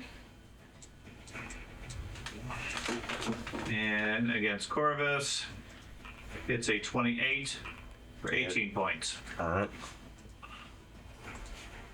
Okay, Corvus. Alright. I am going to use Crash Against Me, and I'm going to give Star Tusk 20 hit points. 20 more hit points. You can't do it for yourself. I already did it for myself. I can't do it again for 10 minutes. Okay. And then I'm going to... You can just add the 20 hit points to yours. Okay. I'm going to advance forward. My spark moves into my Titan's Breaker. And I am going to take a strike at the Cyclops that's in front of me. Hit him. All right. Damage. That does 28 points of damage. Okay. Relief. Now, am I in striking distance of the Cyclops? Yes. Because I can do opportune backstab. When an ally strikes them, Yeah. you are not within reach of the Cyclops yourself. Okay. You are within reach of the Cyclops. Oh, He can okay. hit you. Okay. Verbally? Defensive advance.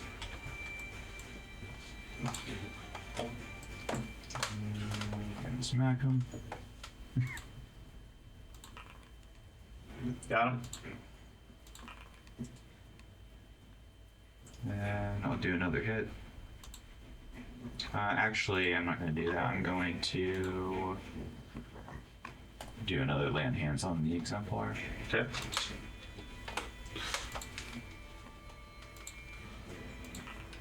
The one in the south here, Ben, strikes at you. And then put the spell effect on yourself. It's a 34. Hit. 24 points. Okay. And a 29 Hit. for 16 points. Okay. Lay on my hands. So relief. Okay.